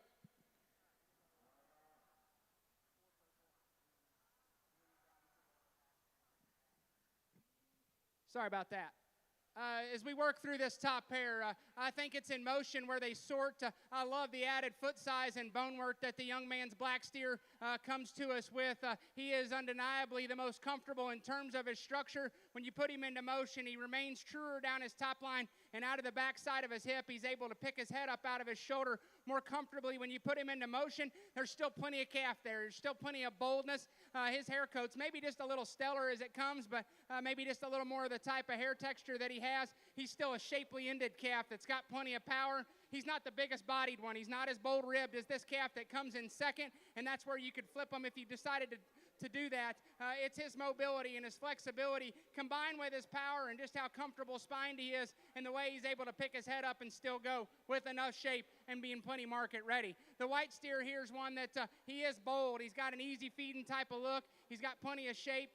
In motion, he wants to get a little uncollected and uncomfortable the way he goes and kind of wants to pick up his spine and drop his hip and duck his head down into his shoulder. I wish we could change that about him at the stand here. He's one that gives you a nice look. That's a close top pair. I could see if you wanted to flip them because they're both high quality. It's just foot and structure advantage in the calf that goes ahead and allows him to win over the white steer. The black and white steer at the stand is one you want to win the class with because he can park and give you an awesome look. That calf is big bone. He's stout, a lot of shape, a lot of turn, really big back. He's bold in his overall build. Structurally, we just have to change the way he goes off his rear skeleton. Wants to get a little easy and forward in his knee there. Change him structurally, and I could see him winning the class. The black steer's just a little jammed up, a little plain and compact up front. He doesn't just get out and stride just quite as nicely. If he moved a little better, I'd use him over the black and white calf. I still think he needs to flex better. He's not as powerful as the calf that goes out ahead of him. The baldy here's one that comes in a few more pieces. He's not as attractive in his tail head and the top side of his crest. That's a really, really stout rascal there. He may be as muscular as anything in here. He's got a big, comfortable foot. That calf can get out and take a long, fluid stride. He needs to be neatened up and crisped up in his lines to be more competitive. That's a good, functional, basic type of fat steer with some extra muscle. Next one coming. Got to free him up at the stand. He's one you want to move up. He's a little stellar at the condition of his hair coat and his bloom today. At the stand, one you like. Got to free him up. The gray steer here's one that needs softened up. He could be just a little more fluid in his stride as well. Got some shape and some turn and some length and some look. The black and white steer, another powerful one that's bold and massive. He's a little smaller footed, steeper ankled, and more rigid in his hock. Need to make him more comfortable as he goes and allow him to flex better off his rear skeleton. Same goes for the black steer. Need to tone him down in his tail head, allow him to reach off his rear end skeleton better, but he's still muscular and he's round bodied and bold ribbed and a calf that you know is definitely ready to go to the rail. The white-legged steer, another one, stout, muscular, bold, just a little plainer about the way he's built through his chest. Got to change the way he goes off his rear skeleton. The black steer that comes in next, little shorter coupled, little shorter necked, like to just stretch him and extend him, allow him to reach further and just take a more fluid, comfortable stride. Not as powerful, right up there at the top side of his hip. The black steer coming next is powerful, big back, lots of muscular shape to him, a a little poorer balanced and just not quite as much show ring appeal, a little stellar in his overall look. The next black steer, got to change him structurally and just balance him up better. And the steer we wind out with needs to be sounder the way he goes, needs to be softer in his overall kind to move up. Challenging class. Let's award those kids with a big round of applause as well, please. Okay, Class 19 results. In first place, we had Kyle Kavanaugh from Otoe County. In second place, we had Garrett Tolman from Dawes County. Third place went to Molly Lambert from Cass County. Fourth went to Braylon Peterson from Polk County. Fifth went to Carter Tremblay from Webster County. Sixth went to Tanner Bang from Dodge County. Seventh went to Avery Bacon from Burke County. Eighth went to Ashlyn Wendell from Gosper County. Ninth was Maddox Jones from Buffalo County. 10 was Easton Kropich from Polk County. 11th was Connor Cochran from Scottsbluff County. 12th was Caden Tyen from Merritt County. 13th was Aubrey Kulick from Kimball Banner County. And 14th went to Mason Prothman from Butler County. Class 20 is now entering the ring. Weight ranges from 1350 to 1390. And we have 12 in this class. Weight ranges from 1350 to 1390 with 12 in this class. This will be the second class of Division II middleweight steer, crossbred steers.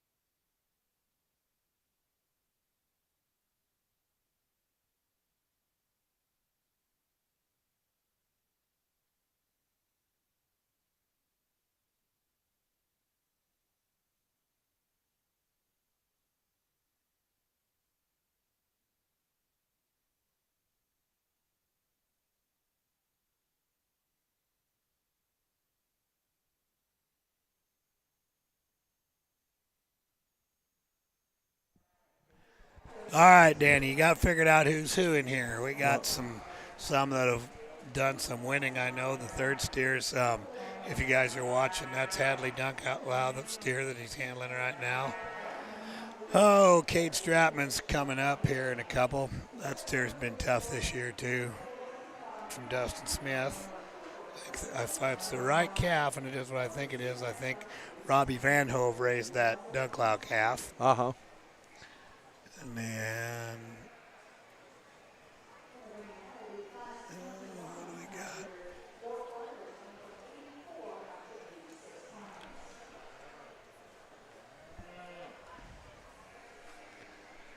Oh, that's the little, is that the bigger? Okay, so that must be either the Colin Rasmussen one. Yeah. That's the one that he's been doing better. So the one in that first division would have been the one that was reserved at our Cornhusker Showdown deal. You bet. You know, and that's another real good program. If you're listening out here to have it, a group has started that set this have the show called the Cornhusker Showdown. Excuse me, get my tang all tangled up here. My some friends of ours and neighbors it's all 4 species and all 4 breeds, and it's had some really good support, drawn some traction, and they've started to do like Iowa does, have district shows throughout the state. They had 9 district shows and a finale here just a couple weeks ago in Wahoo, and I think all 3 of those steers that were first, second, third are here. 2 of them have been out here, and the champions hadn't been out yet. He's coming to Division 3, but really a good representation and another great way, and they do all the species, lambs and hogs and goats and cattle, and I'll tell you, they had great representation, lots of people, and another great way to give some more kids some more banners. Yes, and I mean, not just in the cattle today, Tim, but I noticed over in the goat show this morning, that White family, they were up there at that showdown with both a breeding and a market deal, and that, and I see that they were over there showing their goats this morning. I saw that Keith, they won a. I saw Grandpa Keith Dostal. He was in line there when I wasn't get a pop. He said he was running. He missed one to get to the other. He said he was getting his steps in today too, between here and the goat show. And you bet. And that's those whites show. His one daughter shows a lot. Their family shows a lot of goats. And I saw that they won a class, and I don't know if that was the one they had at the showdown, but that's good. But no, I mean, like I said, it's just not in the cattle deal today. I mean, we got the cattle, sheep, and the goats were there as well, and that, and so, I not to change pace here because we're going to this. I talked to you a little bit about that for last class. I'm going to give our judge credit here today. I know hair's important in this deal, and they make them look, smoother. And, gives them that extra look. But, boy, he's looking past that, too. There's some calves out here. That last class winner, he was a nice-haired calf, but he wasn't as haired up as some of the others. He's looking past that completely.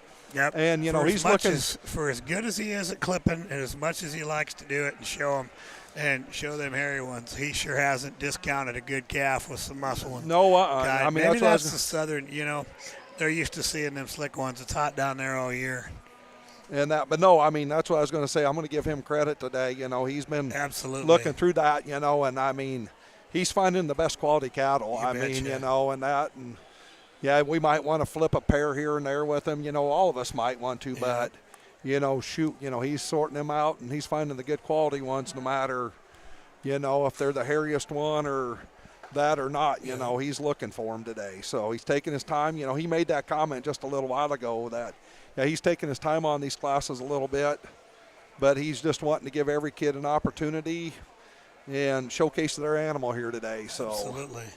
Well, I bet this one's going to take a little time.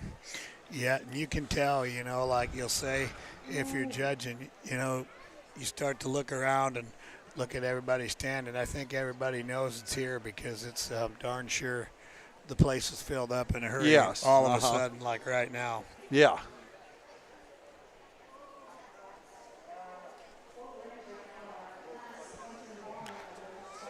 I ain't been doing any scoring yet.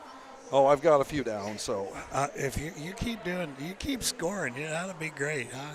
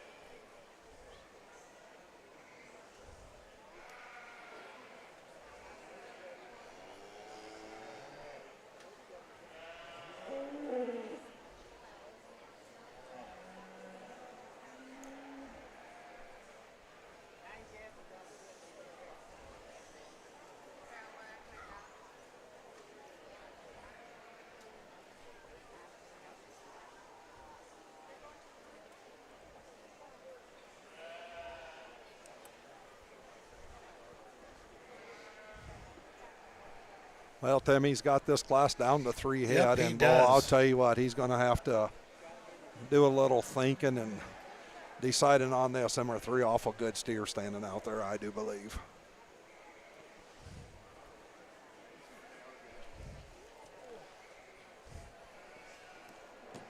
Oh, yeah. He's got some heat and thunder here.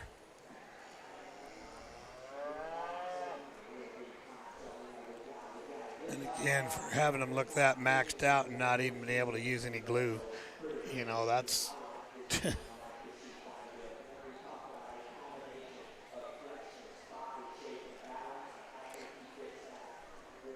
So from head to tail, we got Hadley Dunk, Alcade Stripeman, and which Rasmussen? Colin Rasmussen.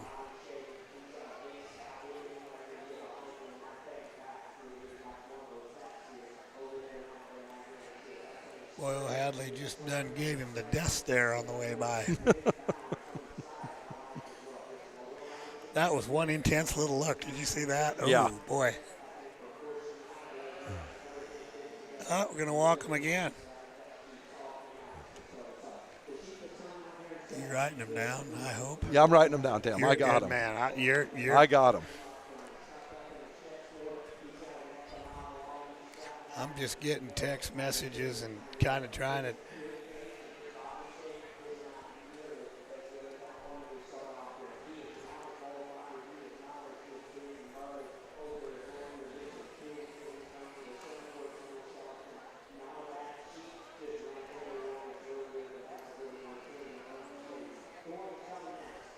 Well, I think he's had enough today. There he goes.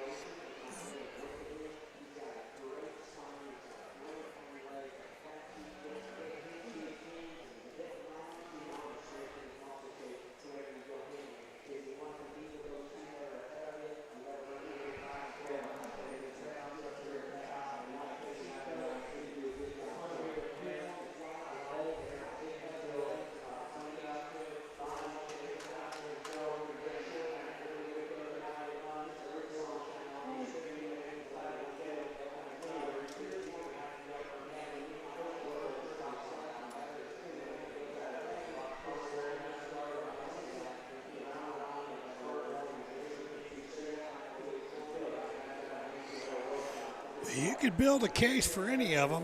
Yeah.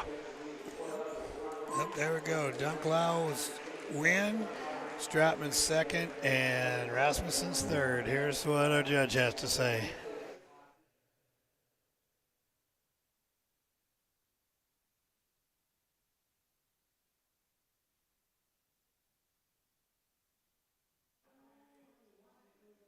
Well, it got awful quiet on this side. We get into this weight range, no doubt you expect the quality to get really good. This class is very, very good, and you get all the way down in there to the mid-range, and there's still really good quality steers that could win some classes in some other breeds.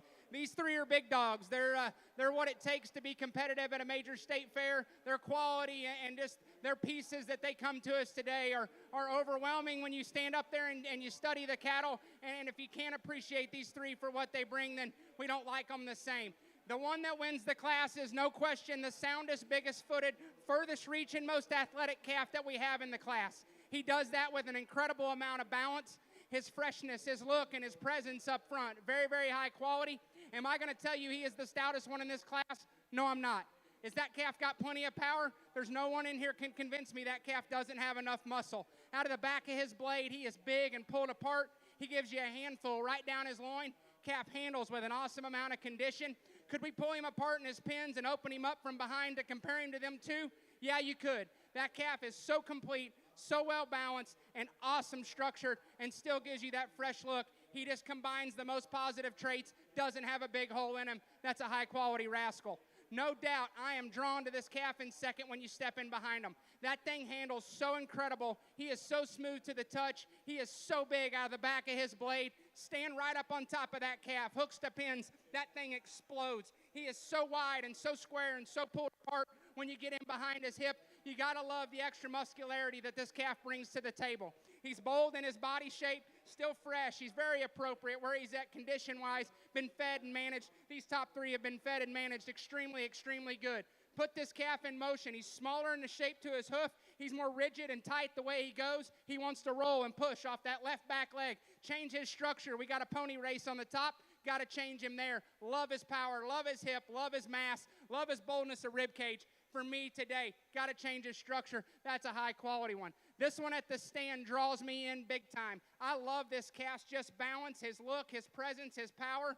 He is a very, very high quality individual. At the stand, I read his structure to want to go better than what it does. We put him into motion. He comes up too short, too tight out of his rear skeleton. If we can allow this calf to take a more comfortable, longer fluid stride out of his rear skeleton, that gets dicey on the top three, because I do love that calf at the stand. Got to change his rear wheel. Got to allow him to go better. I do love the calf. The gray calf is one that he maybe doesn't have the presentation of the cattle ahead of him. That's just good, basic, functional type of cattle. He's got some attractiveness. He's got plenty of muscle, got a big sound foot and hind leg underneath him, still bold-bodied, got some length aside. He doesn't do it with the show steer extras that these other ones have. That's still basic, functional, quality cattle. This calf here, from a balance perspective, throws off. He wants to just taper from his chest up into his flank line. Want to pull him down, make him squarer and truer the way he uses that rear leg, set his feet plant squarer to the ground when he goes. Lots of muscle, lots of product. Lots of beef in that calf there. This next one's a little plainer in his overall kind. He's a real soft-centered, smooth-built steer. He just doesn't have enough sheer product to move up in this class. Structurally acceptable, balance-wise still nice enough. Just got to crack him apart and give him more red meat. We get into some cattle down here that have some structure issues, and that's what starts to sort the pair. This is still the boldest, stoutest one of the ones that we want to change the structure on. He's not as neat and clean and fresh up through his chest and the base of his throat latch, but still chunky, beefy, meaty type of steer. It just looks like a good fat steer. If we could change him structurally, I'd move him up. Just got to do that. The young lady, steer coming next, a little steeper out of both angles, a little straighter in his shoulder, a little forward in his knee. He gets a little off in his hip and not quite as soft in his body, but he's attractive and he's still got some muscle. Still going to grade plenty well for this young lady. The next one, a really chunky built type of steer. He's starting to push too much condition. Consequently, it wants to just change the way he can move out of his front skeleton. Need to change that about him at the stand there. Right there, gives you a nice look. Just got to change him structurally and freshen him just a shot through his front 1/3 to be able to move him up. Another real powerful steer coming in next. A little smaller footed, just a little more rigid the way he goes off his rear leg. Like to change the way his hip and tail head are built just to give him a little better look here from the side. The baldy steer, he goes ahead of the steer that ends up in, that winds out the class just from a sheer muscle standpoint. A lot of shape and a lot of turn, got some length of body, got some flank in him, just not as attractive about his tail head and chest and front 1/3. Doesn't move as nice off his rear leg, and a little frailer, flatter made type of steer, but he made it to a market weight, and he's fat, and he's ready to go to the rail. Just got to have more red meat in that guy to move him up. Heck of a class, awesome trio. Those kids deserve a big round of applause. Let's put our hands together and show them some love. Results from Class 20 Crossbred steers. In first place goes to Hadley Dunklow from Wayne, Nebraska. Second goes to Kate Stratman from Cumming County. Third place goes to Colin Rasmussen from Boone County. Fourth goes to Brooke Hansen from Dixon County. Fifth goes to Micah Schultz from Harlan County. Sixth goes to Trina Pearson from Dawson County. Seventh goes to Maddie Brown at Scottsbluff County. Eighth is Emerson Dossler from Greeley County. 9 is Cade Sint from Buffalo County. And 10th was Kyler Jones from Buffalo County. 11th was Elijah Esketon from Hall County. And 12th goes to Becca Sheets from Lincoln County. Coming in now is Class 21. Crossbred steers. This will be the last class of the Division II. This class weighs from 1394 to 1412. Class number 21, there's 13 head, weight from 1394 to 1412. Boy, they got her tightened up in there too. Here, we don't have much weight break. There's no much weight break coming here. Right in there, and there's some thunder in here too. Boy, that last class was tough. I mean, just like Judge Arthur said, boy, even down to 6th, 7th place, that was an awful good steer in that. And so, but them top three were like real good. They sorted them three out, but they were like really good steers, Tam, in that. And we'll see if we got that kind of a class here by again. Some of the best in the country, that Dunklow steer, I know come from Robbie Van Hove, and that Strotman steer come through Dustin Smith. What his pedigree story is for sure, I don't know if he found him, raised him, or what. But that steer's been tough all year. I mean, he's had a way good run with everything, and and rightfully so in his own right. Colin Rasmussen's been tough all spring, with that steer and been right in there. That's really, you could have built a case anyway for those, depending on where you put your priorities. That was a very good class. Coming in here, there's sure enough a couple in here that are going to get noticed.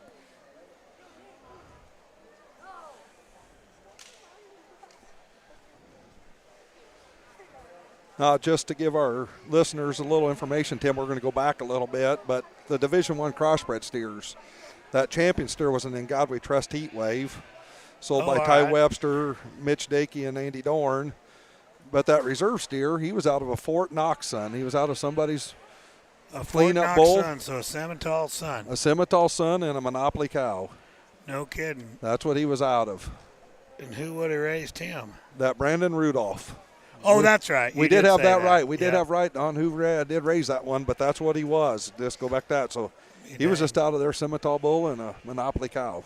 God, maybe we ought to go find that bull. Well, he raised a nice steer on at least that cow. We'll see. He's cool, baldy. That's the one that Dayton Dorn showed, you're saying? Yes, yeah. Oh. Now, not to get everybody confused, but I was just going back and letting us know what those were. So,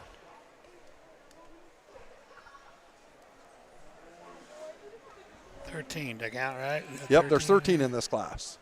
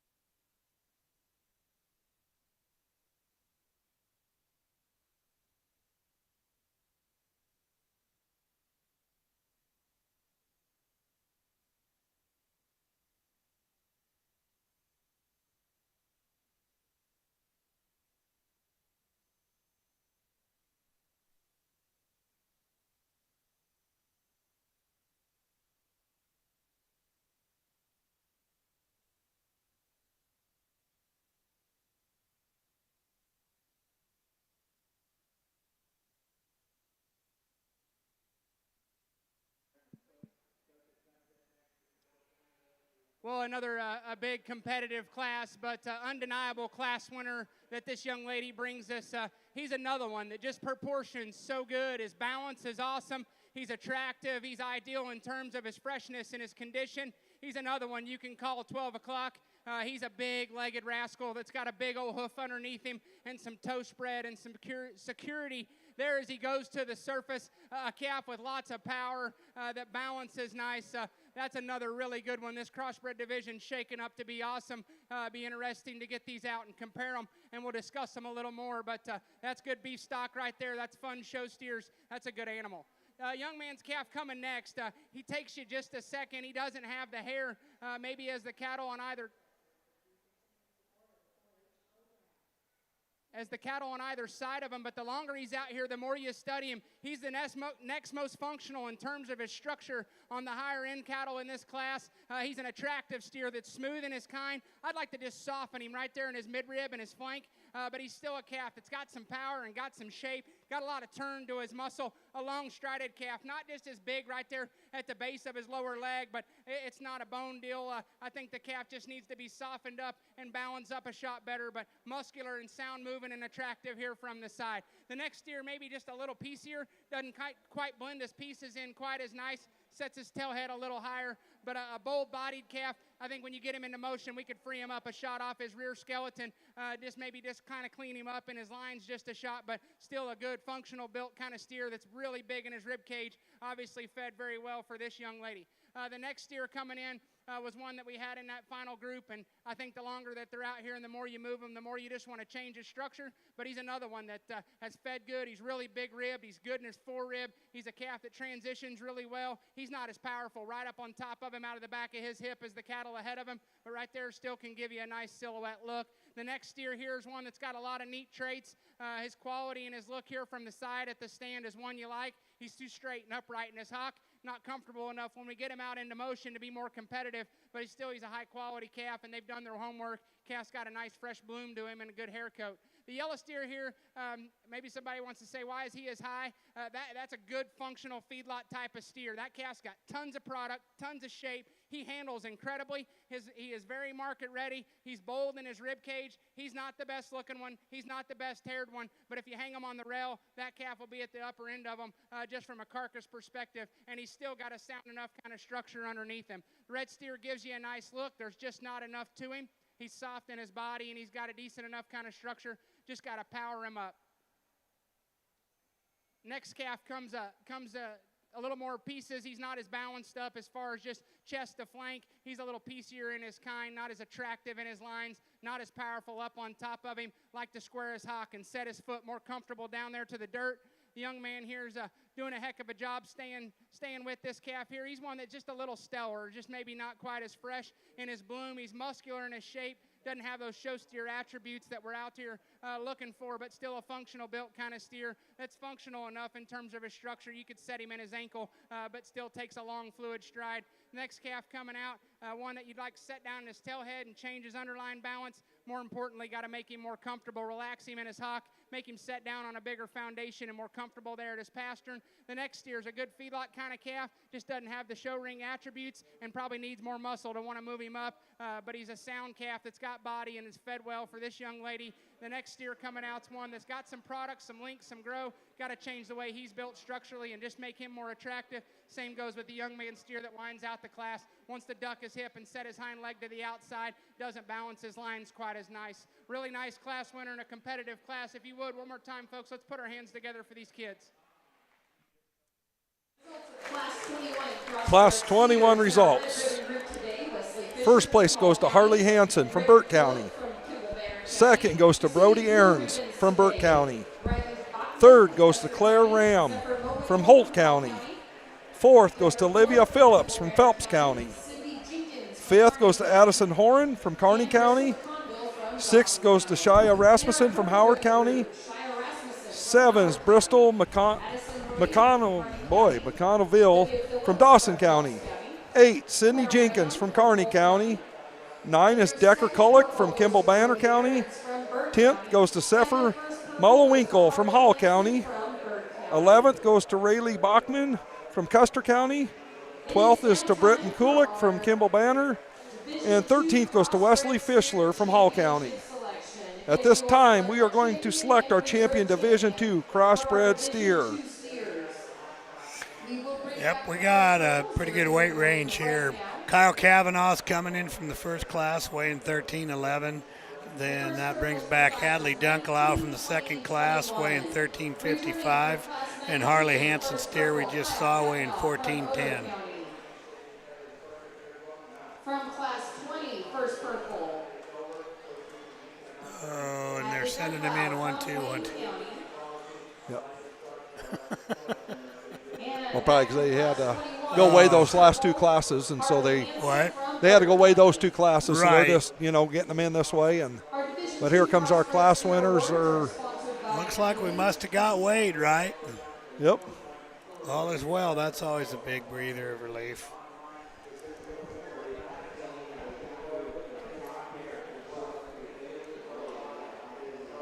So there you go. There's Boy, a really good set of steers for these class winners, Tim. Boy, this was a real powerhouses. Good. Yes, and really good division here. Just kind of knowing what you know and knowing the common sense of it and everything else. Those are and it's too bad they can't be fit and absolutely maxed out. And the people at home would see it maybe even more, maybe not. Hope everybody can appreciate just how good those cattle really are and blow and go. You look at the hair and the legs, not a one out of place. I don't know if them cattle are that good. I don't know that they need a lot of adhesive. But, boy, I'll tell you what, I'm going to hazard a guess to say not taking anything away from any calf that showed at this show. But as far as two steers that are really tough, at the Nebraska State Fair, that's about as good as it has ever got. Yeah, them two are two really, really good ones. There's been some families that have sure stepped up. There was quite a while. They always said Nebraska was a net exporter, and we sold everything and sent them somewhere else. And, and boy, I'll tell you what, there's some families in it right now that are showing. And these two are two of the prime examples that, they'll run anywhere with anything. There's no doubt about it.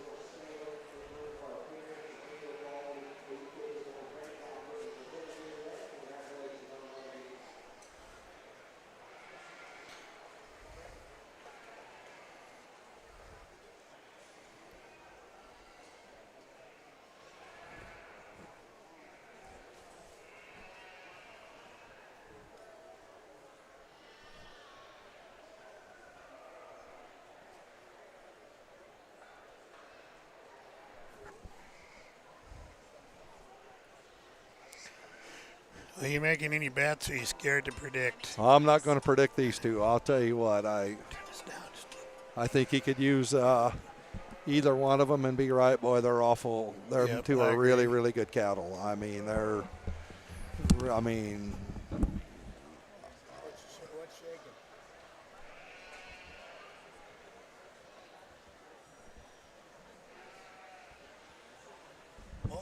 that's one of yours?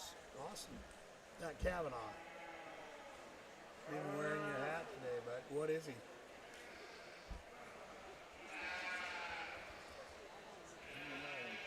By God. I'll pick that back up. I appreciate it. Thank you,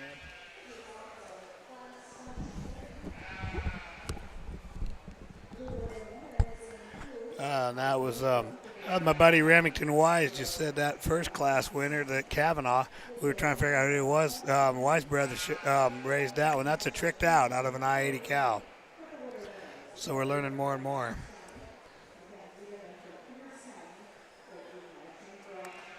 Did she go ask him what the whole pedigree on the Dunkelow was? Here, I'm looking here if we got. They've been kind of behind today. Back and forth. Well, we're usually try to be ahead of them, but Johnny's running first today, is he? Well, we're going to have to be ahead of them today because they're running a little behind us, but.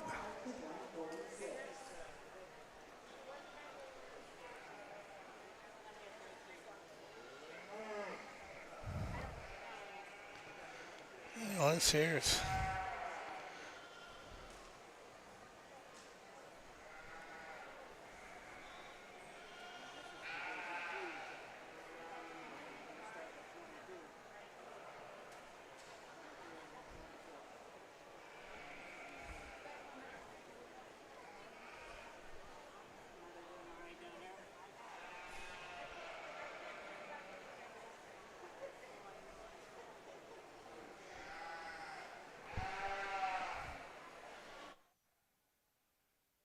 Well, we get our first and seconds here out of Division II, and what a lineup. I think the quality is very, very high, and, you know, I'll cut to the chase. I think there's two of them out here, and I think if you're standing ringside and you fight this like we do as a family, there's two of these out here that just kind of stick out.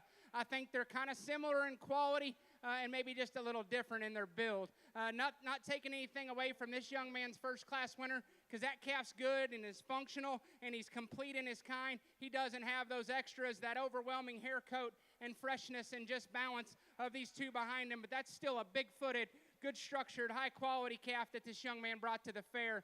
He just ran into two that are ready for the battle. The young lady steer that comes out of this next class, I think his attractiveness and just his smoothness is something you're drawn to. He's a good-headed, good-looking, tight-throated, thin-neck calf that lays on a really smooth shoulder. I think he opens up with plenty of volume in terms of his rib shape and his depth of body. He's a calf in motion that I am very drawn to. I think his structure, his foot size, his flexibility is very, very good. I think he balances awesome. I think that calf, like we talked in class, he's got enough power. Is he the stout one? Is he the overwhelming, massive one? No, he's not. I think there's still plenty of shape out of the back of his blade. His loin handles with plenty of width and plenty of substance. And for me, if I could change this calf, I'd just open him up right at the back of his hip and just blow him apart right there. I wish he progressively widened as he got to the back of that hip. But a balance and a structure and a completeness and a look standpoint, no doubt that calf does those things to a very, very high degree. He's fresh, incredible hair coat, incredible presentation. You can tell the time and hours we're spending on this calf. No different than the young lady out of the third class. Another one that's highly presented and highly fed and cared for. A calf that does a lot of really, really neat things. He, too, for one that's bold and stout, still gives you an attractive look. He's maybe not just quite as keen and neat there at the base of his jaw, but still plenty attractive. Maybe just sets the base of his chest one notch higher in comparison to his body wall, but I don't think that's really a difference maker within this group. He, too, is real big-footed. I love that calf, the way he goes to the surface and opens up with some toe spread and some depth of heel. He's a big-legged calf that's got some bone work underneath him.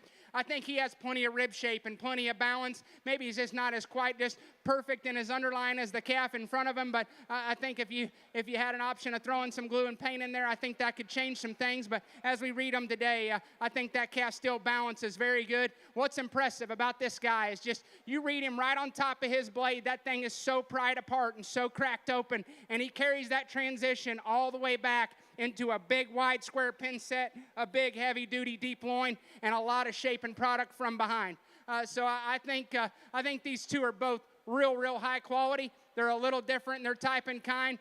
They're both, as ones that you go to a show and you judge and you know you're going to have to stand in a picture. There's no doubt I'd smile in a picture with either one of these two. So I think it's an awesome lineup. Let's one more time, let's raise the roof up and show our Crossbred D2 exhibitors a round of applause.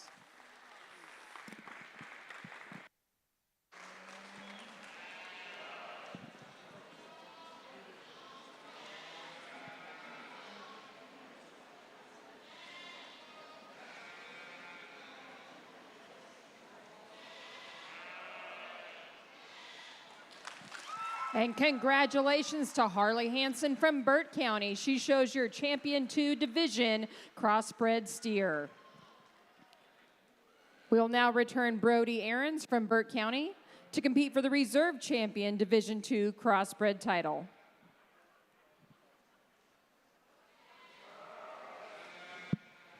young man brings a high-quality calf in here that he brought to the fair, and he was a sound-structured calf within that group and still attractive and long-sided and got some power. It's not close, though, young lady. In the second class, you're going to be reserve.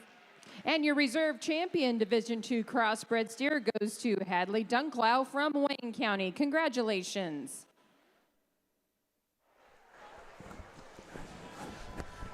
Well, he said it right there, Dan. Wow, what a pair. That was a tremendous pair. He used Harley Hansen steer coming out of Class 21 to win that division, and Hadley Dunklow steer coming out of Class 20 for reserve. Yep. But I'll tell you what, that was a well of a set of steers. And, I mean, yeah, we could have flip-flopped them, but I'll tell you what, them are two really, really good I liked steers. what he saw. I mean, I liked how he looked at them. You know, just a little more power, you know. And I tell you what, I'm not going to get on a soapbox, but I am going to say, and we've seen it come across Indiana, Illinois, Iowa, and 1,400 pounds is where a fat steer of this frame really needs to be. You know, and a very good friend of mine just went 3rd and 4th in Indiana with two 1,255 pounders that 2 years ago win it for fun. Everybody got scared of that. When you look at what the feedlot is, and you look at what people are doing, I like that weight. I guess I can't complain about that, and I think a lot of people out listening, thinking about it. You know, if you're watching this and your grandson's showing or something, or your granddaughter, and you've got a feedlot in Iowa or Nebraska, a few years ago when they thought they had to be 1,300 pounds or 1,310 or 20, that wasn't that long ago. Everybody kind of stepped out and took a little bit more size, and I think that's a great deal. So I do know the Hansen steer came from Dickey and Dorn. I'm pretty sure through RCC and Webster from Wade and Ty, I think, and then Dunklow steer. I am pretty sure. I mean, I'm almost positive that one came from Robbie Van Hoef, but I don't know if he made. I don't know if he did it direct or if somebody else got it or what. Somebody wants to know, I'm sure we'll see, but we'll claim. I mean, whoever wants to claim him, I'm sure. Well, I'm sure we'll be seeing. I could claim him. That was one good pair. I just got a text from another state that said usually we think we're better than you. Maybe not this year. I'll tell you what, them two were really good in that. And for sure. And that. And so, but no, really, you know, they got to be proud of what just won this division.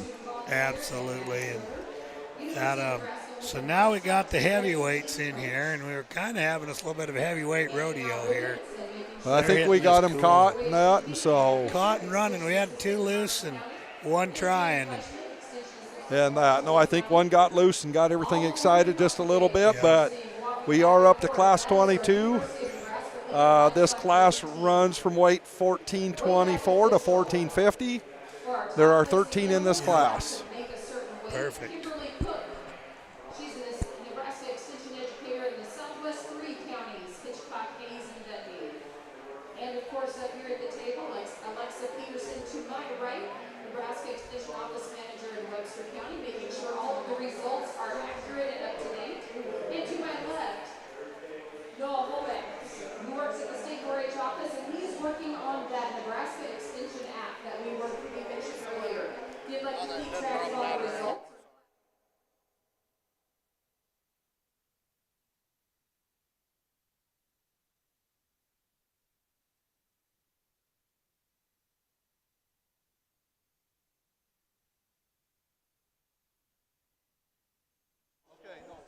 No problem.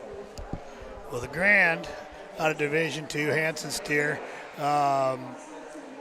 Wade Rogers just texted in. He sold him. Dick and Dorn was bred by Jeff Gettinger. He's a How Great Thou Art out of a Trendsetter cow in the Division II. And that's a pretty great How Great Thou Art, too. Yeah. And what did you learn? What we already knew. Oh, I think that guy's with the Division I reserve steer. Oh, all right. Tell me that was that Rudolph steer. We found that out a little bit ago, and gotcha. Well, but I think he come up there to let us know. So yeah. I appreciate that gentleman for coming up here and gotcha. that. But we had heard that already. So.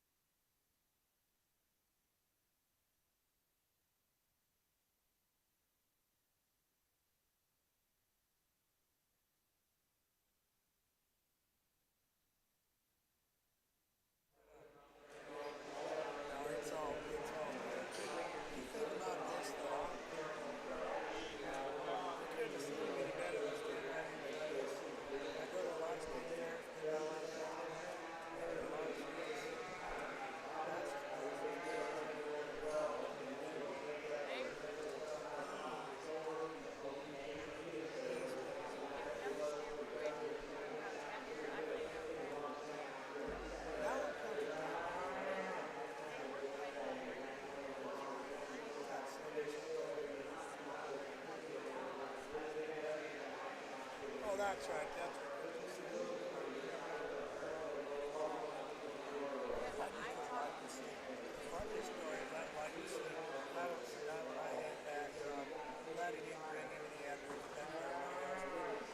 They were telling us the story the other day. This was about that one time. These guys have that one time through the window.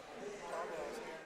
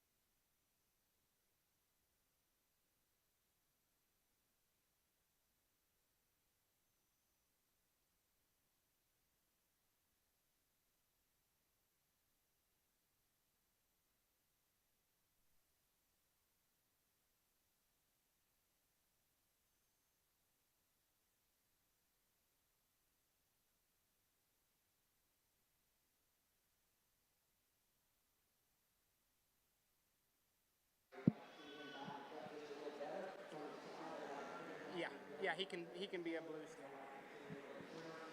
Really, really challenging pair here, and I think there's some give and take, and I'll be the first to tell you, I wish either one of these moved just one notch better. That's where I have to sit out here and just think to myself, it's almost a wash in terms of structure. I wish I could change the way both of them go ever so slightly, and I hate to start on a pair of this high quality with a criticism, but that's what makes my decision out here tight. This one is so bold-backed and so big-ended and so powerful. Stifle to stifle, that dude is wide-bodied. He is so cracked apart in his lower rib cage. That thing is busted open, wide-bodied, powerful, and massive, coming and going. I'd like to take him just a little easier on his step, a little longer and more fluid in his stride, and set down on a little bigger foot. But man, that thing is so packed full of product and so massive in his rib cage. He is still attractive, probably still remains a nickel tucked more tight in his chest floor there. When you back off the cattle and read him from a front three-quarter view, he sets his chest in tighter and still remains smooth in his shoulder for one that has a muscle advantage. He's not as neat on the top and bottom side of his neck. I don't prefer his skull shape over the calf that comes in second, but I think if we're going to have to change structure on both calves, and they're both extremely high quality, the stouter calf needs to go ahead and win, and that's why we start with this calf. Young lady's Brockle-faced steer on the stand is the one I want to use. I'm drawn to his look, his presence, his balance. He is also, both these steers, extremely highly cared for, highly presented, very, very well shown. This calf here is another one that's still powerful, and he's big in his foot and his bone. He's not as just opened up. In the base of his body, though, his underlying balance is very, very good. Wants to set his chest out in front of him just a little bit, and he's just awkward. When you set him in motion, he has a little kink to his hock there, doesn't just plant it and flex it quite as nicely at the stand. I'm probably drawn to his look and his presence on the move. We got to change them both. The stouter one needs to win. The next calf coming out here, really a bold type of fat steer that's just kind of a meat and potatoes type of calf. He's not as attractive, not as fluid out of his structure, out of his front end as the cattle that go out ahead of him, but still basic fundamentals. That calf's got it. This next calf here is one that's got a really neat look. He just doesn't have quite as soft a look. Attractive and balanced up, could change his hind leg and set him a little more flexible there off the rear skeleton. Not quite as fresh and bloomy here today. The yellow steer obviously doesn't have a lick of hair. That's good feedlot stock. That calf's got a lot of body. He's got a lot of power. He's got some structural integrity to him. He don't have the show steer attributes of those ahead of him, but that's still a basic, fundamentally kind of good feedlot type of steer. The black and white steer, I think with some more days on feed and a little fresher hair coat would definitely move up. His structure's good. He's got some balance. He's just a little hard hard and dry there in his underline. Like to pull him down in his flank, just freshen him there over the top side of his crest. The yellow steer coming next is one at the stand you can like for just his length and his grow and his performance and his doability. We got to change him structurally. The way he's built off both ends of his skeleton, maybe just neaten his neck up there from an aesthetic standpoint. But more importantly, structurally, we got to change him. Really, really powerful one coming next. Big-ended, bold back, lots of shape and lots of power. He's a little coarse up front, little jammed up, little thick-necked. Need to soften him in his body just to give him a more attractive fat steer type of look here as we step off from the side. Gets around the ring comfortable enough for how much muscle he has. Gray steer's a bigger, longer-sided calf. We could crack him apart and just give him some more power, but he's a calf that takes a long stride. A little taller in his kind. I'd moderate his frame just a shot for me. Young man coming around next. Another one structurally we just need to tweak and change. He's got some muscle, got some top shape, handled with enough condition, but we could make him just a shot fatter as you read him there back into his flank and rear rib. The gray and white steer here, chunky kind, big, bold-bodied, easy-feeding kind. Consequently, probably pushing past 12, just about 12:30. We'd like to change the shape of his feet. He's shallow-hilled and long-toed, and it allows him to use that rear hock a little uncoordinated as we ask him to go, but he's still got plenty of shape and power. The baldy steer's a smooth-made, easy-feeding type of steer that's gotten to an appropriate finish. He's a sound-structured calf, just doesn't have the look and the power of the cattle ahead of him. We round out with a red and white steer that also, he's market-ready, and he's got some muscle shape. Got to change him from a balance and a structure standpoint to move him up. High-quality class, awesome pair on the top end. And results of Crossbred steer. Class 22, Crossbred steers. First place goes to Josie Ritter from Cumming County. Second goes to Haley Joe Hansen from Burke County. Third goes to Logan Sievers, Wayne County. Fourth goes to Jackson Logan, Burke County. 5 goes to Blakely Smith from Burke County. 6 goes to Parker Wolochowski from Dawson County. 7 goes to Lane Kiner from Hamilton County. 8 goes to Sophia Pitts from Scottsbluff County. 9 goes to Erica Graff from Stanton County. 10 goes to Eli Monty from Gosper County. 11 goes to Zane Kozel from Merritt County. 12 goes to Kendall Maintz from Johnson County. And 13th goes to Clara Rasmussen from Howard County. At this time, we are bringing in class number 23. Steers weighing 1475 to 1498. There are 10 in this class. Danny, you're struggling with some of my Polish neighbors. No, you don't have no Polish in you. Well, maybe You just didn't know what to do with Kozel and Wolochowski. Those are pretty easy ones, even. Well, I'll tell you what, Tim, I'll turn it over to you next time. You're doing great. I just got to teach you about some of the brotherhood over there. But, you old German Danish boys, you don't know how to talk about all that, do you? I told you I was going to apologize for my pronunciation of some of these children today. I hate to do that to them, but we'll give them close to credit. You know what I'm saying, Tim? I just don't quite got their names all down. No, you're doing good. So here we're getting into the big boys. Yeah.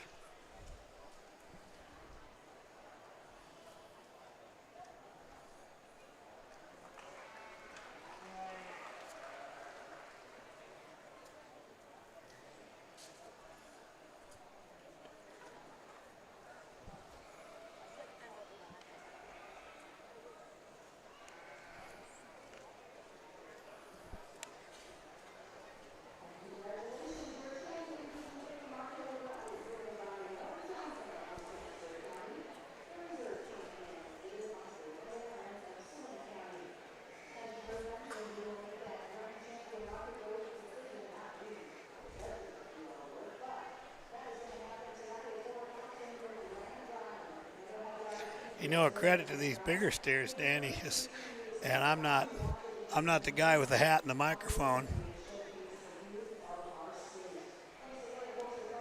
but I'm going to say, as these calves got bigger, I always thought breeding cattle, it was harder to keep them sound when you got them big.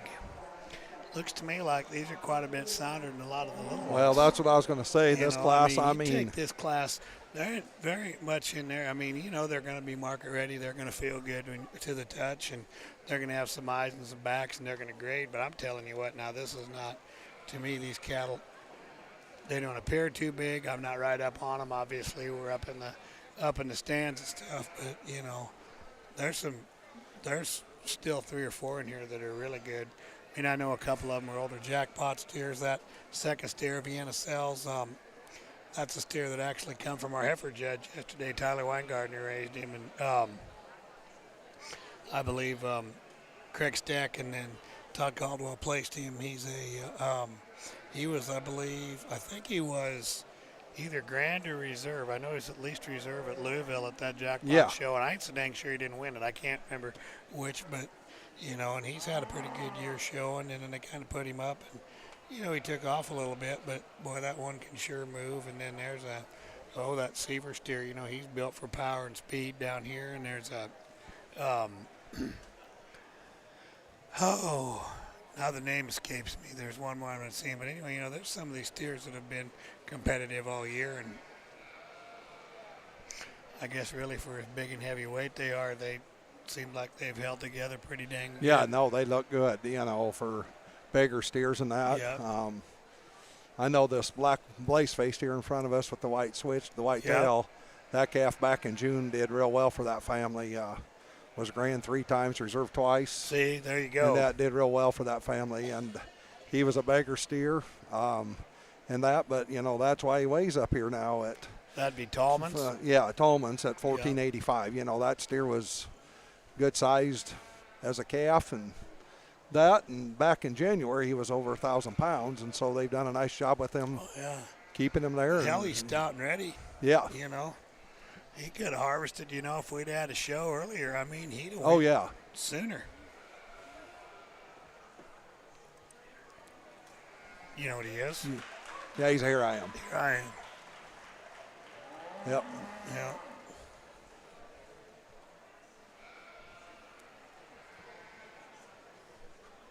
So is the one that sells.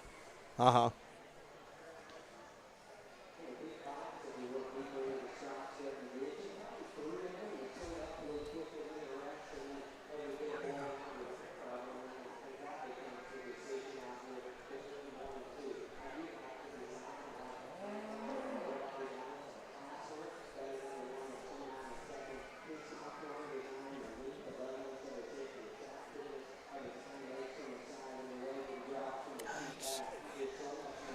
Let's see, how are we doing here? We got 10 of them? Yeah, 10 of them in this class. Let's see if I can keep up to you this time, big guy. I don't know. Well, heck, you can keep up, and you're going to announce these names. I'm going to let you take a shot at them. You think so?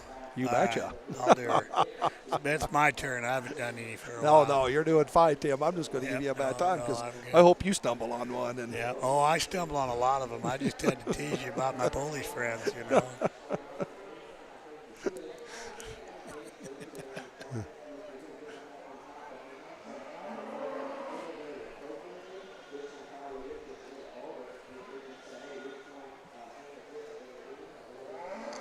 Dangest thing, and you say it every year, you think you know these kids, and then you don't see them for 6-8 months, and they grow and they change, and you don't know these kids again. Oh, yeah. No, I know that. And I'll tell you what, anymore, there's a lot of these kids I just don't recognize anymore, and some even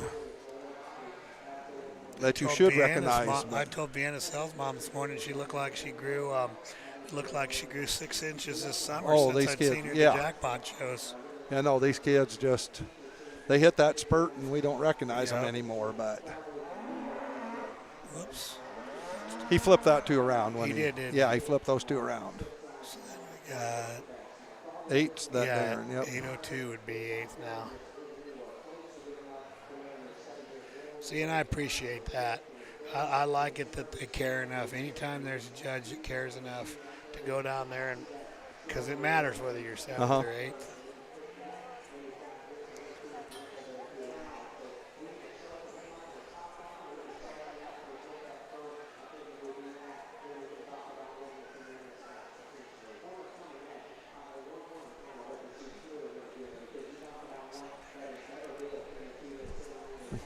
Yeah.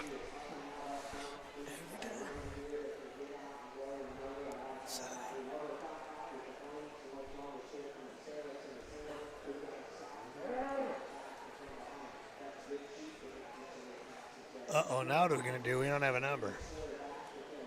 Well, I guess that's the one we just don't. We'll skip over that one. We're not going to one. know what number 6 is just Yeah. yet.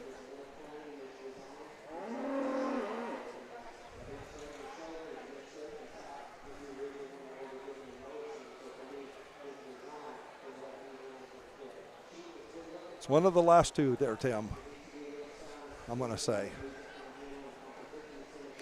Because we'll take the boys out. And the ones we know. Yeah, and the ones we know. So you are correct.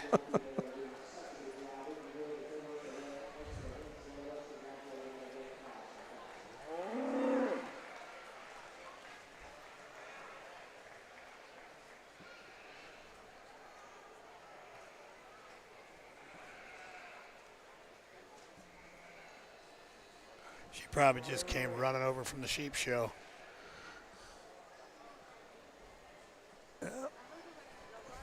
And here he's ready to talk.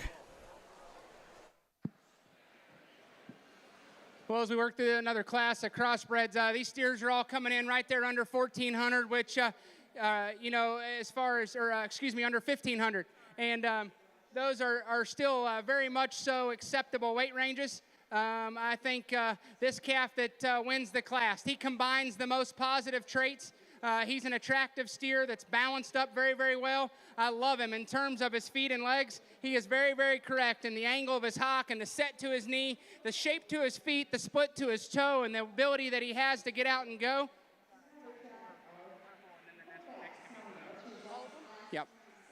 He is a calf that gives you an awesome look here when you get off from the profile, whether he's on the move or he's on the stand. You got to appreciate the way he maintains his balance of lines in his top line and his underline when you put this calf into motion.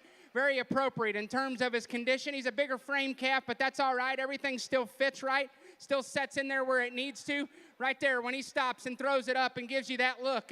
It's hard not to be drawn to that look here from the side, especially when you put this calf into motion. I'll be the first to tell you, he is stout enough from the top of his blade back to the back of his hip.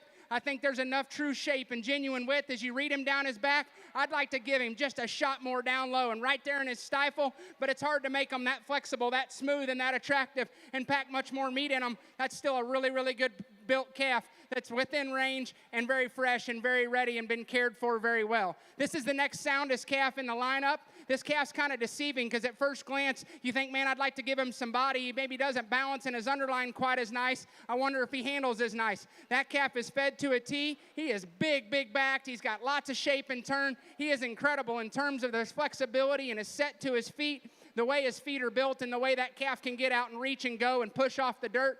Does he need to be deeper bodied? Yes, he does. That's still a lot of quality in one calf that's got muscle and got structure and still fresh and got some look. That's still a high quality calf, just needs to be softened up. The next two are chubbier in their body. They're more opened in the base of their rib cage. This one doesn't just balance up quite as nice in motion. I think he's comfortable enough.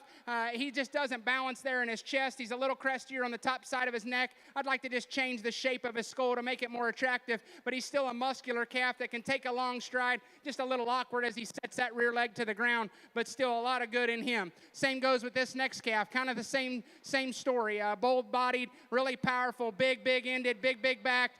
He's a little awkward in his balance, doesn't just give you that perfect silhouette here from the side. I think he's sound enough. He's not perfect in the way that he uses that rear leg and sets that pastern to the surface, but that's still a real powerful opened up steer that's market ready and still gives you a nice enough look. At the stand, I want to move this calf up 2 or 3 places. little necked and awesome headed and cool and attractive up front. His center body is very good. His squareness aligns right there. That look you get is awesome. In motion, I just can't get him any higher. We got to make him more flexible and comfortable off both ends of his skeleton, but they've done a heck of a job. That calf's fresh. He's bloomy. He looks the part today. Just got to change him structurally for me. A bigger, kind of longer outline type of calf comes next. Another one that's good in his forerib and he's good in his body.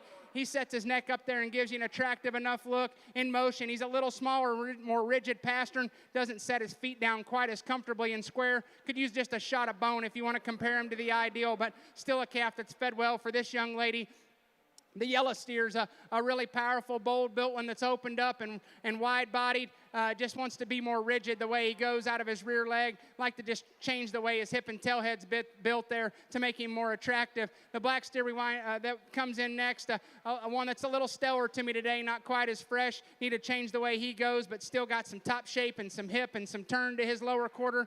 The young man coming in next, a real big-bodied, easy-feeding type of calf, not as attractive in his look, just not as comfortable and fluid off both ends of his skeleton. Needs to be changed on both ends there. And the steer that we wind out the class with, same goes for him. Just maybe doesn't have that overall show steer look. Needs to be able to go better today. Let's put our hands together for another really good class of crossbreds. All right. Our middle division, Danny, I'll take a shot at it this time. Vienna Sales wins the class from Saunders County. Second class is Harper Scott from Sheridan. Third is Garrett Tolman from Dawes County. Fourth is Cade Sint from Buffalo County. Fifth is Claire Sievers. Sixth is Adlia Hawk. Seventh is Cody Jedlicka from Colfax County. 8 is Darren Dozler from Greeley County. 9 is Elijah Metbrink from Hall County. And 10th is Connor Cochran from Mountain Scotts Bluff. Again, winning the class, Vienna Sales from Saunders. Harper Scott from Sheridan County second. And I'm going to say Harper Scott, that's like, would that be Jake Scott's? I don't know if they are, but they might be, yes. I'm pretty sure. And Harper and Peyton, I know. I think. So we got the big ones in the big class here. This is Division 3, Class 3. 1511 to 1658. We got a few steers that Yep. did really well for them, yes. The steer thatself, there's the steer that won the Cornhusker Showdown here a couple weeks ago here in Nebraska, and he's a good year. Come from Colin Yorgis, and my son-in-law Levi raised him, or didn't raise him, but resold him to sales.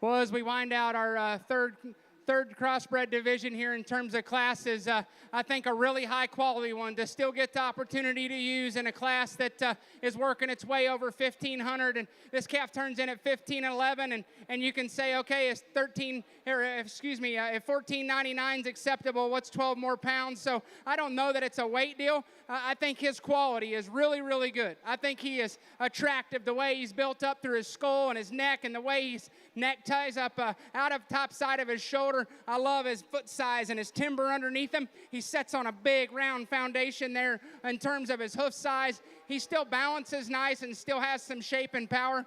I'll be the first to tell you, putting your hands on this calf and maybe just backing off of him at this weight, I wish he handled just a pinch softer, but I think he's still market ready from a visual perspective. No doubt, the quality and the bones and the feet and the neck and the look and the balance is there, and he is high quality. Young man steer that comes next, not just as attractive and sharp in his lines as the gray steer that goes ahead and leads, but big-footed and sound-structured and very, very functional in his overall kind. We could clean him up there at his chest and clean him up there at his navel, but he's still a steer that's got some top shape. This young man's doing a heck of a job. He's got a bright future ahead of him. Good feeding type of steer. Just need to sharpen his lines and clean him up, make him a shot more attractive to compare him to a real high-quality, well-presented silver steer.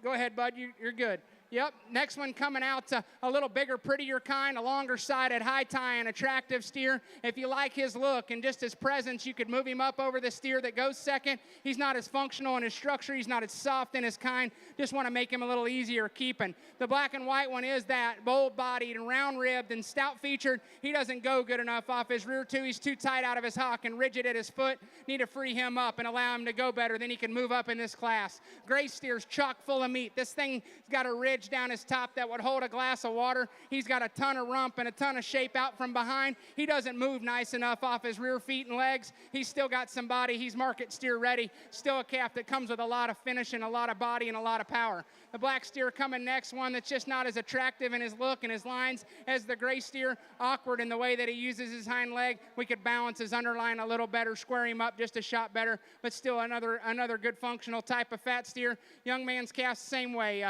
Got some condition on him, got some muscle in him, not as attractive in his just look and his design here from the side. Like to change the way he sets his feet there to the ground off his rear skeleton, make him squarer and more secure as he goes. The gray steer that rounds out, still one that's ready to go to the rail. He's fat, he's got some muscular shape, just not as attractive. He's plainer and deeper about his neck, not as comfortable off his rear leg, but a nice class and a good way to wind out. Put our hands together for those exhibitors if you would, please.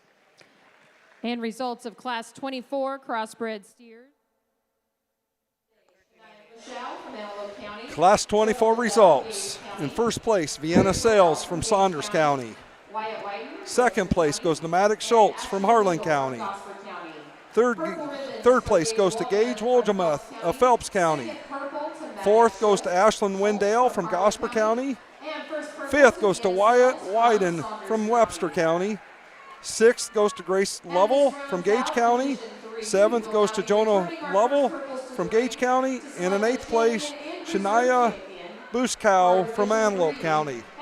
At this time, we'll pick our Champion Division III heavyweight crossbred market steers. And as soon as they get that last class checked in on the weight, we'll be bringing in these class winners. Show them. No. Don't we do the market? Yeah, we got the class winners. We got to do a division. Yep. We got to do a division steers here. Then we'll go to the market efforts. And that. And so from the first class, we got Josie Ritter coming in. From the second class, Vienna Sales. And also from the third class, Vienna Sales. From Class 23, first purple, Vienna Sales from Saunders County, with a steer weighing 1477. And from Class 24, Vienna Sales from Saunders County, with a steer weighing 1511. Tim, I know we got a little bigger class or weight-wise here of these divisions, but boy, I'll tell you what. I'll take them. These I'll are take three. them home and show them any one of them. You bet. You bet. And I'm not just saying that, guys out there. I'm not just trying to build up the state fair. I mean, I am, but I'm trying to build up these kids. And But no, all three of these class winners, boy, this is a really good division here again, Tim. I tell you what, it's been good all the way through today. And after we get done with this, we're going to go into our market heifer show, and I'm going to assume we're going to see the same quality there. Absolutely. Anybody from back east or down south that doesn't know what a market heifer is needs to tune in, because by God, we can show them here in Nebraska.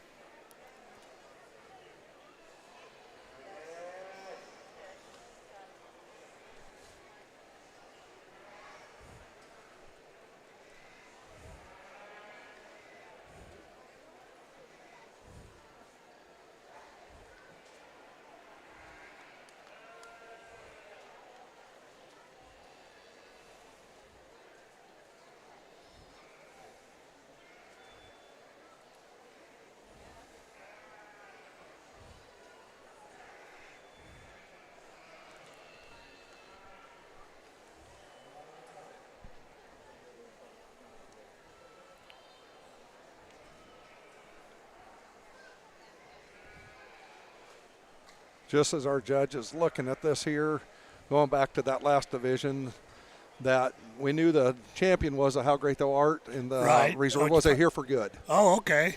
Well, that's a good thing. Yeah. The reserve was a Here. That's the one Here for Good from Rob Van Hope. By God, that's good. We've been talking about that in some of these new bulls. We've Yeah. used that bull and got along really well. I mean, I think that bull is Here for Good. He unloaded him at my place one day, and that was pretty well. We were set. That's what you said. You really liked that one, Oh, and man. so you and Cody both did. Yeah, and reserve at Minnesota yesterday or 2 days ago was a Here for Good. Uh-huh. A little painted up. I don't remember what Pryor's was that wins, but he looked like he kind of wins for fun. No offense. Oh, that but one did look real good up there in Minnesota. I think he was a win and doubt, if I remember right. There you go. He was a win and out. That Out thing of one looked- of his. Yep, Adams- out one of his guns. yep. That thing looked real cool. So, and that so.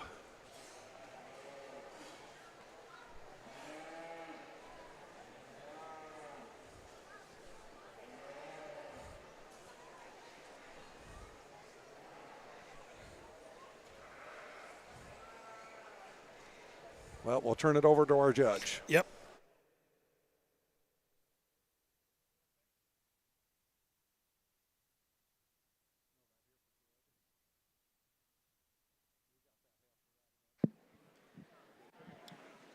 Well, folks, I can tell you it's tough to get cattle to get up into this weight range and still have this kind of quality and this kind of freshness. So before we get going any further, let's give them a big hand for their hard work.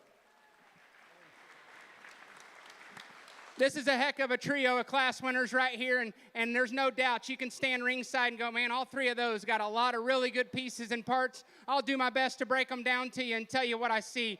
The burly-built, big-back, stout-ended one is the young lady's calf that comes out of this first class. That thing is so cracked apart and so wide down his back, so big-ended and bold in his rib shape. You stand from a rear three-quarter view, and that dude is wide and pulled apart. I think he's still good in his bone work. I think his angles and everything read appropriate here at the stand. He's not just the neatest on the top and bottom side of his neck. At the stand, he can still pick it up, maybe in motion, wants to just duck his head and pull it into his body ever so slightly. And if we're going to compare him to the ideal, we could change the way his hips built. With that being said, you put this much muscle and this much product, you're not going to get him dead level hip. So that part there doesn't bother me. In motion, I think this calf could just go. I know he could go one notch better off his rear skeleton, and I think if that was the case, it's hard to build him with this much power. And I probably can get some criticism for how critical I am on structure, but what I can tell you is when you get cattle to this weight and you get this much quality in them, if structure is going to be the determining factor, that's hard to make them. It's hard to make them perfect structured and still have all the good and be this heavy. That's my preference. I love that calf's power. I love his density and his shape and his boldness. We're going to pick on him right there, but that's a high-quality calf that is fat steer ready and ready to rock and roll today. This young lady's steer coming next.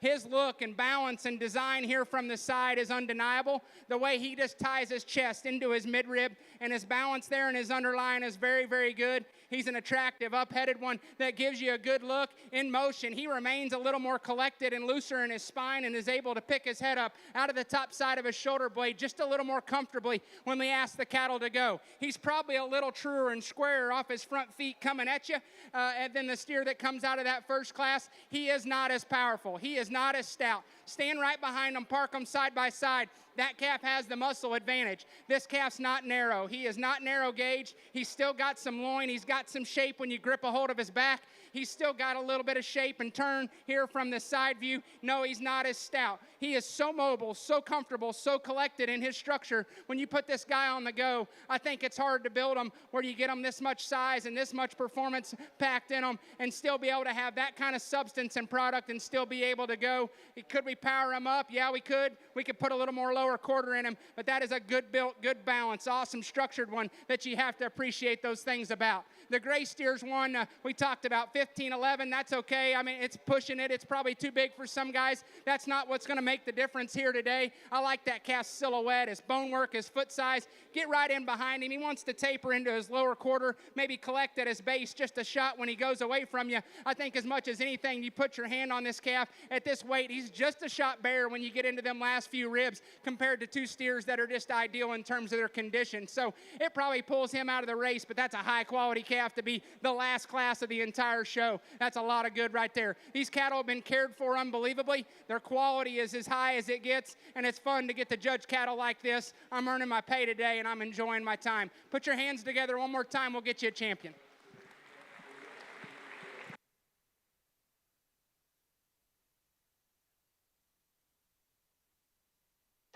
And congratulations to Vienna Sells from Saunders County. This is your first purple from Class 23, and it is now your champion for Division III Crossbred Steers. We will now pull Harper Scott from Sheridan County into consideration for Reserve Champion Division III Crossbred Steer. Young lady that was second to our champion, we talked about in that class, that calf was very, very mobile and loose and athletic in his skeleton, very loose in the way that he goes around the ring and hits the dirt, still shaped up and powerful down his back and got some shape to him. Condition-wise, handles very well. He's not pulled down enough in his underline. His balance isn't quite as attractive, but I can't deny the power, even though I want to tweak a few things. Young lady out of our first class is going to have reserve. And your reserve champion goes to Josie Ritter from Cumming County.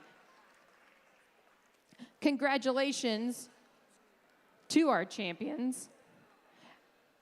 And our Division III Crossbred Steer Awards are sponsored for the champion and reserve champion by Elite Beef. Congratulations.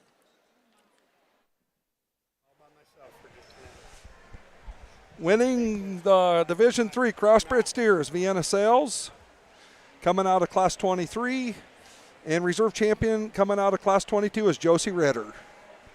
At this time, we're going to start the market heifer show, and just like I talked a little bit earlier today, when we were doing those feeder heifers, that this market heifer deal is kind of a big deal here in Nebraska, and we're going to be able to see that here pretty quick because we got 5 classes of market heifers here to come, and so we're going to start with class number 25. Their weight range is from 955 to 1145. There's 13 heifers in this class. This will be class 25, the first class of the market heifers. And the weight range is from 955 to 1145.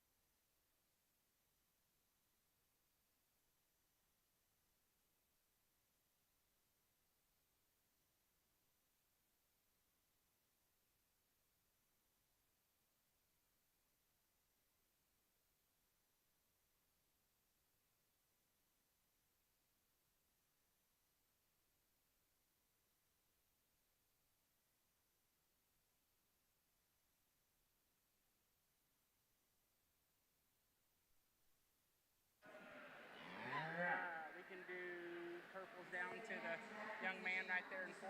Okay. And then go down to about the last 3. Okay. Well, as we work through our first class of market heifers, a lot of numbers here within this class and a lot of differences and variances in terms of just type and kind and where they're at weight and condition-wise.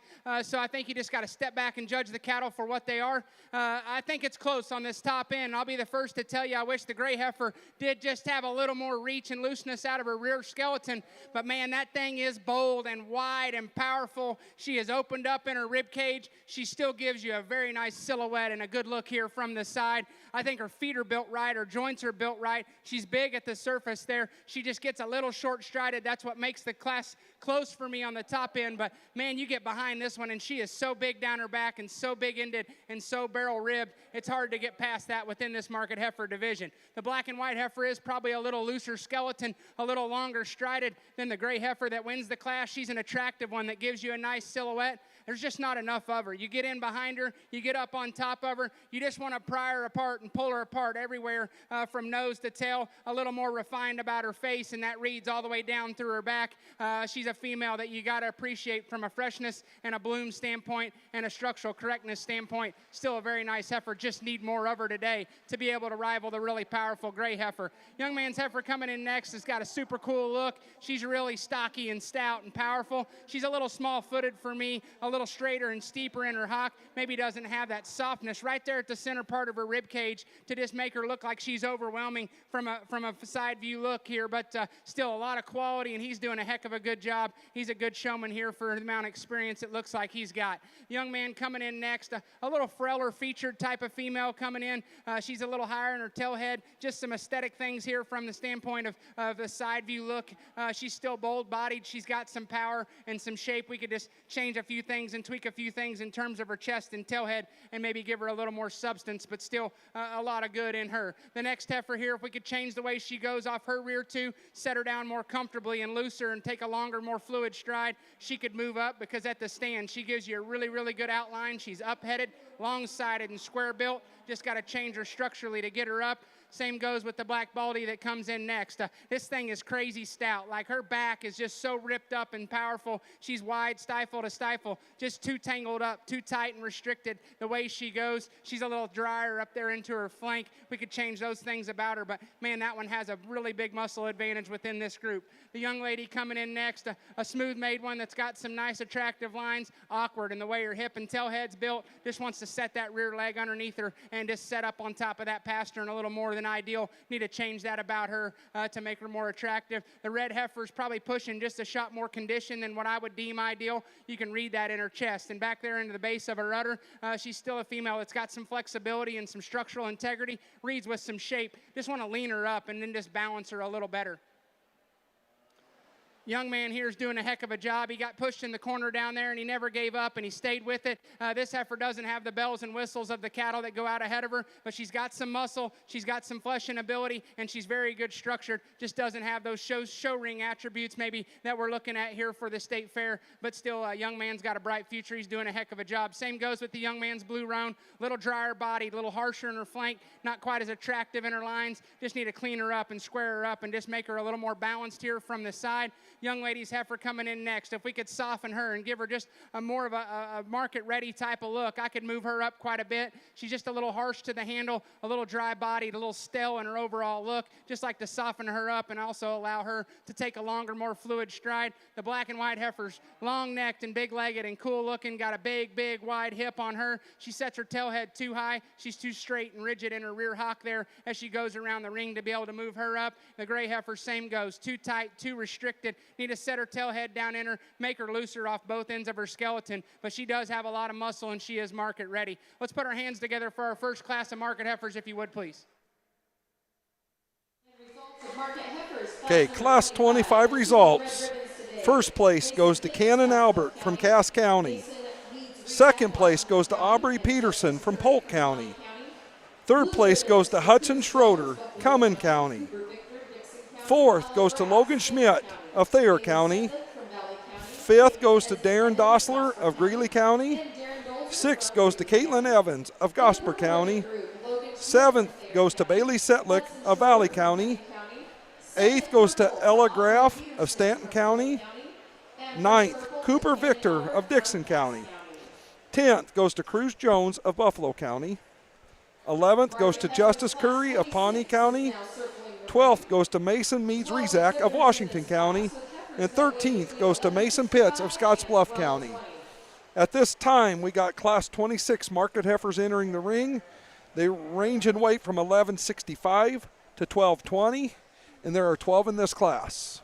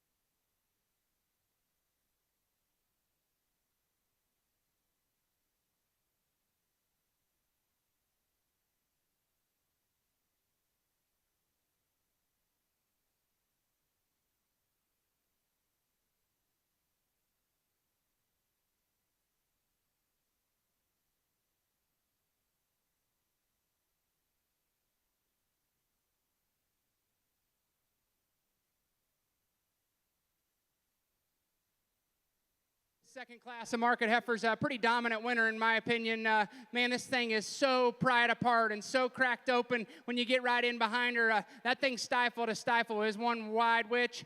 She is barrel ribbed and opened up, still remains pretty collected up front and pretty attractive in the base of her throat latch and the shape of her skull. Got some extra bone and footwork. I think her flexibility is good enough for how much sheer power and product and mass she has. I'm not going to say it's absolutely flawless, but her angles are correct, her joint work's correct. She's got a big foot underneath her, but man, that one is impressive when you step right in behind them and see how big and bold and pulled apart she is. She's a neat animal, and I think she is right at the range for a market heifer of getting into acceptability, and obviously looks like she's ready to go to the rail. The young man's heifer coming next. These next two heifers were the next soundest structured heifers. This one's just a little more ready. She's got more condition on her. She's a little wider down her back. She's a little bolder when you get right in behind her. She's not as soft in her body shape as I'd like her to be ideally, but I think functionally very correct in terms of her structure as she goes to the dirt. Not the neatest necked one up front, but got some power and got some flexibility and still appropriate in terms of where she's at condition-wise. Young man's heifer coming in third. I wish I could put another 100 pounds on her. She's a little bare and a little raw to the touch, and you can see that as you step off of her. You just don't see that quite that flesh and ability there in her midrib as you study her from the side. Attractive. I love her lines. I love her flexibility and her looseness of skeleton. Just got to put a little more bark on her and just get a little more beef on her to be able to move up, but her no denying her quality and structure and look is very good. Yellow one's probably more as much like our class winner as any in terms of just not just her color pattern, but her boldness and her stoutness and her feature and just her sheer red meat that she packs in there. She's one for me that she's just pushing too much condition. As you read her up through her chest and back there in her pones, she's one that we just need to loosen up. I think if we lean her back just a shot, it probably does allow her to go a little more comfortably. She wants to pull up in her spine ever so slightly. We could loosen her there, but boldness and power and rib shape and dimension, no doubt, very, very good there. The Black Baldy's another one that's bold and wide and opened up and got a lot of turn and shape. She, too, we put her into motion, just gets a little tight and restricted off those rear two. We could change the way she's built there in the angle of her shoulder, allow her to reach a little better out of her front end. But at a stand, she gives you a good look here from the side and got a market-ready type of look. Yellow heifer's the same way, got some power, got some width and some dimension. At the stand, she can argue if you want to move her up in motion. We just got to change the way she's built. We could clean her up at her chest and the base of her throat latch there to make her more competitive within this group. Silver Baldy's one that just gets a little short everywhere for me. She's got some power. She's not as soft just there in her forerib. I think flexibility is okay. It's not perfect, but it's still good enough. She's got some power and some look there. The young lady's silver heifer coming around, a little longer sided, bigger framed heifer within this class. Doesn't have that softness and just that flesh and ability maybe that look right back in there to that flank. We'd like to balance her underline, make her more comfortable the way she sets that rear foot to the ground. Just let her square and drive up just a little nicer there off the rear two. This heifer can give you a nice look from the stand in motion. Same goes, just need to change her structure and just maybe balance her up in her underline a little better. A bigger frame, longer sided heifer that just needs more to her. She needs more power and more product. Flexibility-wise, very good there. Just needs to be stouter and just a little more attractive. And then the young lady coming around here, another female that's got some power, wants to raise up in her back and kind of duck up underneath herself when we put her into motion. Want to change that about her. And the young man's red heifer here, winding out the class. One that's got some condition, just got to change the way she's built in her underline and change her hip and hind leg and make her more flexible. But a nice class of market heifers. Let's give those kiddos a round of applause, if you would, please. And ribbon Class 26 market heifers. Results. Winning the class, Vienna Sales, Saunders County. Second place goes to Clayton Craddock from Seward County. Third goes to Madden Vogt, Cass County. Fourth goes to Brennan Aarons from Burt County. Fifth goes to Gage Anderson from Platte County. Sixth goes to Bexley Lutz from Merritt County. Seventh goes to Easton Kropach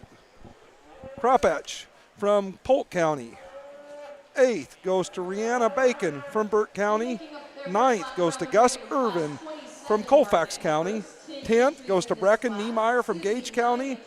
11th is Caden Tyen from Merritt County. And 12th goes to Elijah Mettenbrink from Hall County. Entering the ring right now is Class 27 market heifers. They range in weight from 1232 to 1279, and there are 10 in this class. Class number 3 of the market heifers, class 27, ranging in weight from 1232 to 1279. There are 10 in this class.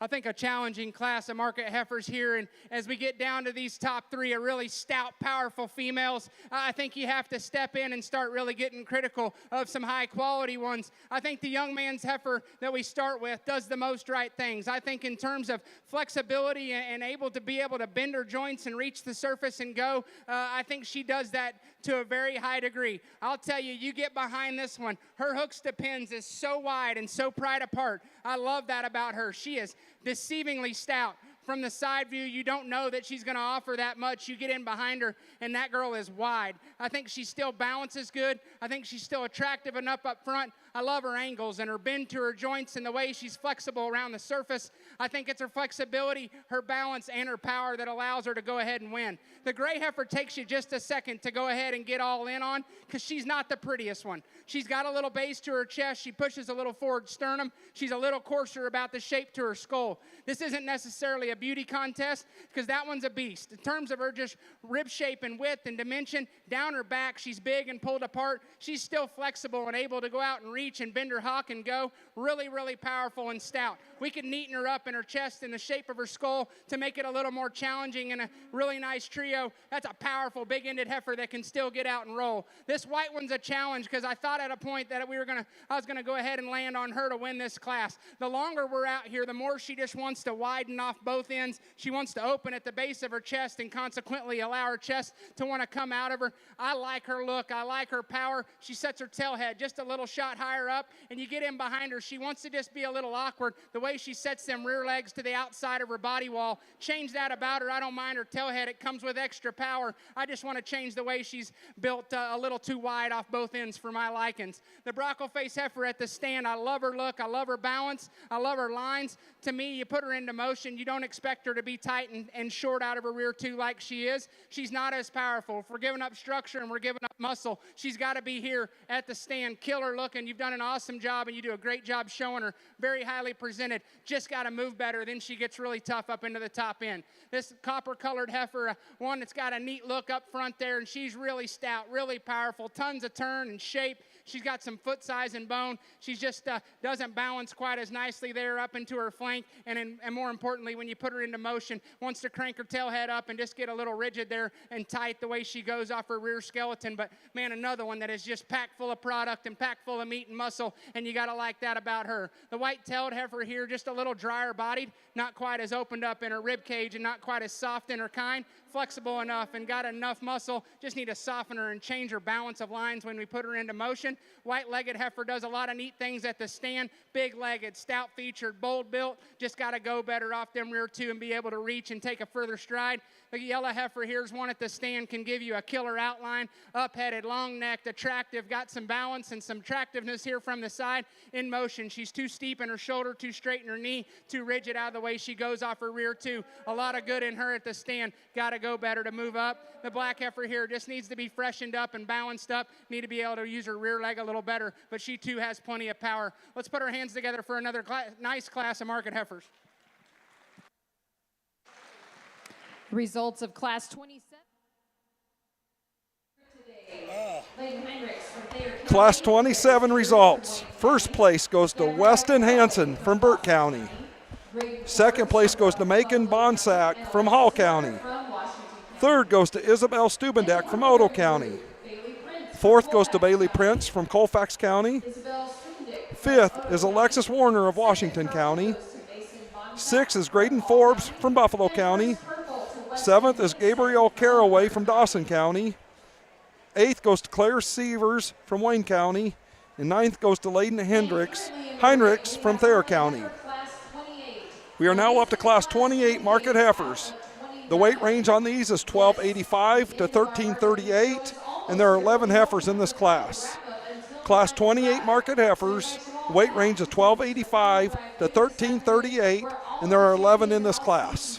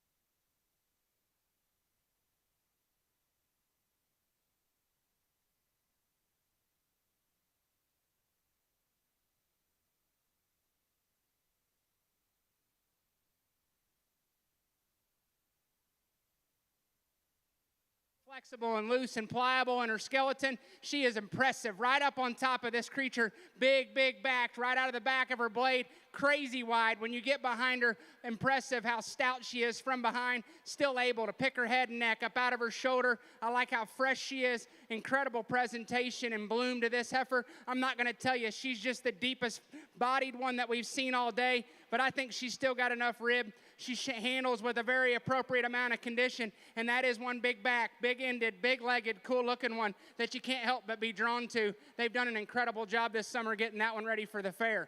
The one coming in next, bold and soggy and sappy with a big old foot and hind leg underneath her. She's not as attractive. Up through her chest and the shape of her skull and the base of her throat latch, she still remains level and true in her top line when you put her into motion. From shoulders back, there's a lot to like. Just need to tuck her in her chest and neaten her up front to be able to rival a real high-quality one. She does have that extra depth that we don't get in our class winner, but that's still not enough to determine the placing there. This one coming out next, got a stout look and balances up nice. She doesn't move quite as nicely as I'd like her to. I'd like to set her tail head down into her and just soften her there in her forerib a little bit, but got a lot of power, a lot of substance. Get in behind her, big-backed and big-ended. Same goes for this young lady's next heifer, a real stout-ended one, little stellar and just a little, maybe not quite as fresh as she comes to us today there as you read her into her forerib, a little drier back into her flank. Want to give her a bigger foot and set down on a bigger foundation to make her just a little more comfortable and secure. A lot of shape, a lot of turn, a lot of power in her. Same goes with this young man. Had a little mix-up and got him snuck in the line. We pulled him back out and got him where he needed to be. He's learning the ropes today and doing a good job. Another one that's got some power. She's not as stout as the ones ahead of her. Doesn't handle her hind leg quite as accurately. Just a little inconsistent and inaccurate the way that she plants it and goes. But he's doing a heck of a job. Congratulations to him. Next one coming out. These heifers are stout. There's a lot of them down through the line that offer quite a bit of power and shape and muscle. This one doesn't balance as nice when you put her into motion. Kind of wants to tuck up in her back, lift up in her top, drop down in her chest floor and duck her hip down. If we could just change the way she balances when you put her into motion, I think she could move up because she's got some rib and some balance in terms of her underline balance and stout feature. Just got to change what she looks like when she gets into motion. The same goes with this black and white heifer, another one that's stout and big-backed and ripped open up top. She's just one that's too rigid about the way she sets her foot and pastern to the ground, not as just neat and attractive about the base of her chest and the base of her throat latch. But again, sounds like a broken record, but a lot of power and a lot of meat and a lot of red meat in her.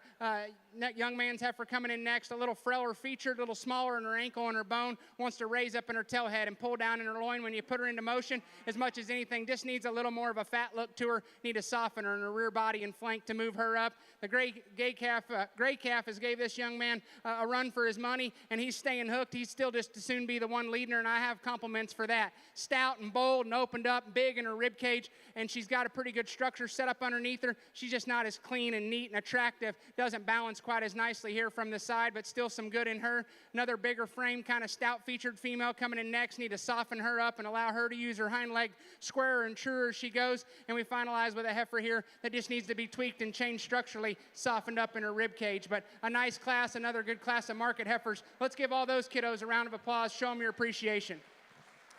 And results of Class 28 market heifer. All right, Danny, it's all you. Class number 28 results. First place goes to Josie Ritter from Cumming County. Second place goes to Molly Lambert, Cass County. Third goes to McKee New from Scotts Bluff County. 4 goes to Haley Minnick from Webster County. 5 goes to Blake Hassebrook from Platte County. 6 goes to Zephyr Mowinkle from Hall County. 7th goes to Adeline Cisco from Pawnee County. 8th, Carter Tremblay from Webster County. 9th goes to Harvey Reimers from Merritt County. 10th is Alex Utoff from Dixon County. And 11th goes to Jason Avery from Knox County. We are now entering the last class of market heifers for the day. They range in weight from 1348 to 1520, and there are 13 in this class. This is class number 29 market heifers, the last class of market heifers for the day, and there are 13 in the class. This is kind of my meat and taters. I just really like this kind of thing. I mean, I'm all about the market heifers. I apologize for being gone a little while, but I get into these things and got looking around a little bit. But man, I think the states and the people that don't do this are really missing out. There's a lot of heifers go to slaughter. There ain't a lot of terminal cross things, but I mean, boy, I tell you, these calves, what, 1348? I mean, To big old 1520. heavy girls that are carrying it right to 1520, but you look at these 13 and 15 pound heifers. I mean, they'll run with the muscle and the mass and the power of any steer. Oh, out yeah, there. Tim, I mean, it's a great set. it's been a really good show. You know, You all the bet it class has. winners have been real good. I mean, when he goes to pick his champion, I mean, we still got this class here, and boy, it looks like we got a few really good ones in this Ooh, we class as got 'em. well. That Prince Girl in second with that Baldy. And then you got Bradley Wint right behind her. That gray steer's tough. Gray heifer. Oh, and then I missed a couple numbers.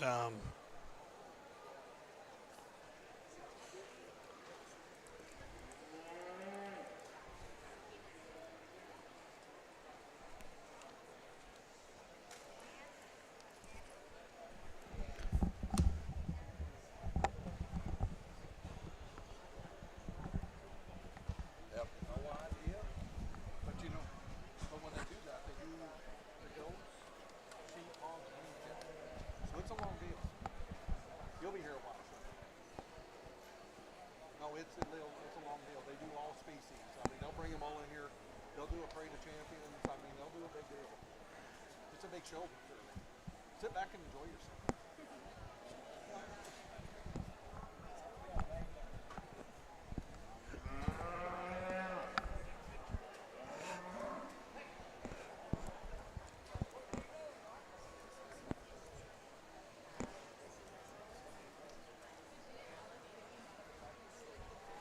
But no, what I was starting to say, Tim, there, you know, before we start looking at who was in this class, I mean, boy, all the class winners have been real good. I mean, he's going to have a tough selection here when he goes to pick his champion market heifer. And, you know, it'll be interesting how these heifers do match up with the steers when they bring them back here when we do the overall market beef champion here in a little while and that. But, boy, no, it's a really good set of market heifers. And that, you know, we're all raising steers, breeding them to all these bulls to raise a steer, and we get a heifer. Well, that's why we got this market heifer deal, because that's what they fit into. We were trying to raise a steer.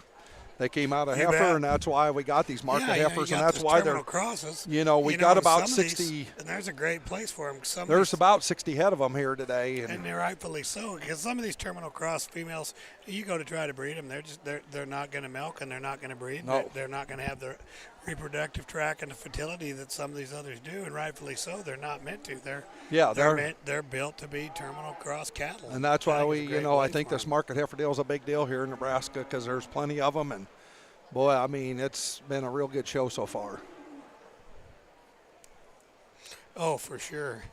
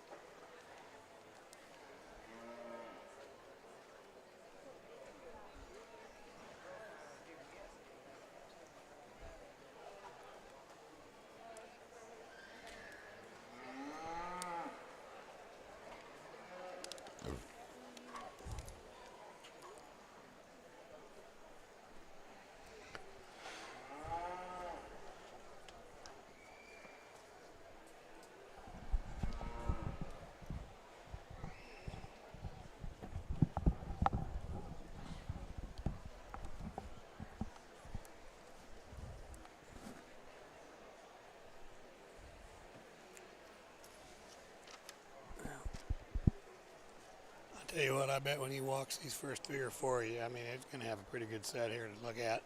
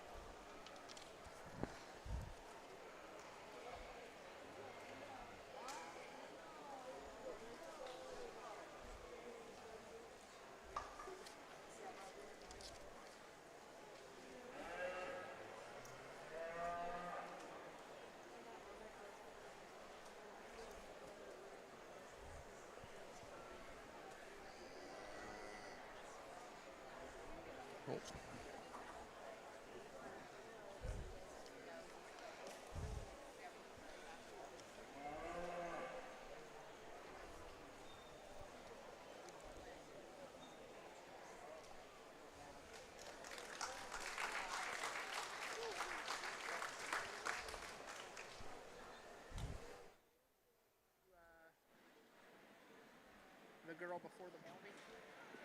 So we're going to show the girl right there. And then there's the rest of them. Well, as we wind out our last class of market heifers, I know we're pushing time, and I don't ever really care if I'm ever known to be the fastest judge in the world. I want to give every kid a chance to get a fair evaluation, a fair look, and me to accurately, to the best of my ability, to describe their calf. So I know we're pushing time, but we're going to move along as quick as we can. Young lady's heifer she brings us, that's a 3-stepper. As soon as she gets in the ring, she commands your attention. You want to go and find her and look at her again. She's attractive, she's balanced, she's bold, she's stout, still flexible enough in her kind, so fresh, so bloomy, so opened up.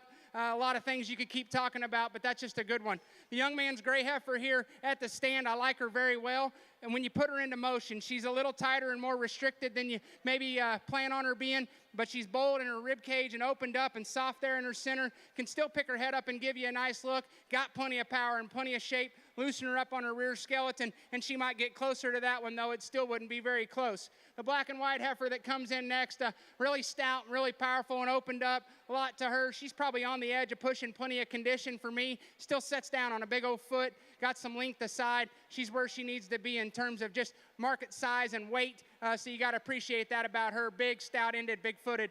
The heifer coming next, if we could soften her and just make her a little easier fleshing, she could be one that you would maybe want to move up, kind of wants to gimp off that left hind leg. Don't know if it's an injury or what. Another one that comes with some pin width and some shape and some width from behind. Next heifer coming out, one that can give you an attractive look at the stand. When you put her into motion, she pinches her loin and lifts her tail head too much, throws her balance out of line. She is big-footed and long-strided. Just got to change the way she's built their loin to tail head and correct that about her, and I could see her moving up in this particular class. Another stout one that just moves with some width and some power. She's one that just gets a little stellar in her overall look. Maybe doesn't have that softness back into her rear flank. Wants to get ever so slightly on her edge from behind, but powerful, big back, stout-ended. Black Baldy here's one that's bold, and she's opened up, and she's soft in her body. Got some shape to her from the side here. She's a little smaller footed and just smaller featured down there at the surface. Like to change the way she goes there off her rear skeleton. The next heifer rounding up here, one that's a little plainer about the shape of her skull and just the base of her throat latch there. One that got some body. Want to change the way her feet are built and just shorten her toe there and put her up on her heel a shot more. Young man coming around, one that pushes a little chest, not quite as attractive in her overall look, a little tight and rigid there as she goes off her rear two. The next heifer coming in, I need to lean her up, just trim her up in terms of her condition. Then I think you can make her more competitive in this class, wanting to drop there out of her chest and just get a little waddly, if you will, as you get her out here going. Next heifer needs to have some more time on feed and be softened up and a little more market ready, but got some pieces there that you can appreciate. The black and white heifer we wind out with, same goes with her, just too drawn up in her underline, too stiff and rigid the way she goes off her rear two. Looking forward to a really high quality market heifer championship division. Let's give this last class one big round of applause if you would. Okay, results from Class 29 market heifers. First place goes to Chesney Prince of Cumming County. Second place goes to Brantley Went of Colfax County. Third place goes to Lawrence Disner of Greeley County. Fourth goes to Cameron Peterson from Polk County. Fifth goes to Micah Schultz from Harlan County. Sixth goes to Alexis Melander from Merritt County. Seventh goes to Blakely Smith of Butler County. Eighth place goes to Lane Curie of Pawnee County. Ninth place goes to Austin Yoakum of Hall County. 10th goes to Dylan Shutt of Pierce County. 11th goes to Brody Hine of Gosper County. And 12th goes to Dayton Pullman of Gage County. At this time, we will be picking our champion market heifer from the first class of market heifers. We have Cannon Albert. From class number 2, we have Vienna Sales. From class 3, we have Weston Hanson. Class 4, we got Josie Ritter. In Class 5, we got Chesney Prince. And that's an awful nice set of market heifers there, Tim. All 5 class winners are very good.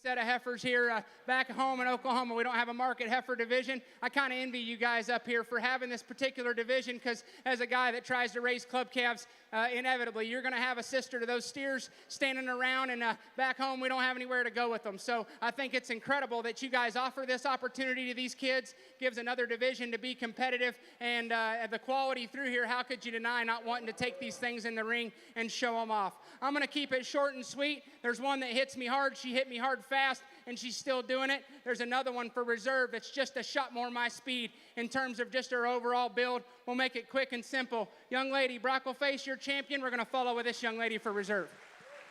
And that would be your champion goes to Chesney Prince from Class 29. Champion market heifer goes to Chesney Prince from Cumming County. And also from Cumming County, Josie Ritter with the reserve market heifer. Yeah. You know, we talked last year. We got talking about it, and Joe Prince, which would be her grandpa. We got talking about it. People wonder why Cummings and Burt and some of those counties, why there's so many come out of there that are so competitive. Anybody drive around there, look at how many fat cattle there are on feed. Yeah. It's impressive. I mean, there's 4 or 5 families represent here showing that represent hundreds of thousands of cattle on feed. Yes. Literally. Yeah. I mean, Cumming County bounces first or second every cattle on feed report. Between that, I think them and Dumas County, Texas, 1-2 all the time. I like what he said about that. That's right. You know, these are. We need a place to go with these sibs. I'm a market heifer fanatic. I think it's a great program. I really like I really like the quality and the depth of it when you get to this country. I mean, and you look at them ones.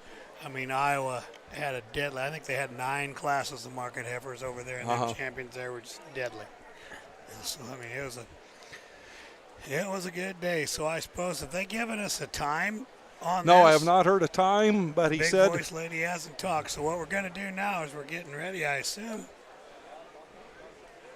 we're setting up for our. Well, I'm sure they're going to set up and get ready to roll because our judge there at the end was saying he was starting to run short on time. So I'm going to assume they're going to probably try to run this deal by 4 o'clock, I suppose. I would imagine. I'm not sure, Do but we have a governor sighting? Don't we usually have a governor for this? Well, we do if he can be available. I don't know if election. It is an election. And, Lord knows we're not going to talk about that. What? You're supposed to shut it off? Okay, they're going to shut us off. Okay, we don't care. Well, are you going to turn it on again for the finals?